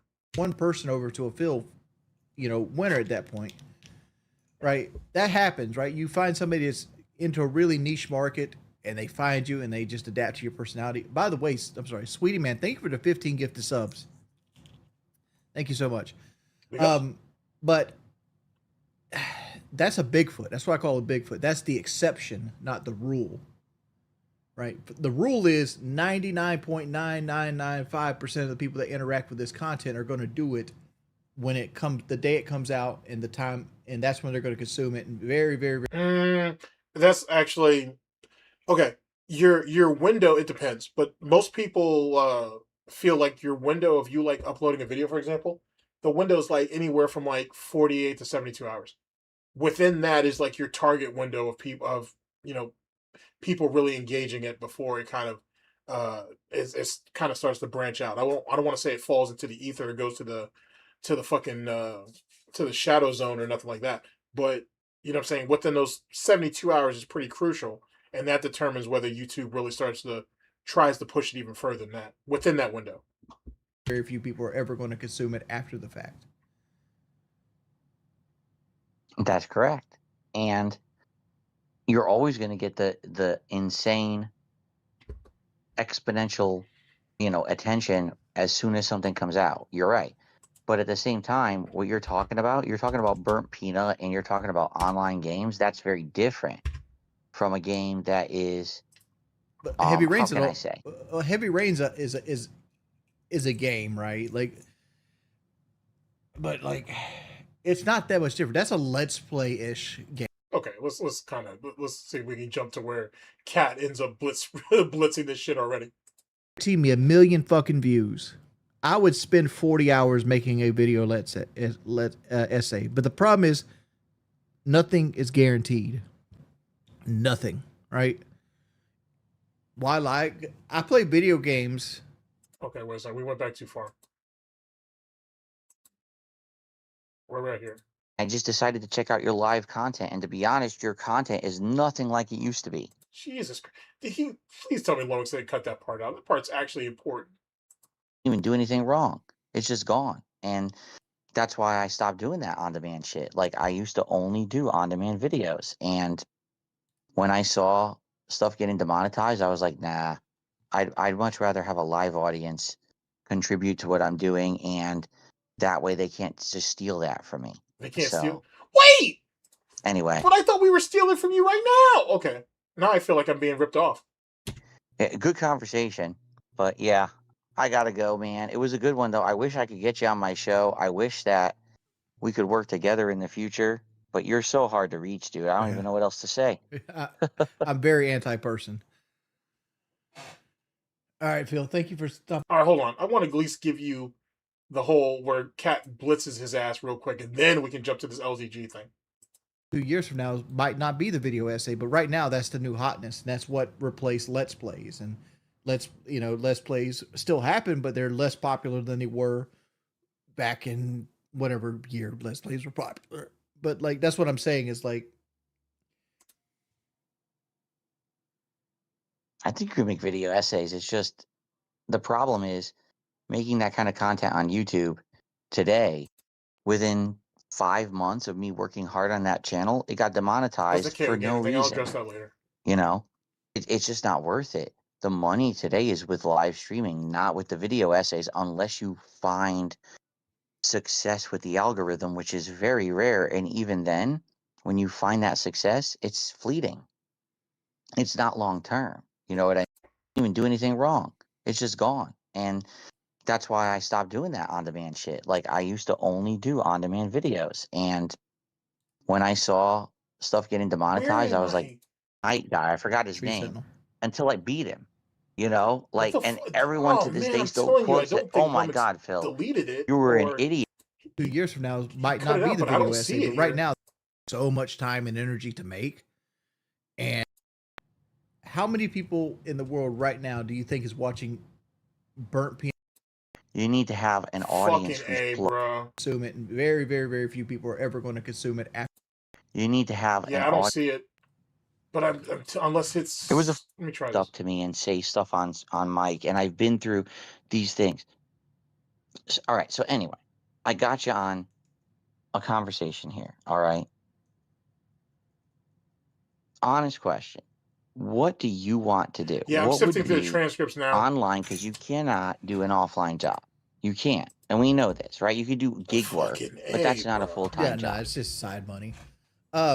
You're like, realistically, where I want to go in the future with this is like, I was kind of hoping to transfer this over to like being segment wise. Like the real call is like, I want to do like a podcast on like Friday. Let's see here. And then like Thursday, do like a Dark Souls stream with Kelly, and like segment it so like it's different things, but it's more planned out. But like, I don't know, like depression and uncertainty messes with a lot of it. What happened? Interactions. Do you think you could ever do something consistent? Yeah, because 100%. I did Local Live for 2 years. No, you did, right? You did, but first of all, Local Live. Hold on a second. Local Live is so. You know why I didn't do it, right? You understand why I could not do that stuff, right? Like. Yeah, that's not. I understand why you did content. It's not positive content, but at the same time, like you know why I did it, because like the money was there, and it's like I needed to play catch up because I went broke in 2015.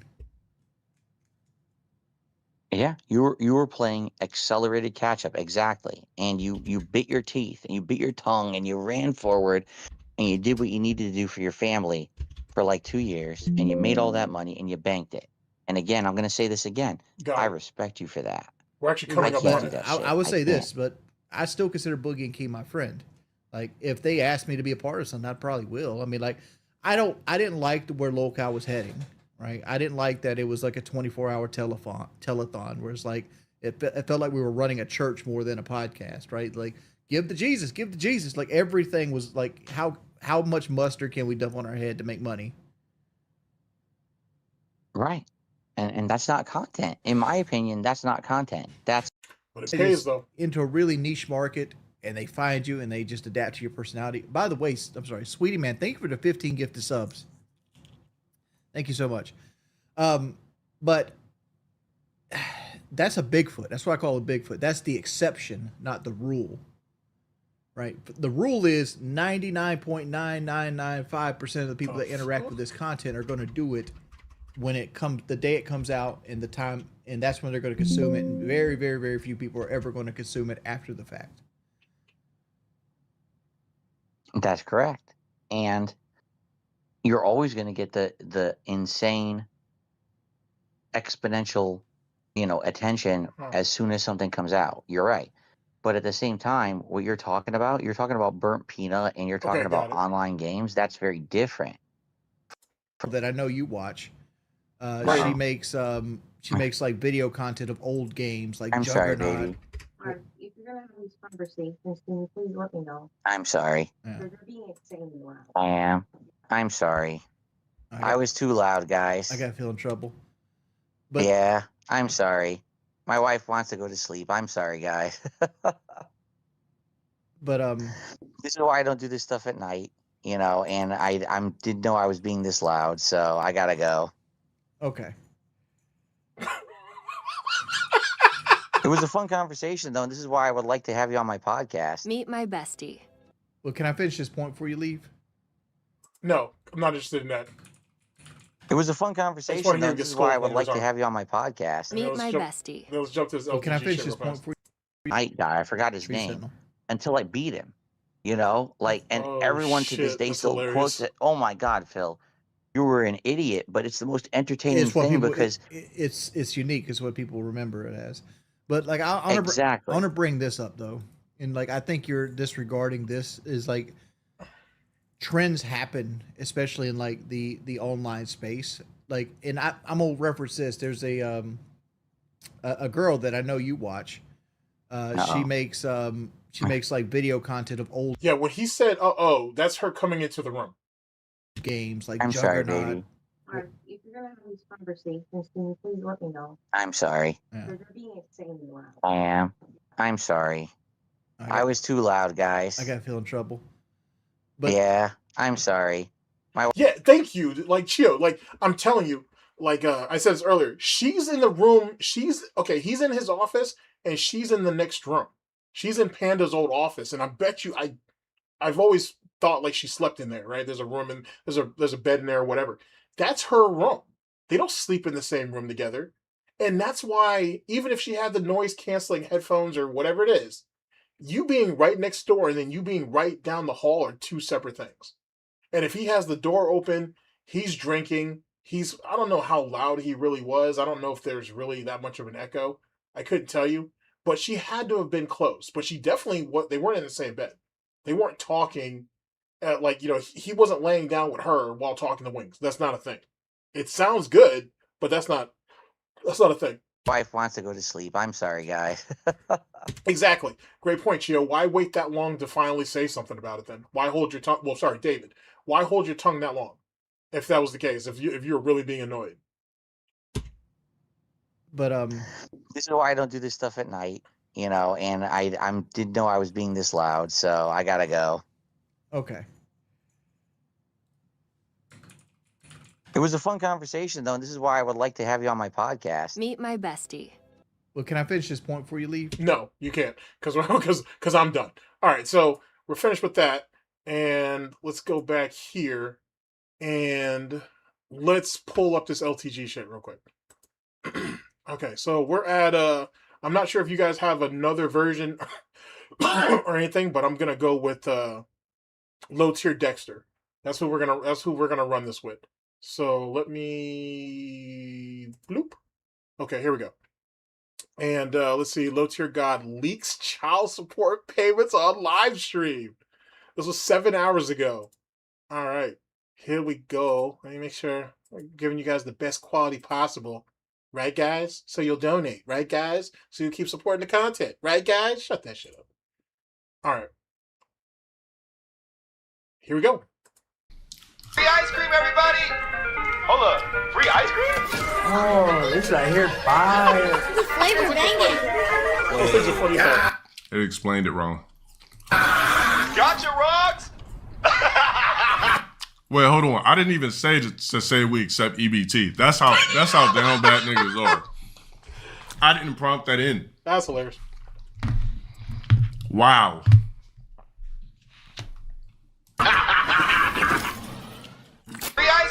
everybody? Hold up, free ice cream? Oh, if he really did, you know what I'm saying, like manifest this in and it didn't say EBT, that's crazy if that's really the case. That's like low key kind of fucked up. That's low key kind of fucked up if he really didn't prompt that. All right, here's what I'll do. Yeah, I didn't actually prompt that in. That's funny. Free ice cream, everybody. Oh shit! Nah, Negro. Nah, Negro. You gonna? Oh, baby. What you doing? What kind of math are you doing here, brother? Oh, oh, oh, oh shit! What happened to you? What happened to you, Dale? Oh, fucking A.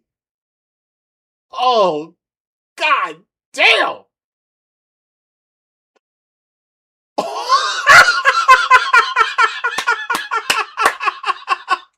What is this? Why? Oh, man. What's this at? This is at the 50-second mark? Okay, we're going to come back to this. Oh, hell. Look at his face. Look at his face. Oh, shit. Caught straight the fuck up in 4K. What's all this shit, Dale? Oh, my God. You silly motherfucker. Ooh, shit. I want to tell you that Meth Bear dropped something. I know he dropped the child support thing. So I'd like to look at that and see how all that measures up. But apparently, as of February 10th, boy, somebody owes some money. Some motherfucking money. God damn. Damn, my bad. Uh-oh. Uh-oh. Ooh, boy. All right, let's see. God damn it. That's a lot of money to be in the hole, Dale. God damn, son. I think the dialect was off. You should only be in the hole that much if you ain't refinanced It's supposed to have me say a something. car or some One shit, bro. person says blah, blah, That's blah. a lot of bread to be owing, son. I mean, having a mortgage is different, but you're not gonna have an $8,000 mortgage. God damn, son. Nah, it wasn't. It was just some financial shit. It wasn't no bullshit like that. Oh, word? Trust You and sure? believe. You sure? Somebody will probably screen cap it or some corny I shit. mean, I can do that if you like. But That's all it was. Stress eating. Look at him. Boy, that hairline is sweating. Look at him. What's wrong with you? The fries ain't going nowhere, Dale. No one's coming to take it from you. Calm down. I mean, when you put it in Notepad, it just stretches it out too much. I had to tell AI to redo it. Oh shit! It was just some shit I was cooking up on ChatGPT. Calm down, Dale.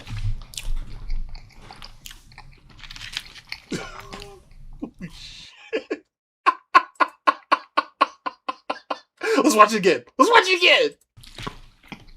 Free ice cream, everybody! Hold up, free ice cream? Oh, this right here, fire. The flavor banging. Wait, God. It explained it wrong.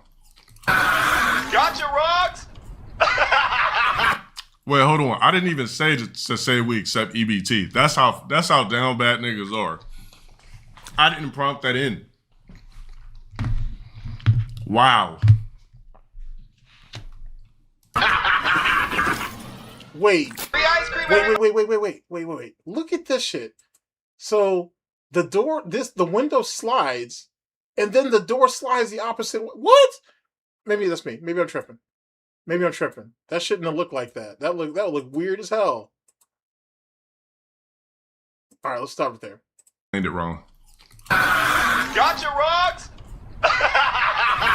Wait, hold See on. how I the didn't window even closes say with the to EBT say thing, we right? accept EBT. That's how down bad niggas are.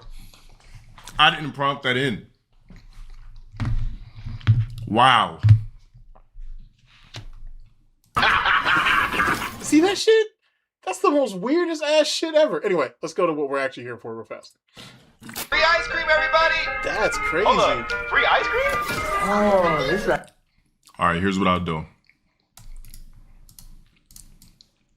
Yeah, I didn't actually prompt that in. That's funny.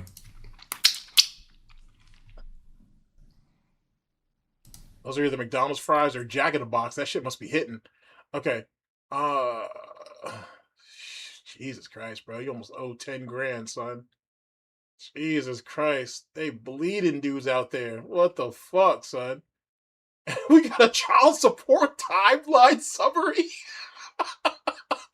What is this, Dale? What is this? Damn. That's so fucking crazy. All right. Damn, my bad. Oh, boy. Oh, shit. Holy shit. All right, let's see.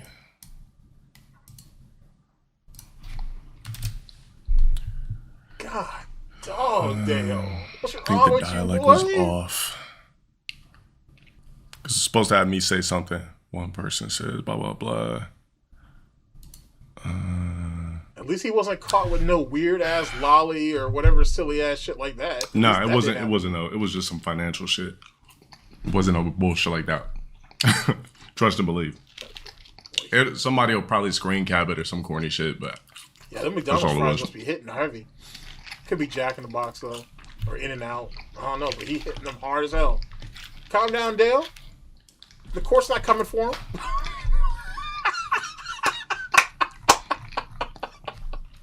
Oh shit!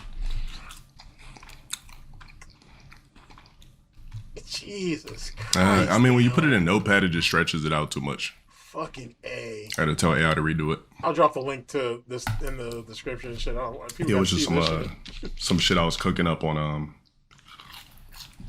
ChatGPT.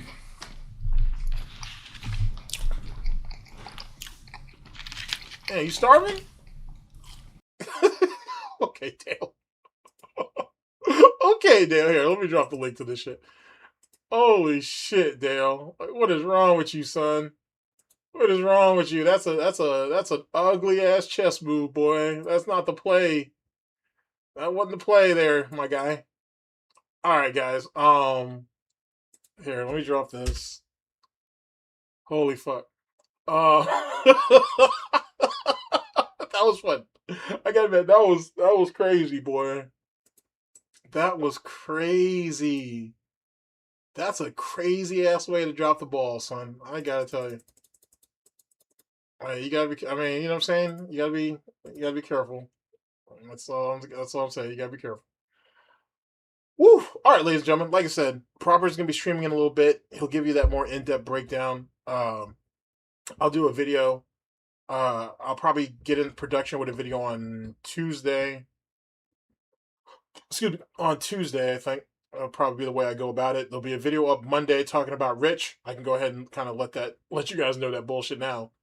And like I said, if everything works out, I'll see y'all for a stream next week. Hopefully. We'll see. If things work out, that's kind of the plan. That's kind of the plan. Let's see here.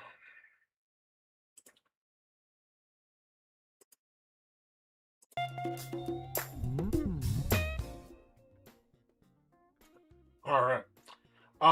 I appreciate y'all coming out, man. I really do. You guys gave me 4+ hours of your time, which it wasn't supposed to be that long. But big ups to Props for the assist and whatnot.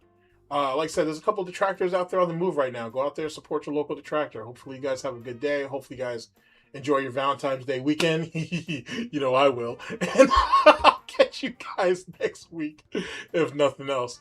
Like I said, because I already have a show lined up for y'all that we didn't get to do last time, so we'll try to do it. We'll try to do it next week unless something good comes up. And I'll try to get into a stream with Prop. I may do a stream with Prop, actually. You might get 2 streams. We'll see.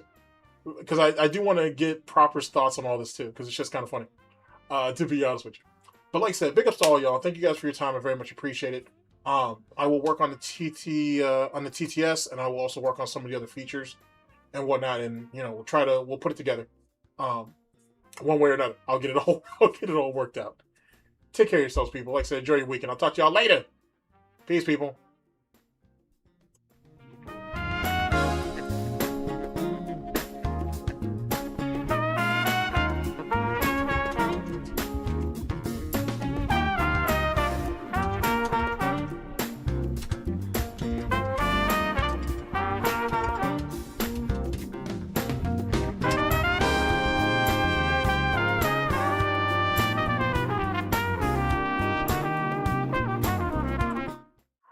What's up, Jesse?